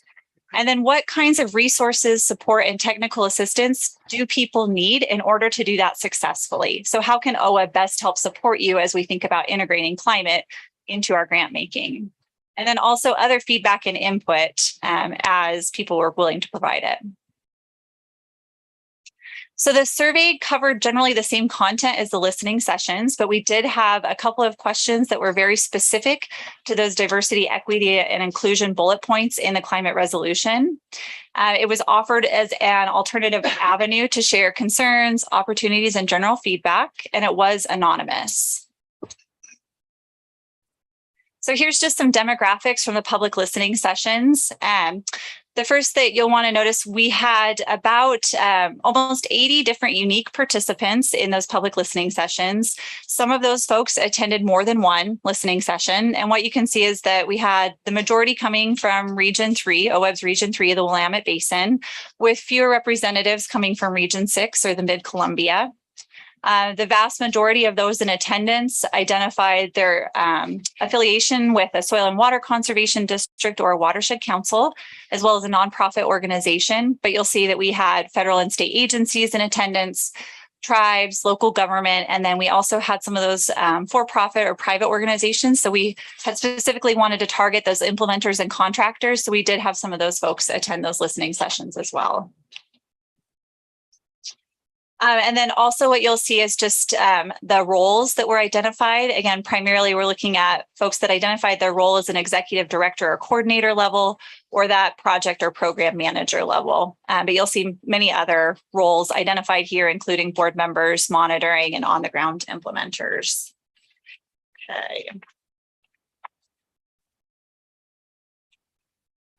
Here we go. Okay, so for the tribal listening session, we invited all 9 of Oregon's federally recognized tribe, and we also invited the Nez Perce tribe. We had 8 of the 10 tribes attend that listening session, and in almost all cases, we had multiple representatives from each tribe that was in attendance. For this survey, we received 44 survey responses. Of those responses, some of those folks did attend the listening session. I mentioned it was anonymous. People referenced that they had attended, and in some cases, we had partners reach out and let us know that they had filled out that survey. And then we also held 3 separate one-on-one conversations with a tribe, an NGO, and another state agency. And although I'm not really going to touch on it here, I just wanted to mention that our consultant, Eco Northwest, that we've been working with on the DEI work, has been conducting interviews with OWEB's non-traditional partners. And as part of those interviews, they have asked people to respond to the climate resolution and talk a bit about challenges and opportunities related to that. So the only thing that you need to know about that is that findings from those interviews were integrated into the summary report that you all received as part of the board packet. Okay, so now I just want to talk a little bit about generally the impressions from the public listening sessions and from the responses to the survey, and then how we summarized the findings. So one thing I wanted to mention off the bat is just the incredible thoughtfulness that people put into their responses, whether it was in the public listening session or in the survey. People were incredibly good about balancing any kinds of challenges or opportunity or challenges or concerns that they might have seen with the resolution, with the opportunities that it's going to present, and that this is a very important and necessary conversation to move the state forward. So that was always something that came up, just that positive feeling that this is a good thing that OWEB is being engaged in, even if there are going to be some bumps along the road as we think about implementing it. And then just to reference the 2 different attachments, I mean, we have the first attachment in there is the board resolution. We had 2 others. So the longest attachment, attachment C, is all of the input that we received from the one-on-one conversations, the survey, from the public and tribal listening sessions. And all of that input is just directly what people said. And all I did was then organize it by theme. So for example, if they were responding to something that was relevant to public education and outreach or related to quantification of benefits. And then the third appendix, or attachment B, is the summary report, where I tried to really distill this down into some of the key findings related to rulemaking, and then some of the broader concerns and opportunities that we see going forward. So we'll start with the key findings related to rulemaking. And I think these kind of blend a little bit. So you might see some that maybe go into broader concerns as well. But we'll just start by saying one of the first considerations was developing broad evaluation criteria. So people recognize that it would be helpful to have flexibility in terms of what kinds of improvements or enhancements might be helpful to achieve those climate mitigation and adaptation benefits, realizing that there's a lot of different ways to achieve those benefits. So the more flexible we can be, it just allows for a broader diversity of approaches in order to realize those benefits.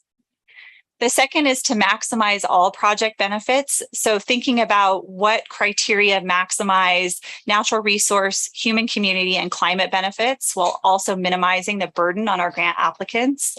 Really thinking about how we can find a balance between those projects that optimize the climate mitigation and adaptation benefits with the ecological priorities that OWEB has always pursued. And another thing I wanted to flag here is just a lot of these you'll see reflected in the text of the climate resolution as well. So you'll see, for example, maximizing all project benefits, valuing co-benefits was a piece of that resolution. The next is to start qualitative and move to quantitative. So many, from many different participants, we just heard that quantifying emissions reductions, carbon sequestration and storage, and adaptation resilience is very challenging. The science, the data, the tools, the process by which to do that is still evolving in nature. It varies by project type, by habitat type. And so really thinking about how you standardize and compare across is really difficult. And then, of course, the capacity for people to be able to do this and the expertise they need to be able to do that in a quantitative manner is going to be really different depending on the organization that's applying. So qualitative descriptions of these kinds of benefits, both mitigation and adaptation, may be a more appropriate first step. And we can move towards quantitative down the road as some of that science and data and tools evolve. Oh, sorry. I want to keep changing slides instead of turning my page. Okay, so next is to consider trade-offs associated with mitigation-based criteria. So many folks brought up just that there are a lot of trade-offs when you think about mitigation-based criteria. So for example, some project activities will release significant carbon, but could prevent even more carbon from being released in the future. And prescribed burning was an example that came up again and again. Another challenge with mitigation-based criteria is just the ability to sequester and store carbon is going to vary depending on where you are in the state, the habitat that you're looking at. And so thinking about those trade-offs when we're developing criteria related to mitigation is going to be important. The next is to be clear about definitions and expectations of applicants. So really needing to build that shared understanding of terminology and what we mean, and then what's expected of responses in grant applications and what constitutes a good answer to some of these kinds of criteria and questions. Okay, so the next was really an opportunity that was identified, which is just, this is a big opportunity to re-examine potential project longevity or maybe modify projects using a climate lens. This is an opportunity to think about how long our investments are going to be valid and to maybe think about ways to modify or tweak what we do to better take those climate changes and impacts into consideration in order to design projects that are going to have that longevity. And maybe even become more efficient or even a chance to revise priorities. The next is that flexibility is key. This comes back to just that information, the science, the tools, it's evolving. And it's going to be important for us to revisit, update, revise as necessary some of these things as we learn more about this. And it gets back to OWEB's continuous improvement and really just thinking about that feedback loop. How can we build that in so that we're getting input from our partners and learning and adjusting as needed? The next is to put traditionally underrepresented and impacted communities at the table with decision-making power. So just the importance of making sure that these voices and their knowledge and expertise has a place when we're engaging these kinds of important decisions. And then lastly, to develop and apply a predetermined equity lens, which could help to potentially prioritize funding to community members who may be impacted first or most significantly by climate change, or thinking about ecosystem services and thinking about where there might be losses and how we need to better think about enhancing or replacing some of those services that could be lost. Okay, so now I'm going to shift into what I grouped as broader concerns and opportunities. So the first is just restoration equipment transitions will be challenging. You know, we heard from many of our partners and stakeholders that engaged in these conversations. You know, the electric options for heavy equipment will be challenging. They don't necessarily exist for our restoration projects. They're extremely expensive. And then statewide, there's going to be a lack of access and just availability of infrastructure and equipment in order to charge these things. The next is that applicant capacity varies.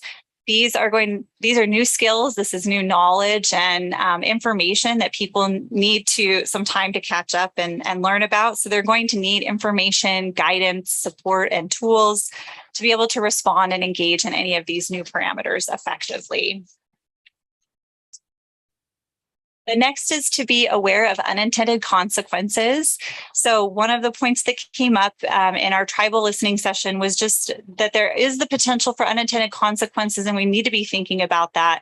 And the example that was mentioned was just that some culturally significant plants could potentially fall under a carbon sequestration umbrella, which would then prevent tribes from harvesting those plants. And so just really needing to be cognizant of where those unintended consequences could be.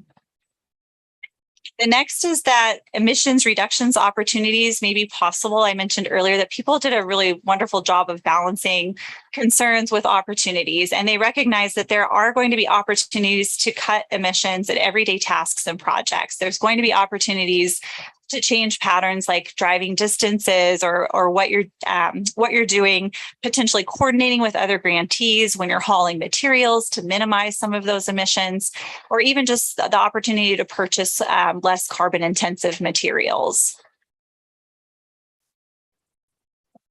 The next is that this could potentially position our grant applicants and grantees for new funding opportunities that are arising. It could be an opportunity to attract new climate-centric funders or funding partners, and may lead to opportunities to leverage additional funds. So as these people become more versed in talking about climate mitigation and adaptation, it could open up new funding avenues for people that tend to fund in those spaces. An example of that might be the IIJA funding that's coming out from the federal government right now. Next is that best practices, case studies, and demonstration projects are all effective tools to help applicants. People expressed the desire and need for things like examples of climate smart practices and management measures, particularly on a region by region basis. So maybe what works in one region isn't going to be as effective in another. So having a good understanding of what might be climate smart practices for different regions. And then highlighting the organizations, the landowners that are doing this work, that are implementing these emissions reductions, carbon sequestration and storage, and adaptation and resilience projects, and having them share that information with other grantees, grant applicants, with other partners in order to spread that knowledge and those lessons learned. And then lastly, the importance of investing the time to develop long-term relationships. And the OWEB is going to need staff capacity to build those relationships and trust and that shared purpose for engaging. So thank you for my very long diatribe, and I'll turn it over to Eric Hartstein now to talk about rulemaking. Thank you, Jesse. For the record, Eric Hartstein, Board and Legislative Policy Coordinator. So when the board initiates rulemaking, OWEB will follow a formal process, which includes the development of a rulemaking advisory committee, or a RAC, to help the agency craft the rules. When forming a RAC, Oregon statute states that the committees should be developed so that the members represent the interests of persons likely to be affected by the rule. So with that in mind, as a granting agency, OWEB staff attempt to put together RACs that best reflect the makeup of our applicants, grantees, and grant reviewers that are affected by our rules. So we recruit RAC members from across the 6 OWEB regions. That includes watershed councils, soil and water conservation districts, tribes, small and large nonprofits, organizations in rural areas, and those in urban locations as well. And to represent grant reviewers, we often have someone from a state and or a federal agency on the RAC as well. So as a part of the climate resolution listening sessions and additional public outreach that Jesse just talked about, we heard directly from a number of people that expressed interest in serving on a RAC that would be tasked with helping us develop climate evaluation criteria. And so we have a list of folks that we've started, but we know that there's going to be a lot more people that will be interested in serving on this RAC. In addition to the RAC, it is really important to note that there are other opportunities for public participation and input throughout the rulemaking process. So for the Division 5 rulemaking RAC that staff mentioned at the beginning of this agenda item, we live the first meeting and offer an opportunity for public comment. And we envision this process will continue through any rulemaking involving the addition of climate considerations into our evaluation criteria. And once we have draft rules developed, we'll have a public comment period that will offer opportunities for both verbal and written comments on the draft rules.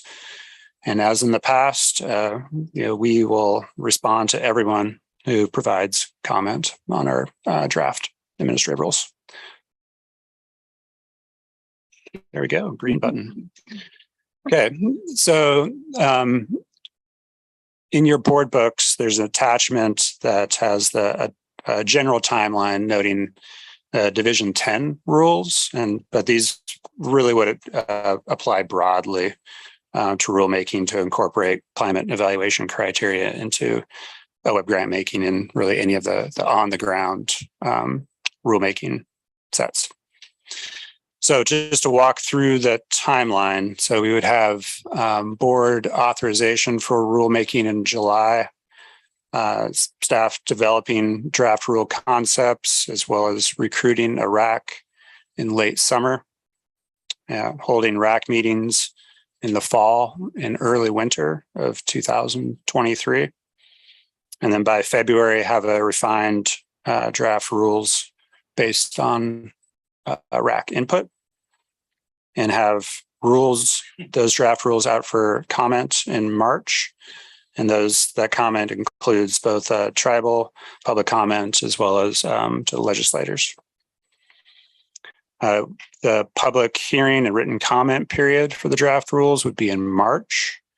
And then OWEB staff would be reviewing and incorporating input on the draft rules in April and early May, and then bringing that draft, the final draft, to the board for consideration in July of 2023. So with that, I think we'd be happy to answer any questions. Comments, questions? Barbara. So thank you. Great presentation, you guys. Eric, that last timeline, Eric Hartstein, that you just had up, I see the board only mentioned in the beginning and in the end. I'm curious how often we would be engaged in the middle. So for the record, Eric Hartstein, one option would be to have some of the draft rules run by the Water and Climate Committee. So that would probably be following the October board meeting. So in that November, December timeframe. Jamie and then Brenda. Yeah, first of all, just want to really thank Jamie, we need to hear you. Oops, can you hear me? Can you hear me now? Jamie, your mute button. My button is not there. Now we can hear you. Can you hear me? Yes, thank you. So that was weird. It wasn't showing on my end. Well, first of all, just really want to acknowledge the incredible work that Jesse and Eric and so many on the OWEB team have done on this project. It is one thing, so many people talk about the need to do this work, and then when you really roll up your sleeves and start doing it, it's really challenging. And so you guys are just doing a phenomenal job. I'm really proud of the work you're doing. Our committee, our Water and Climate Committee, we had the opportunity to have a deep dive in some of these points. And it's the level of work that's being done is so incredibly impressive. So just really wanted to acknowledge that and thank everyone for their great work on this. A small question, I hadn't caught this before in committee, but as you were going through the slides about the tribal engagement, it was great that we had that separate conversation. I noted that only 8 of the 9 tribes have been able to participate. So just curious as if we still have outreach to the Klamath tribes to weigh in on the process.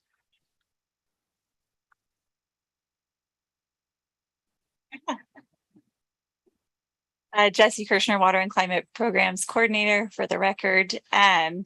We have, there were several attempts to engage feedback. In addition to attending that, there was, I believe that there was the executive director and deputy director had their interview with Klamath tribes, their meeting. And so it came up during that.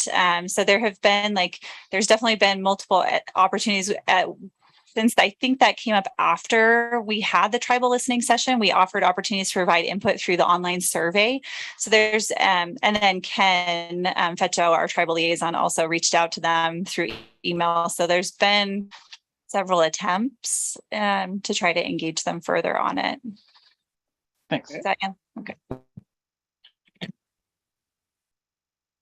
Okay, Brenda. Thank you, Liza Jane. Brenda McComb for the record. So I noticed 2 things, I think, in the written material and the presentation, and just had questions about them. First of all, it's great that you reached out to the tribes and were able to get input from them. But there are other aspects of diversity in this state, both urban and rural, that I didn't see represented in the presentation or explicitly elsewhere. So just was curious about that. And then the other, perhaps more important one, is that it appears that this is only going to take into consideration restoration grants. Is that what I read? If that's correct, then why aren't we doing? I don't understand why it's just focused on that, and why we're not taking this seriously and doing it agency-wide. So I can handle that second question first for the record, Eric Hartstein. So we included the Division 10 restoration rules as an example of, well, this is the one that we're most of the grants that are on the ground. We could start with. On further conversations, there are other rule divisions around land and water acquisition that we could probably include. So that's why I noted in the presentation that timeline would really work more broadly than just the Division 10. So if I could go ahead. Monitoring, I mean, I can't think. I'm trying to organize all the grant opportunities in my brain, but it just seems like all of them have an opportunity to incorporate issues around climate change, sequestration, adaptation, fossil fuel reduction. What am I missing? For the record, Eric Hartstein, and that's why I said we can keep this very broad at this stage. So we will then be incorporating those if the board chooses to, okay, to go in that direction. Absolutely. Thank you. Gary, isn't it? Do you have Jessie? Yes. Want me to respond? Of course. Yeah. And Brenda, this is Jessie Kirshner for the record to respond to your first question.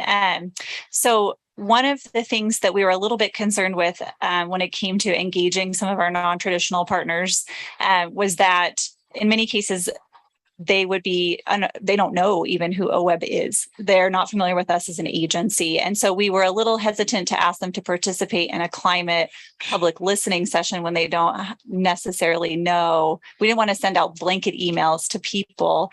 So what we did is we worked with the consultant Eco Northwest, who then conducted and reached out to those non-traditional partners to have those interviews and to have those conversations. So within those conversations, they had they talked about the climate resolution and asked for input on that. So it's not represented in our slides, but the results, the input that we received from those interviews is incorporated into the summary report that's in the board packet. So if I could respond quickly, yes. If there are groups of people, particularly underrepresented groups, who don't know who OWEB is and what we do, that's a problem that needs to get solved. Yep. Oh, sure. Stephanie Page for the record. And part of the attempt to make progress in that arena is having the outreach to at least 3 non-traditional partners per quarter to including agriculture stakeholders, some of the organizations that were mentioned in the DEI committee report. And it's true, they may recognize the acronym, but aren't often very familiar with what OWEB does or how we do our work. So it's been really fruitful, I would say, to do that outreach, and it is very much needed. Thank you. If I might add as well, I didn't see a breakdown in terms of soil and water conservation districts or watershed councils in that rural urban in there, but I'm quite certain there was a mix there to think about rural urban organizations as well. Gary, you're next.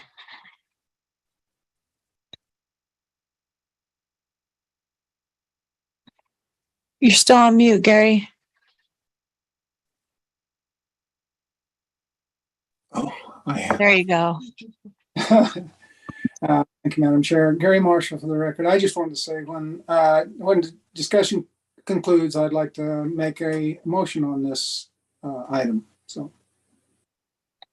Okay, thank you. So noted.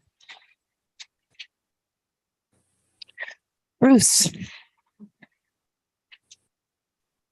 Thank you. And for those who haven't had the opportunity or the inclination to read the full 80-page report, it really is great reading. There are comments in there that cannot be captured. There's so many comments in there that can't be captured in a summary, a great summary that staff did. You could actually tell the perspective of where they were coming from. You could tell, you could see some of the tribal comments. I mean, you just knew it. I was struck by the enthusiasm. Some of it fed into my predilections. That, like, why did it take 2 years to get a climate resolution? But it's well done, well prepared. Thank you, Jesse, for that. I saw the same thing Brenda saw. I've talked to staff about it. I will make note on the resolution itself. Our resolution unanimously passed that of the 3 initial bullet points, one was about funding. Well, the first one's about funding and climate. Last 2 are about equity, DEI, and engaging. So those are important parts of a resolution that we as a board have already passed. It also says in our resolution under the, it is further resolved that rulemaking to include OWEB climate lens of climate focused evaluation criteria doesn't talk about a specific group, or specific category type. And I would ask my friend Gary if he would allow me to make the somewhat modified motion, and if he likes it, if he would kindly second it. Okay, when we're ready, guys, when we're ready. Hold your thought. Any other questions or comments? You always get stuck with me last. So Jesse, in the beginning, you said at the table, right? And Eric, you talked about this RAC committee. I didn't hear anything mentioned about non-agency people on a RAC. Was that an oversight or just didn't say so? For clarification, Liza Jane, when you say non-agency, meaning non-state and federal agency. Yeah, it would be primarily made up of applicants, grantees, and the agency personnel would be representing grant reviewers. On the RAC, there's, okay, great. loss of ecosystems is? What does that mean? For the record, Jesse Kirschner.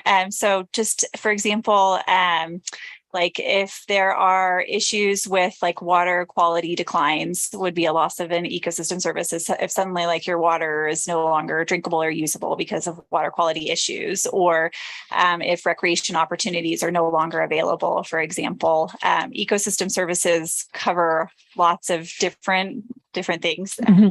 So it could just be, related to water quantity, water quality. It could be related to maybe even for tribes, it could be access to different places at different times. So it covers a wide range of different things. Okay. And so another question I had was that carbon sequestration areas projects might impact gathering of plants. And that's because it wouldn't then have no access because carbon was being sequestered? Jesse Kirschner, and I may ask if Kelly, I saw her nodding over there, so I may let her respond to, but that is my understanding. Okay. Yeah, Kelly Coates for the record. So first of all, I just want to say that I attended the tribal listening session with my OWEB hat on, and then my staff actually attended from the tribal side of things. We had a really, really good discussion between OWEB staff and the tribes about potential impacts. And some of the things that came up, and one of them that Jesse mentioned, actually, I'll touch on two of them actually. So the traditional gathering areas, for example, if there's a carbon sequestration project that's going on, say somewhere on public lands, and it's an area where trees are being left or traditional plants are being left as for sequestering of carbon, then that could restrict the ability of tribal members to go in and then harvest those species for traditional uses. And so we just want to be really mindful of that. Depends on, the different tree species, what they would be used for, whether it be basketry or medicinal purposes or traditional crafts, that kind of thing. So we just want to be mindful of that.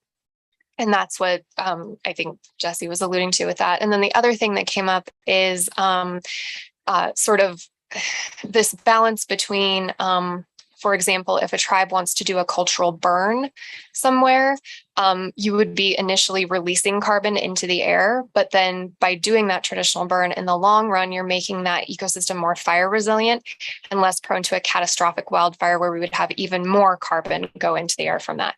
So it's just kind of looking at that from that more holistic lens of kind of the short-term impacts and the trade-offs there as well. So hopefully that's helpful. Thank you. I understand that. I just could not imagine how sequestering carbon would impact gathering, right? It shouldn't affect. So I got confused. Yeah. Great. Those are my only questions. Thank you. So at this time, yes, Kelly, sorry. Kelly Coates for the record. So I have a question about the logistics of the rulemaking. So if we do make the motion to go into rulemaking, I saw, the example is Division 10 rulemaking, but Brenda brought up the point about not just for restoration grants, but for all of the other grants. So would all of that fall into, Bruce has already got it. Never mind. We're fine. Yeah. So I'm just curious about how that would work with, would we have to do Division 10 and then other division rulemakings, or could we all do it once? Or could you just walk me through the logistics of that and what that process would look like? Thank you, Kelly. For the record, Eric Hartstein. I think if we were adding evaluation criteria to OWEB grant programs, we would first have to identify exactly which rule set we're looking at. We're probably looking at all grant types at that point. The timeline would remain the same as what we put up there, and we would develop a rack and go through the evaluation criteria for each of the existing rules that involve all the different OWEB grant types, and then work with them to add climate evaluation criteria to those rule sets. And for clarification, we can do multiple sections in one rulemaking. So it's an action. Think about it. We're bringing you a suite of rules to adopt with some changes in it, rather than, yes, but it's multiple sections. We just have to public notice it, and we have to make sure we have a clear process that we're talking about what sections we're impacting in the changes. Stephanie. Just one addition to that, I think we would just want to make sure as we put the RAC together that we're inclusive of the stakeholders and the grantees of those different grant programs, as well as other non-traditional partners that are still learning what OWEB does. So we would just end up broadening probably the composition of the RAC beyond what we would do with a Division 10 rulemaking only. Yes, Greg. Greg Addington. I don't know how to ask this question. So if we, and presumably the RAC would come out and further articulate what I'm about to say, but so could a project, if we're going to evaluate it through a climate lens of funding opportunity for restoration or whatever it might be, are we saying that are there projects today that are good projects that may not have an impact on climate one way or the other, but they would be considered less because they don't? Does that make sense? What I'm saying? Does climate become an evaluation criteria that potentially, we're letting the perfect be the enemy of the good? It looks like Bruce would like to respond to that. I don't think anybody, it's a great question, Greg. I don't think anybody on the committee through the 2 years of working on the resolution operated under the assumption that there wouldn't be a shifting in funding opportunities and funding priorities when we started using a climate lens and focus that way. That said, we've always recognized that there were many, many great programs and projects that would continue to be funded that didn't have a clear focus or a lesser focus, may not score quite as high on climate impact, on mitigation or adaptation. But still, because traditionally we've done them, they're good watershed health issues, they would continue. So it isn't a pass. It was never considered a pass fail. It was considered important enough that we had to begin to look at our projects through that lens. Thank you. An additional criteria, not the only criteria. Lisa? So I think I'd just like to state this for clarification with the board to make sure I'm getting it right. I think about it as having the ability to give preference in the criteria, or when we're doing evaluations, to those projects that may have more climate benefit in some way, or more impact, that there's more ability to elevate those. And in our process right now, it has very strict criteria on how they're evaluated. And so that's how I have sort of thought about this. And I need a kind of a nod from the board to make sure I'm thinking about it appropriately as we go forward and try and work through the rulemaking as well to find what I'm hoping is a clean path forward. There are a number of people that have served on that committee through the last couple of years, Stephen, and I can't see everybody up there, but so if that's your understanding, it is mine, Brenda. So Jamie. Yeah, if I may just comment, the concept, and it's tied into what Lisa was saying, is bang for the buck. So we're allocating public resources into projects, and there's either additional value that's not currently being recognized, or arguably, in some cases, there may be additional harm that's not being recognized as part of the consideration process. But the idea is to really better understand, recognize, and provide a criterion through which to evaluate the additional value that's added through certain projects, recognizing, as the comment was made before, that there may be some short-term impacts that lead to a longer-term gain. Britta. Thank you, Liza Jane. So I guess I'm in violent agreement with the people who have spoken so far on this. There are trade-offs, but I think what we're trying to do here is recognize that every project, whether it's a land acquisition or a restoration or whatever it might be, has values associated with it. And what we're doing is using another value as a criterion for determining whether this is a good project or a bad project. It's not an on-off switch. It's part of the suite of values, and you rank those, and the ones that come out on top, 5, 6, 7, as we just had this long discussion about, are the ones that end up getting funded. And so if you can incorporate greenhouse gas emission reductions and adaptation and mitigation and all of the other pieces into that, then that should rank perhaps higher than one that doesn't have that, but with otherwise equal outcomes, right? So that's the way I view it. It's a contribution for Oregonians through this agency to help resolve some of the climate challenges that we're facing. And we have to look very far outside of this room to see the climate changes that we're facing now and have been. So I think this is a great step forward. I just really hope that it's comprehensive, not just in the grant making, but in every aspect of the agency, everything. Thank you, Brenda. Gary, you have your hand up. Yep. Thank you, Madam Chair. I say bingo. Jamie said it. Lisa said it. Brenda said it. Bruce, that's exactly what it is. It's a way to determine, maybe extra value to some of the practices we've been doing, and extra value towards climate that we haven't been recognizing yet. So, I mean, that's the way that Bruce and I started talking about this pre-COVID down in Jackson meeting one time. And it is a way to look at these practices and see how good they really are. And in time, we'll have the information and, data to back that up.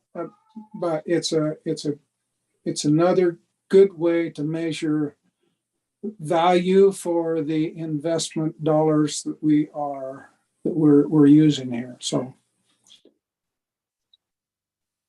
thanks. Good. Thank you. Barbara Boyer. Jesse, you used an abbreviation I'd never heard before about some new funding, potential funding avenues. IIJ? What's that? Jesse Kirshner, IIJA, the Infrastructure Investment Jobs Act. Okay. I did not get that one. Thank you. Okay. The board would entertain, the chair would entertain a motion. Any public comment? Oh, that's right. The most important. We forgot. I forgot. I'm sorry. Do we have public comment? We don't. Good. Not good that we don't, but since I forgot. Okay. Now we're ready to entertain a motion, please. Thank you. I move the board authorize rulemaking necessary to fully implement the OWEB climate resolution. Do I have a second? I would be pleased to second that. Thank you, Bruce. Is that okay, Brenda? Yeah. Okay, a motion's been made and seconded. Do we have any further discussion? Question. Mark? Well, just Mark Labhart, just a comment. In the motion that staff sent out, it directly refers to OWEB's restoration grants. So should that be included in the motion, or is that okay with what? It was intentional. It was purposely not limited to that. Okay. Any further discussion, question, comment? Okay, seeing none. All those in favor of this motion signify by saying aye. Aye. Aye. Any opposed? Great, motion passes. Thank you. So, Melissa Jane, could I? Yes, Brenda. Just a point of clarification, since Bruce was so explicit about deleting the restoration grants, does that mean that rulemaking will extend to all grant forms? May I respond? Yeah. Yes. By you opening it up to rulemaking, that allows us to look at all sections with the understanding that the board wants to implement a climate lens, a climate preference. We can choose the term we want to use around it into the work that we do to give deference to those projects. And that way we can do it in one swoop rather than in multiples that would spread out over a long period of time. So Brenda, I actually did that on purpose so that it's on the record that it doesn't. So that does include everything. So thank you. It's on the record. You sly. Keep up. Okay, very good. Thank you. You've been hanging around Salem way.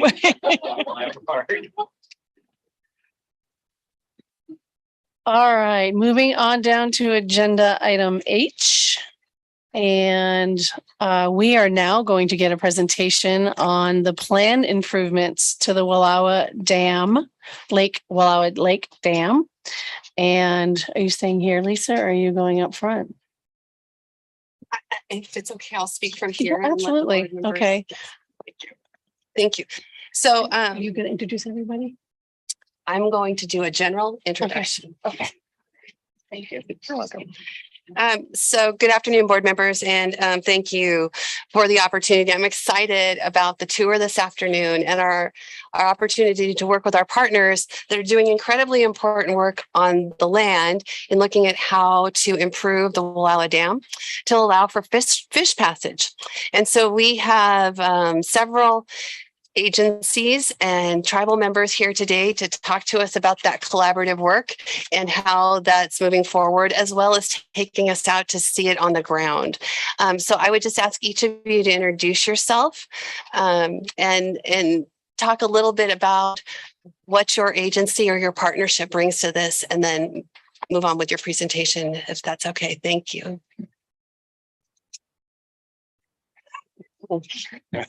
I guess I'm first. Gary James. I'm the fisheries program manager with the Umatilla tribe. And you scared me when I came in. As soon as I came in late, you said, Gary, you're on. That was a different Gary. So we're excited about this project. You'll see an overview, and here's a representation of the partnership here. That's the neat thing about this project is there's a lot of stakeholders. And we're about a century late in getting everybody together and doing what needs to be done, but better late than never. This is exciting for the tribes. Both tribes have fishing interests here, and we've got all kinds of listed species. We've got all kinds of habitat problems, and it's good to be joining forces to do something about it. And we're going after a lot of the money that's going to be required, and we're looking forward to enhancing the habitat and the fisheries resources that the tribes so heavily depend on.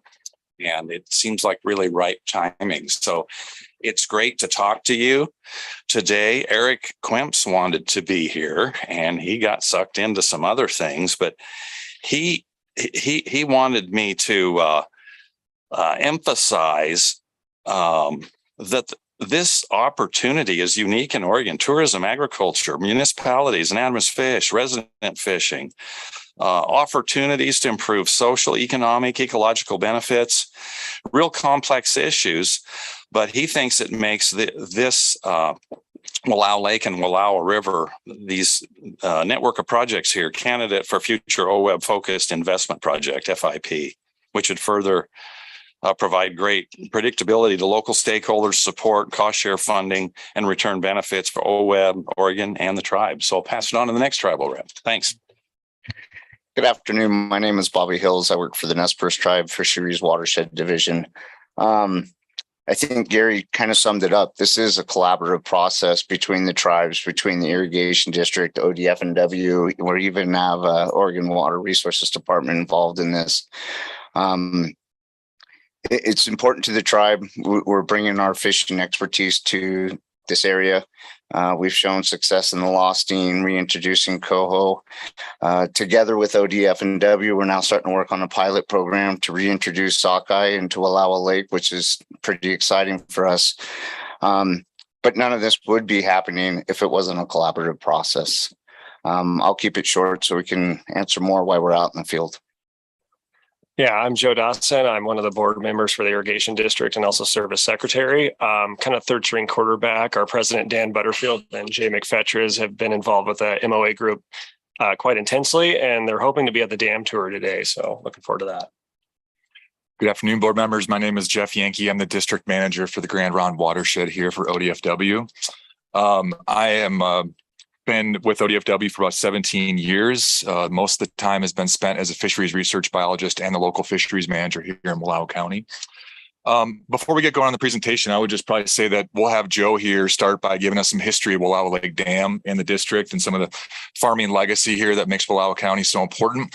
And then we'll jump into some of the process behind some of the funding opportunities that was sponsored and supported by Governor Brown and the Oregon legislature, the development of a memorandum of agreement on use of in-stream flows as a funding mechanism to fund the rehabilitation of Wallowa Lake Dam. And we'll let you know where things stand and kind of where we're going right now. So with that, I'll pass it back over to Joe. Yeah. So just to get started, a little bit of a backstory with the Wallowa Lake Dam. It was originally constructed as a wood dam back in early 1900s, and it was comprised of 5 private corporations that were independent ditches within the system. So you had the Creighton Ditch, the Dobbin Ditch, the Big Bend Ditch, Farmers Ditch, and Silver Lake Ditch. And they overformed another private corporation called the Associated Ditch Companies. And that was the original construction of the dam. And one of the first concrete curved structures was constructed in 1919 with at the natural outlet of the dam north end. And it was raised 3 feet the following year and an additional 5 feet in 1929.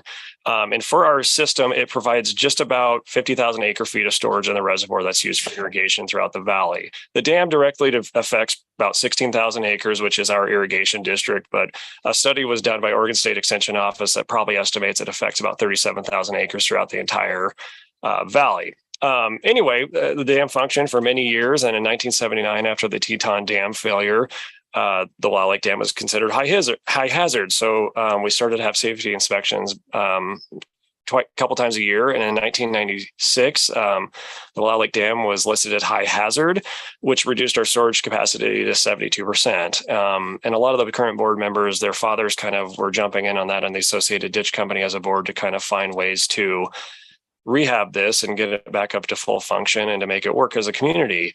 And after many years, we kind of had a transition on the board where the next generation kind of took it by the wheel, and we decided to transition from private corporations into an irrigation district to kind of increase types of funding and to kind of increase level of transparency in our community. And that happened in 2017, and we started functioning as an irrigation district in 2018. This isn't letting me go forward, just to let you know. Oh, there it is. Anyway, after the district was formed, we were lucky enough to have Governor Brown come and take a tour of the dam, and she actually put us into the budget for $14 million, which was allocated.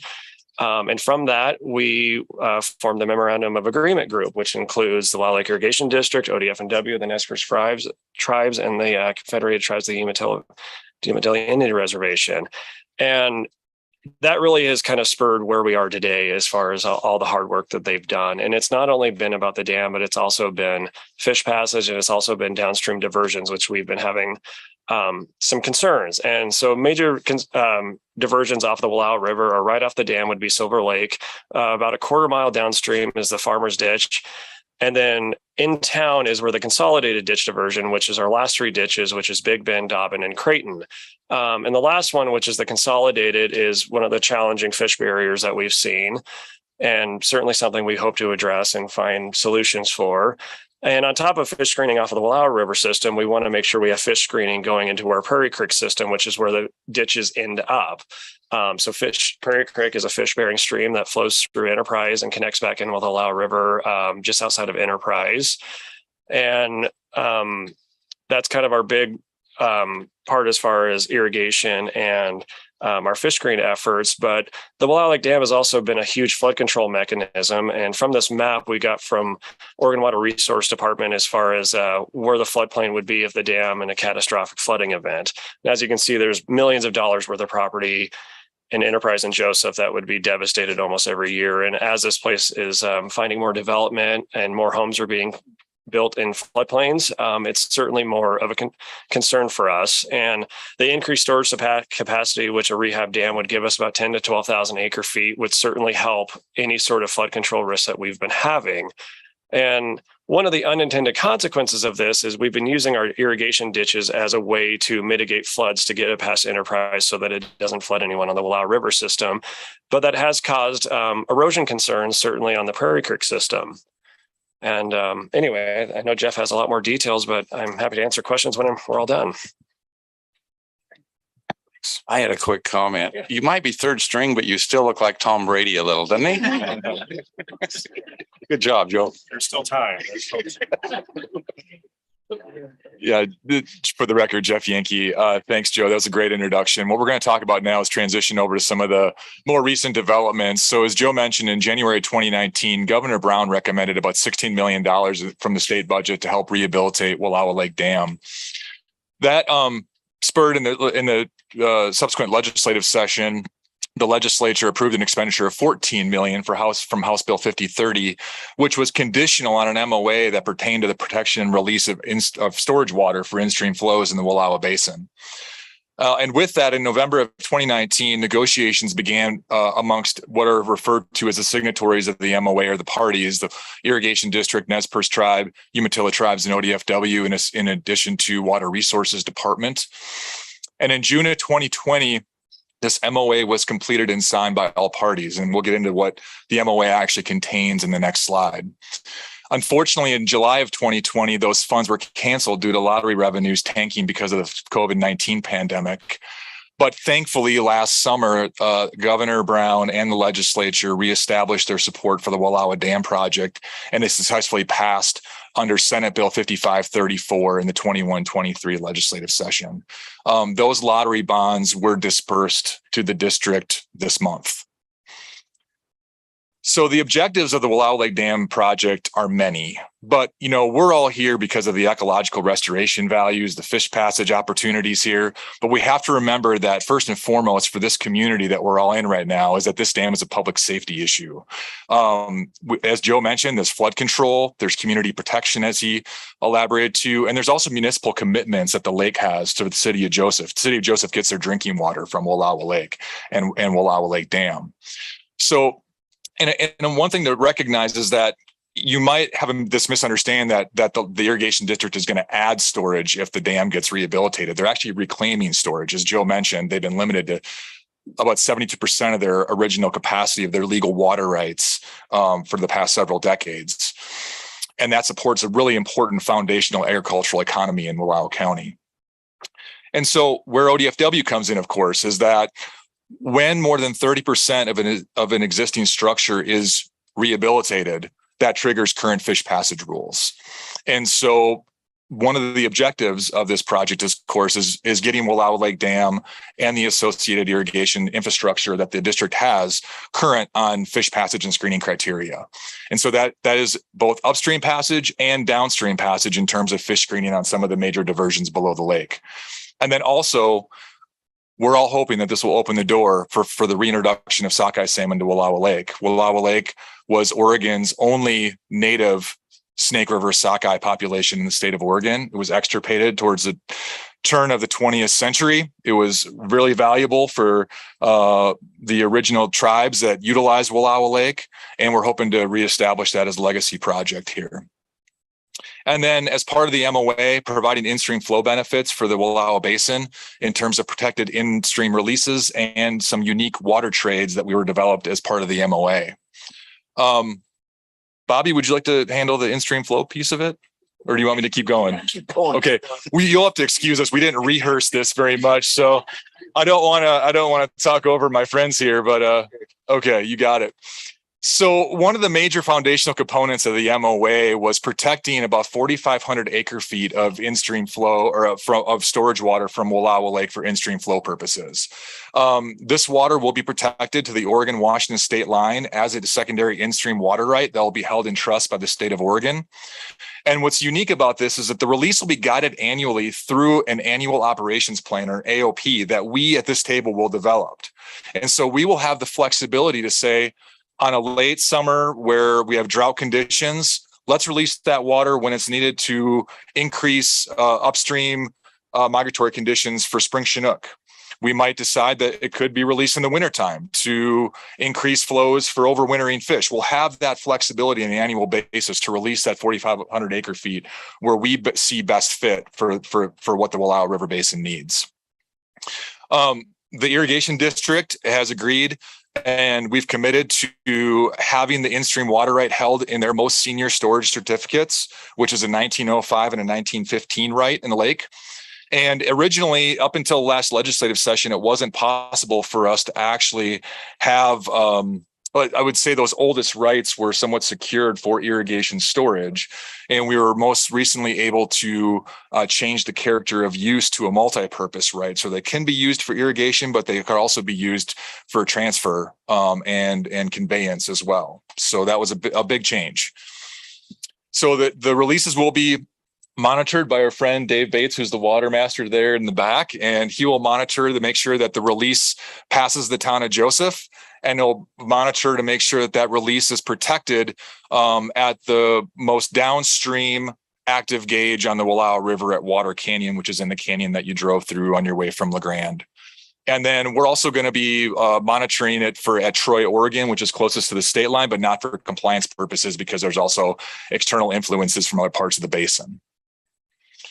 Gary, you want to take this one? Sure. Good job, Jeff. Elaborate on these in-stream flows. I just wanted to say that this is totally collaborative project now. When it started out, it didn't include a flow package for a while. And the tribes have noticed the last century of development has sometimes been not multiple purpose, let's say. So Eliza Jane knows from the partnership task force process, projects have to recognize more multiple purposes, and especially if you're investing Oregon lottery funding. Got a hold of Jim McKenna from the partnership task force that we worked with on that. I said, Jim, there's a great opportunity here. We need to designate some of that water. None of the water in Wallowa was designated for in-stream flows or fish, but that's how development went in the past, channelization or flow allocation. So here's an opportunity. And so you're seeing the end result of, there's a little bit of some pointed discussions on, come on, include a broader scope and some fish passage and opportunity. And once you talk to the irrigation districts, they think, well, yeah, that's the right thing to do. And very cooperative from the districts. And so this project is fix the dam, water for irrigation, but also an allocation of water in stream, and the state's going to monitor, protect, and enforce. Wow. You don't see that with a lot of projects. That's a missing component. Your watershed projects a lot of times are physical improvements, but you got to have the water going through those. Climate change, what a great way to buffer anticipated impacts of climate change is more in-stream flow. So I just wanted to talk about that important flow component that I'm glad is there. So the black line is the current flow pattern. The reservoir fills, I think, Joe, you mentioned this. It fills early spring and then heavy irrigation use. And the river goes down to 10 or 15 CFS in July through October.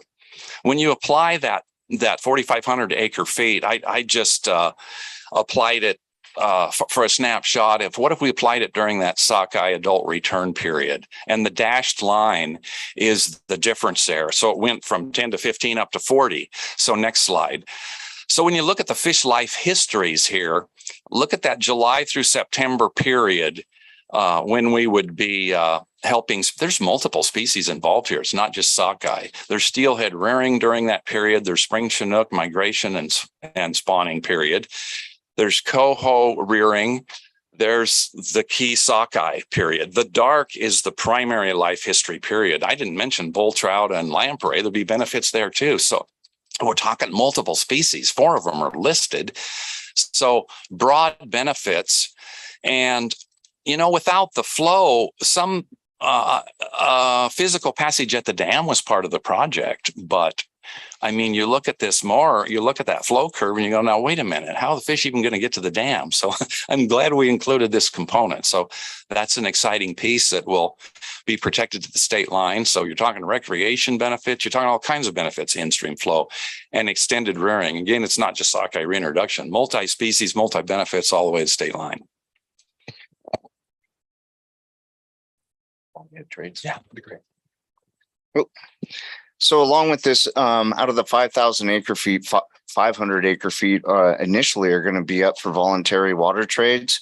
Within the basin, we have several streams, Hurricane Creek, Lostine Creek, and Bear Creek. 2 out of the 3 go dry in the summertime. The tribe with what is now Trout Unlimited, which initially was the Freshwater Trust, used the Columbia Basin Water Transaction Program to get a minimum of 15 CFS into Lostine River. So we've shown that there is interest in the valley, and we have the capability to create water transactions. So this was another opportunity to be able to look at possibility of returning water to Hurricane Creek during those critical migration times to get them up to where water is before it's diverted out for both Hurricane and Bear. If the interest is more than 500 acre feet, we can actually reach into that 4,500 acre feet that's for in-stream flows in the Wallowa and shift that over to those other drainages. And we still see the benefit in the Wallowa just farther downstream if we happen to take it out into Hurricane.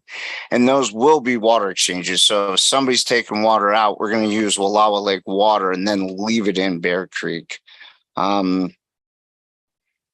We have to hit that within 15 years to be able to show we're using that 500 acre feet. If not, after 15 years, then it reverts to just a standard 4,600 acre feet that's to be used by the fish managers for Wallowa Lake or Wallowa River.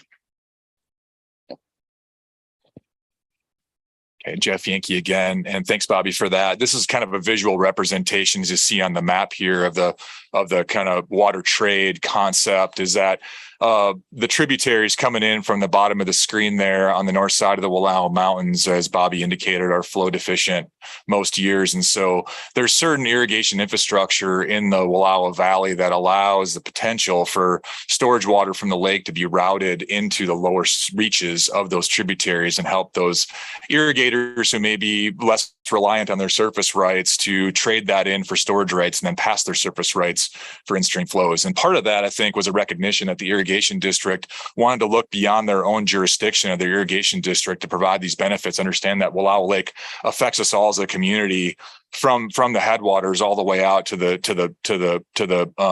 Wallowa River Canyon. And so how do we share those benefits beyond just the irrigation district's jurisdiction? And this is a representation of that. So where are we now? We are at the process where we're finalizing selection of the passage designs. So ODFW will be authorizing the fish passage for this project. And with that, the irrigation district will bring what their selected alternatives are, and the Umatilla tribe and Nez Perce tribe are working together to finalize what those concepts will look like. Wallowa Lake is a very difficult place, as you'll see this afternoon, to engineer fish passage facilities. And then we're also securing all additional funds for all project components. The last couple of years has made that very difficult with just inflation, availability of materials. And so we haven't been exempt from that difficulty and that challenge as well. With that, we have design, engineering, and permitting to complete. As Gary indicated, we have ESA listed species. You have your typical permitting components here. So there's going to be several federal agencies included in this project. The hope and the intention is to construct and rehabilitate Wallowa Dam next fall and winter of 2023 and fill behind a new dam in the spring of 24.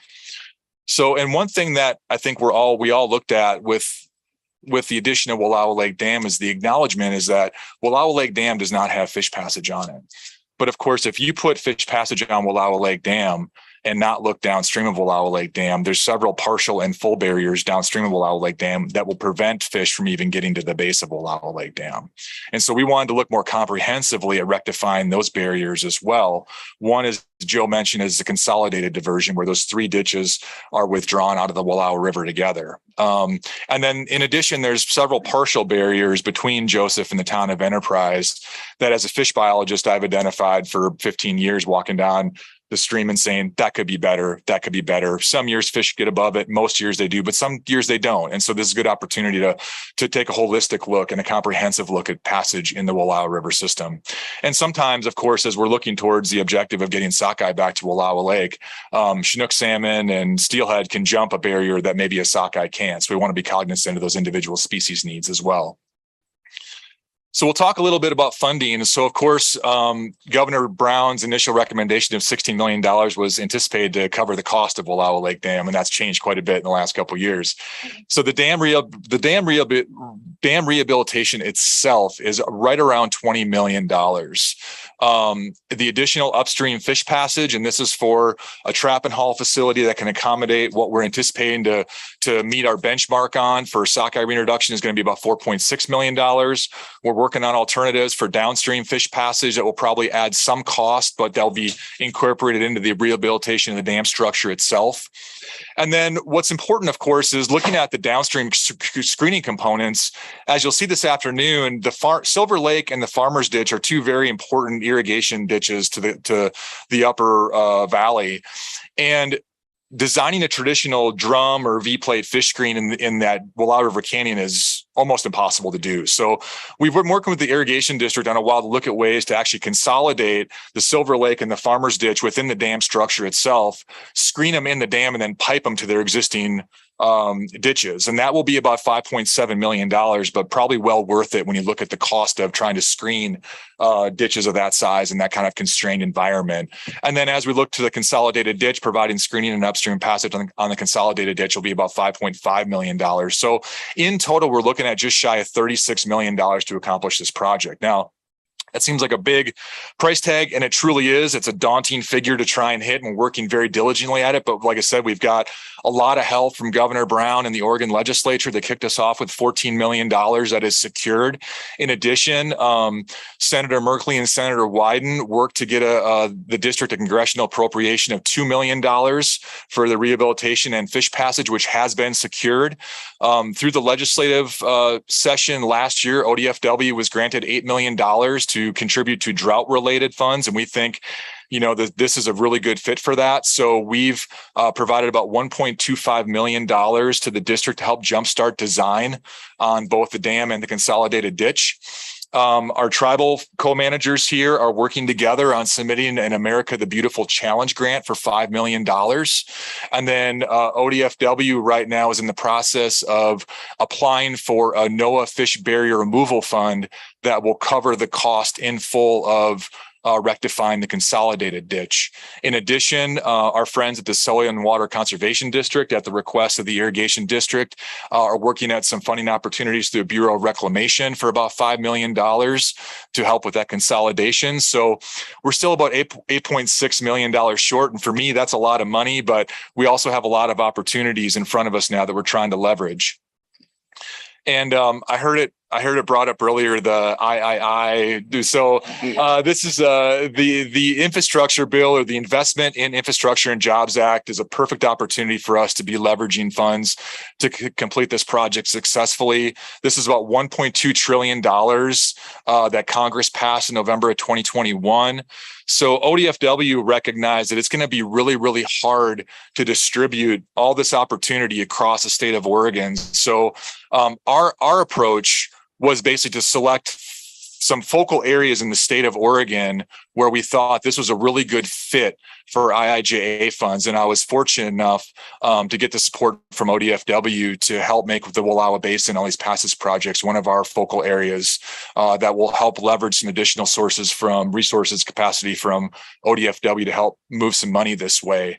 And so these are bills that are focused on energy and water conservation, fish passage, ecosystem restoration, all great fits. But I want to emphasize that we're looking at Wallowa Dam and these immediate downstream barriers because of their relevance and success of this project. But there's also really good opportunities to use IIJA funds, really from the dam all the way to the bottom of the near the canyon, to help successfully implement provisions throughout the Wallowa Basin that the MOA provided. So I think that's all we have, and I'll apologize in advance for running over, but this is one topic that we like talking about a lot together. So, but if there's any other questions that folks have, ask them, or we can talk when we're at the site.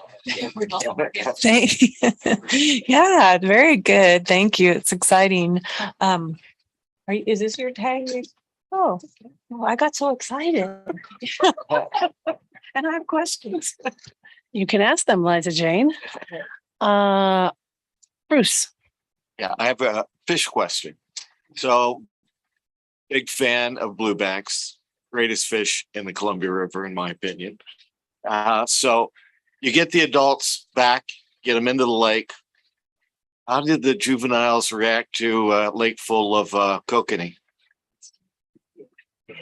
Jeff Yankee, that's an excellent question. There's a lot to be undetermined. And so the kokanee that are currently in Wallowa Lake are actually a non-native stock that were placed there anywhere between the late 60s, 1980s to supplement the native population that crashed. And so the population that's in there now are actually twofold. One is a river spawning stock, which a lot of folks see in the fall when they're spawning in the state park. Those are actually from Meadow Creek and Kootenai Lake, Canada. And then we actually have a shoreline spawning stock, which is also non-native, or not of Wallowa Lake origin, I should say, that spawns on the shoreline. And so resource allocation is going to be pretty important because there's only so much groceries to go around in Wallowa Lake. And so right now, as we speak, and as we've been working on the dam rehabilitation, our research bios from ODFW, Nez Perce Tribe have been collaborating on a food web study of Wallowa Lake to understand what the carrying capacity of the lake is and how that might play out. There's a lot of thoughts into how those two populations work together, not unlike rainbow trout and steelhead. And one of the concepts that was published was this kind of thought where you have a limited amount of carrying capacity in Wallowa Lake at any given time. Now, what is there to fulfill a full life history of kokanee? Those kokanee stay, and the overflow go to the ocean. And that's how maybe some of the ways that fish have operated, those sockeye populations have operated in the past. So you think about introducing a fully anadromous strain? That is correct. Yeah. Right now, through our commitments to the Nez Perce Tribe, through a settlement agreement, Hell's Canyon a few years ago, we committed to moving, with partnership from Idaho Fish and Game, moving Stanley Basin redfish lake stock into Oregon. And so this summer, we're going to be collecting 50,000 eggs to bring over to Bonneville Hatchery in Lower Columbia, which will allow our fish culturists in Oregon to start playing with sockeye, learning them, get to know them a little bit, and then releasing them in the Lower Columbia where their survival rates be relatively a lot higher. And once that's established and we have passage rectified in Wallowa Lake, we can bring them back up here where they're supposed to be.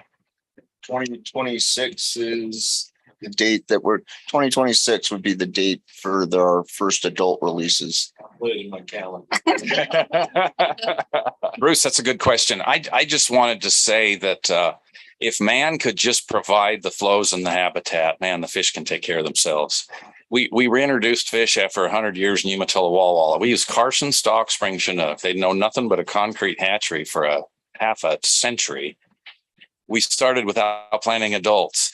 They swam up and found the best habitat and successfully produced offspring. I mean, it's ingrained. So we just give them the habitat, and I think they'll be able to figure it out. And so, as these guys said, it'll be an anadromous stock.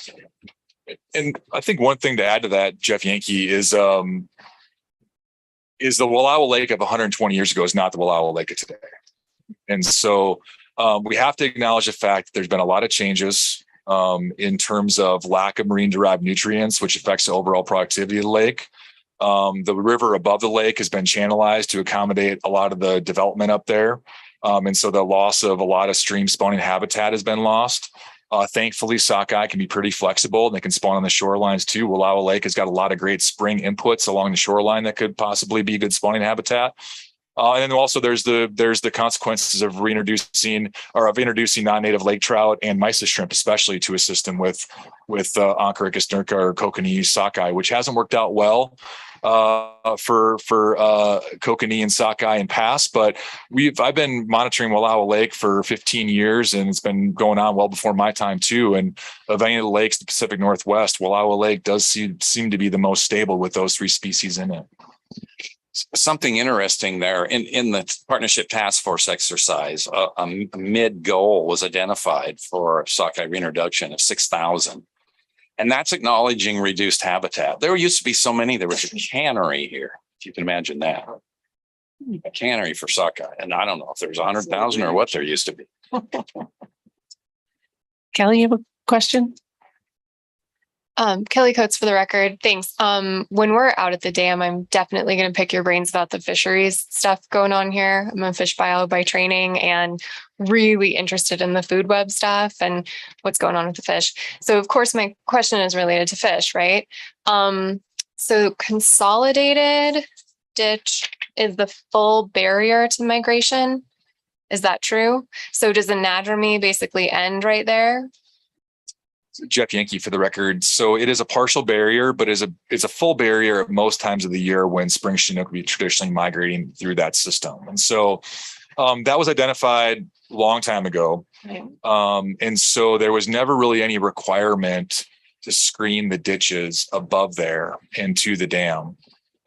Critical habitat, according to NOAA and U.S. Fish and Wildlife Service, goes all the way up to the base of the dam. But practically speaking, spring Chinook are not documented really anywhere above the city of Joseph, and only It might be with more flow, Jeff. Yeah. So yeah, it is a partial barrier, but practically speaking, for the species of interest, it's a full barrier during the time of year. Okay. All right, we got Mark, Lisa, and then Brenda, your microphone's down. Do you have anything? Okay, thank you. Mark Labhart, Fish and Wildlife Commission. So has a decision, which I guess question for you, Jeff, has a decision been made on Trap and Haul, or is that, because I'd heard potentially Trap and Haul, and then I heard potentially, a raceway. And so has the final decision been made on that? Final decision, no. The final decision is with the owners of the structure, but we've been working on this for decades. Okay. And there has been an ongoing, debate of opportunity. What's practical? What's between a volitional passage system and a trap and haul system? I think we've come to the conclusion that the most pragmatic thing to do is to pursue a trap and haul system, given the constraints that we'll show you all a little bit later. Okay. There's a couple different options that are being worked out for the type of trap and haul that we're finalizing right now, but that is the way it's moving. And it's more maintenance, right? I mean, because you have to have people involved in that, correct? Yeah, there's maintenance and operations for one. There's also just the physical ability to design and engineer a volitional passage facility. A 32-foot high structure of where it's at is very difficult to work with. But then it's also a practical cost constraint too. To be able to pay for enough concrete for, let's say, a traditional fish ladder would cost you just as much as the dam itself is going to cost. Okay. So I want to compliment all of you on your, I would call it relentless engagement. You've been working on this for a long time and you haven't given up. It probably would have been easy several path for years. Heck with it. We got to give up. We're not going to do it. So it takes leadership on all your parts and probably other people for your relentless engagement to get this far. So here's my last question. Well, how much do you need from OWEB to finish this thing? So we have a grant program. So He's going back to the figure. I know it's going to come up, so I might as well just ask. 0.6 million would be really nice. You need all that, huh? Okay, a little bit of tongue in cheek, but also a little serious too. So thank you. Liza J, you have a question? Yes. Mr. Bates, with this flow, I mean, are we measuring? Do we have gauges? How do you manage that currently in the valley? Yeah, the existing gauge network exists that go gauge above the lake and gauge on the dam, so we can cipher. I'm looking at Regan. Hi, David Bates, Water Master here in Enterprise. Yeah, Liza, the current gauge network, if we start from the top end, would be a gauge above the lake, a gauge on the dam, and then a gauge on the Wallowa River at Enterprise. Then down at what we would call Wade Point, down here, we have another stream gauge, and that's after you get Trout Creek and the tail end of the water that comes by your ranch down there off of Alder Slope. It gathers together and it measures all that water as well. Then we have kind of a long stretch on the Wallowa system before we get down to the Wallowa River at Water Canyon. And so that's the network that we're going to use. Jeff alluded to it in the MOA discussions that my manager and I feel that there's no way that really below Wade Point, there's going to be enough flow. Like in ideal conditions, I can measure within 5% of the actual flow of the river and regulate accordingly. So we're going to use the Wallowa River at Water Canyon as an indicator of what's going on, but primarily the gauges that I'll be watching will be the Russell Road Bridge site, which is a great spot before there's really any significant diversion. So I know exactly how much water is being released from the dam, watching it in town at Enterprise and then at Wade Point. And essentially after I've got it through those, we're going to use the Water Canyon gauge as an indicator as to whether or not maybe there's something else going on or did the water disappear somewhere. But that's the gauge network that we have, and minus the Russell Road gauge, which is slated to go in if the MOA or if the funds get approved and the dam gets built, then our department is working on that currently. And so that's a selected site that would just increase our accuracy and our ability to monitor those releases. Yeah, you guys, way to go. What a long process this has been. And I think notable is personally knowing where we started in trying to negotiate that when we knew we had to because the dam was dangerous, and bringing people together with their fears and concerns. And, you know, it's just been amazing to see you sit here and think about in a couple of years, you know, it's going to happen and it's everybody's winning. So I think that's just terrific. And then, you know, the fish, right? So good job. Good job. All right, Greg, you have a question? Yeah, real quick. This is Greg Addington, and this is awesome. And I appreciate hearing about it. I look forward to seeing it. I worked for a long time in the Klamath Basin on water issues that were very difficult. And Kelly said she was going to ask a question related to the fish. I'm going to ask the other question, which is related to people.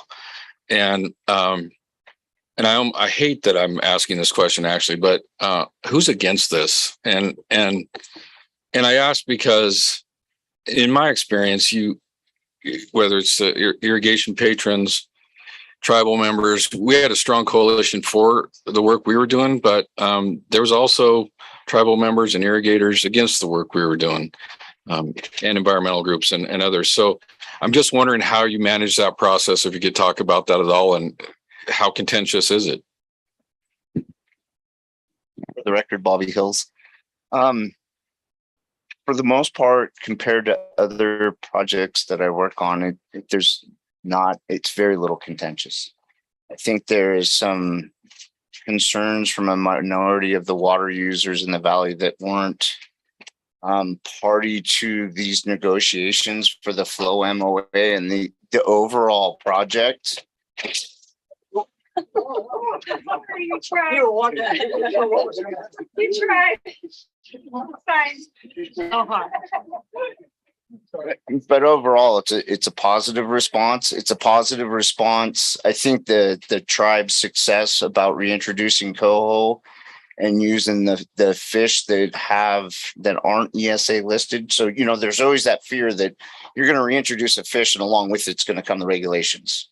But by reintroducing coho the way we did, that ESA component didn't come apart. I don't know if we've quite figured that out with the sockeye, but I think that's the tribe's and ODF intention, is to make sure those fish aren't, once those sockeye start returning, we're not trying to come in with the government hammer and saying, okay, now you guys got to redo everything.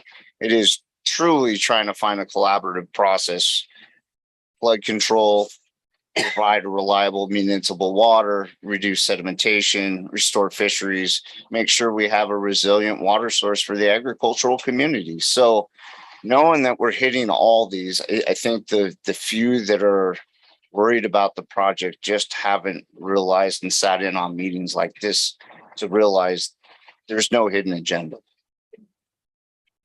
And on that note, I mean, that was a big reason why we transitioned into the irrigation district, was to make things more public so that anyone that was concerned, whether it was a local patron within our irrigation district or external, they can come to any one of our meetings. We have been very open about that. We're very easy to communicate with. We're 5 farmers who, and let's face it, we all know each other. And we're able to communicate as best we can, you know, what we stand to gain by doing this project. And it's something we've been working on, and our fathers have been working on for 30 years. Well, hats off. If I count me as a supporter and tell me how I can help. That was a great question. There's no major opponents that come to mind here, and that's why Eric wanted me to share that multi-purpose, multi-benefit statement. There's another challenge ahead of us. This isn't an opposition, but Jeff mentioned comprehensive Wallowa Valley package. We've got a lot of years of floodplain restoration to do. And that takes time. That takes, landowner agreements and understanding. That's separate. But maybe some kind of momentum like this will really help. I mean, we've got so much habitat that's been lost because of channelization, and it's prevalent here like everywhere else. So that's just one piece that we hope will pick up momentum, and you'll probably see proposals related to that. But it's not opposition, but it's just part of a momentum package, I hope. And we'll have less opposition when we get there. All right, no further questions from here. Anybody in Zoom world have any questions or comments? Okay, so who is giving us logistics about Eric Hartstein? All right, we'll see you all guys all out at the dam. Thank you.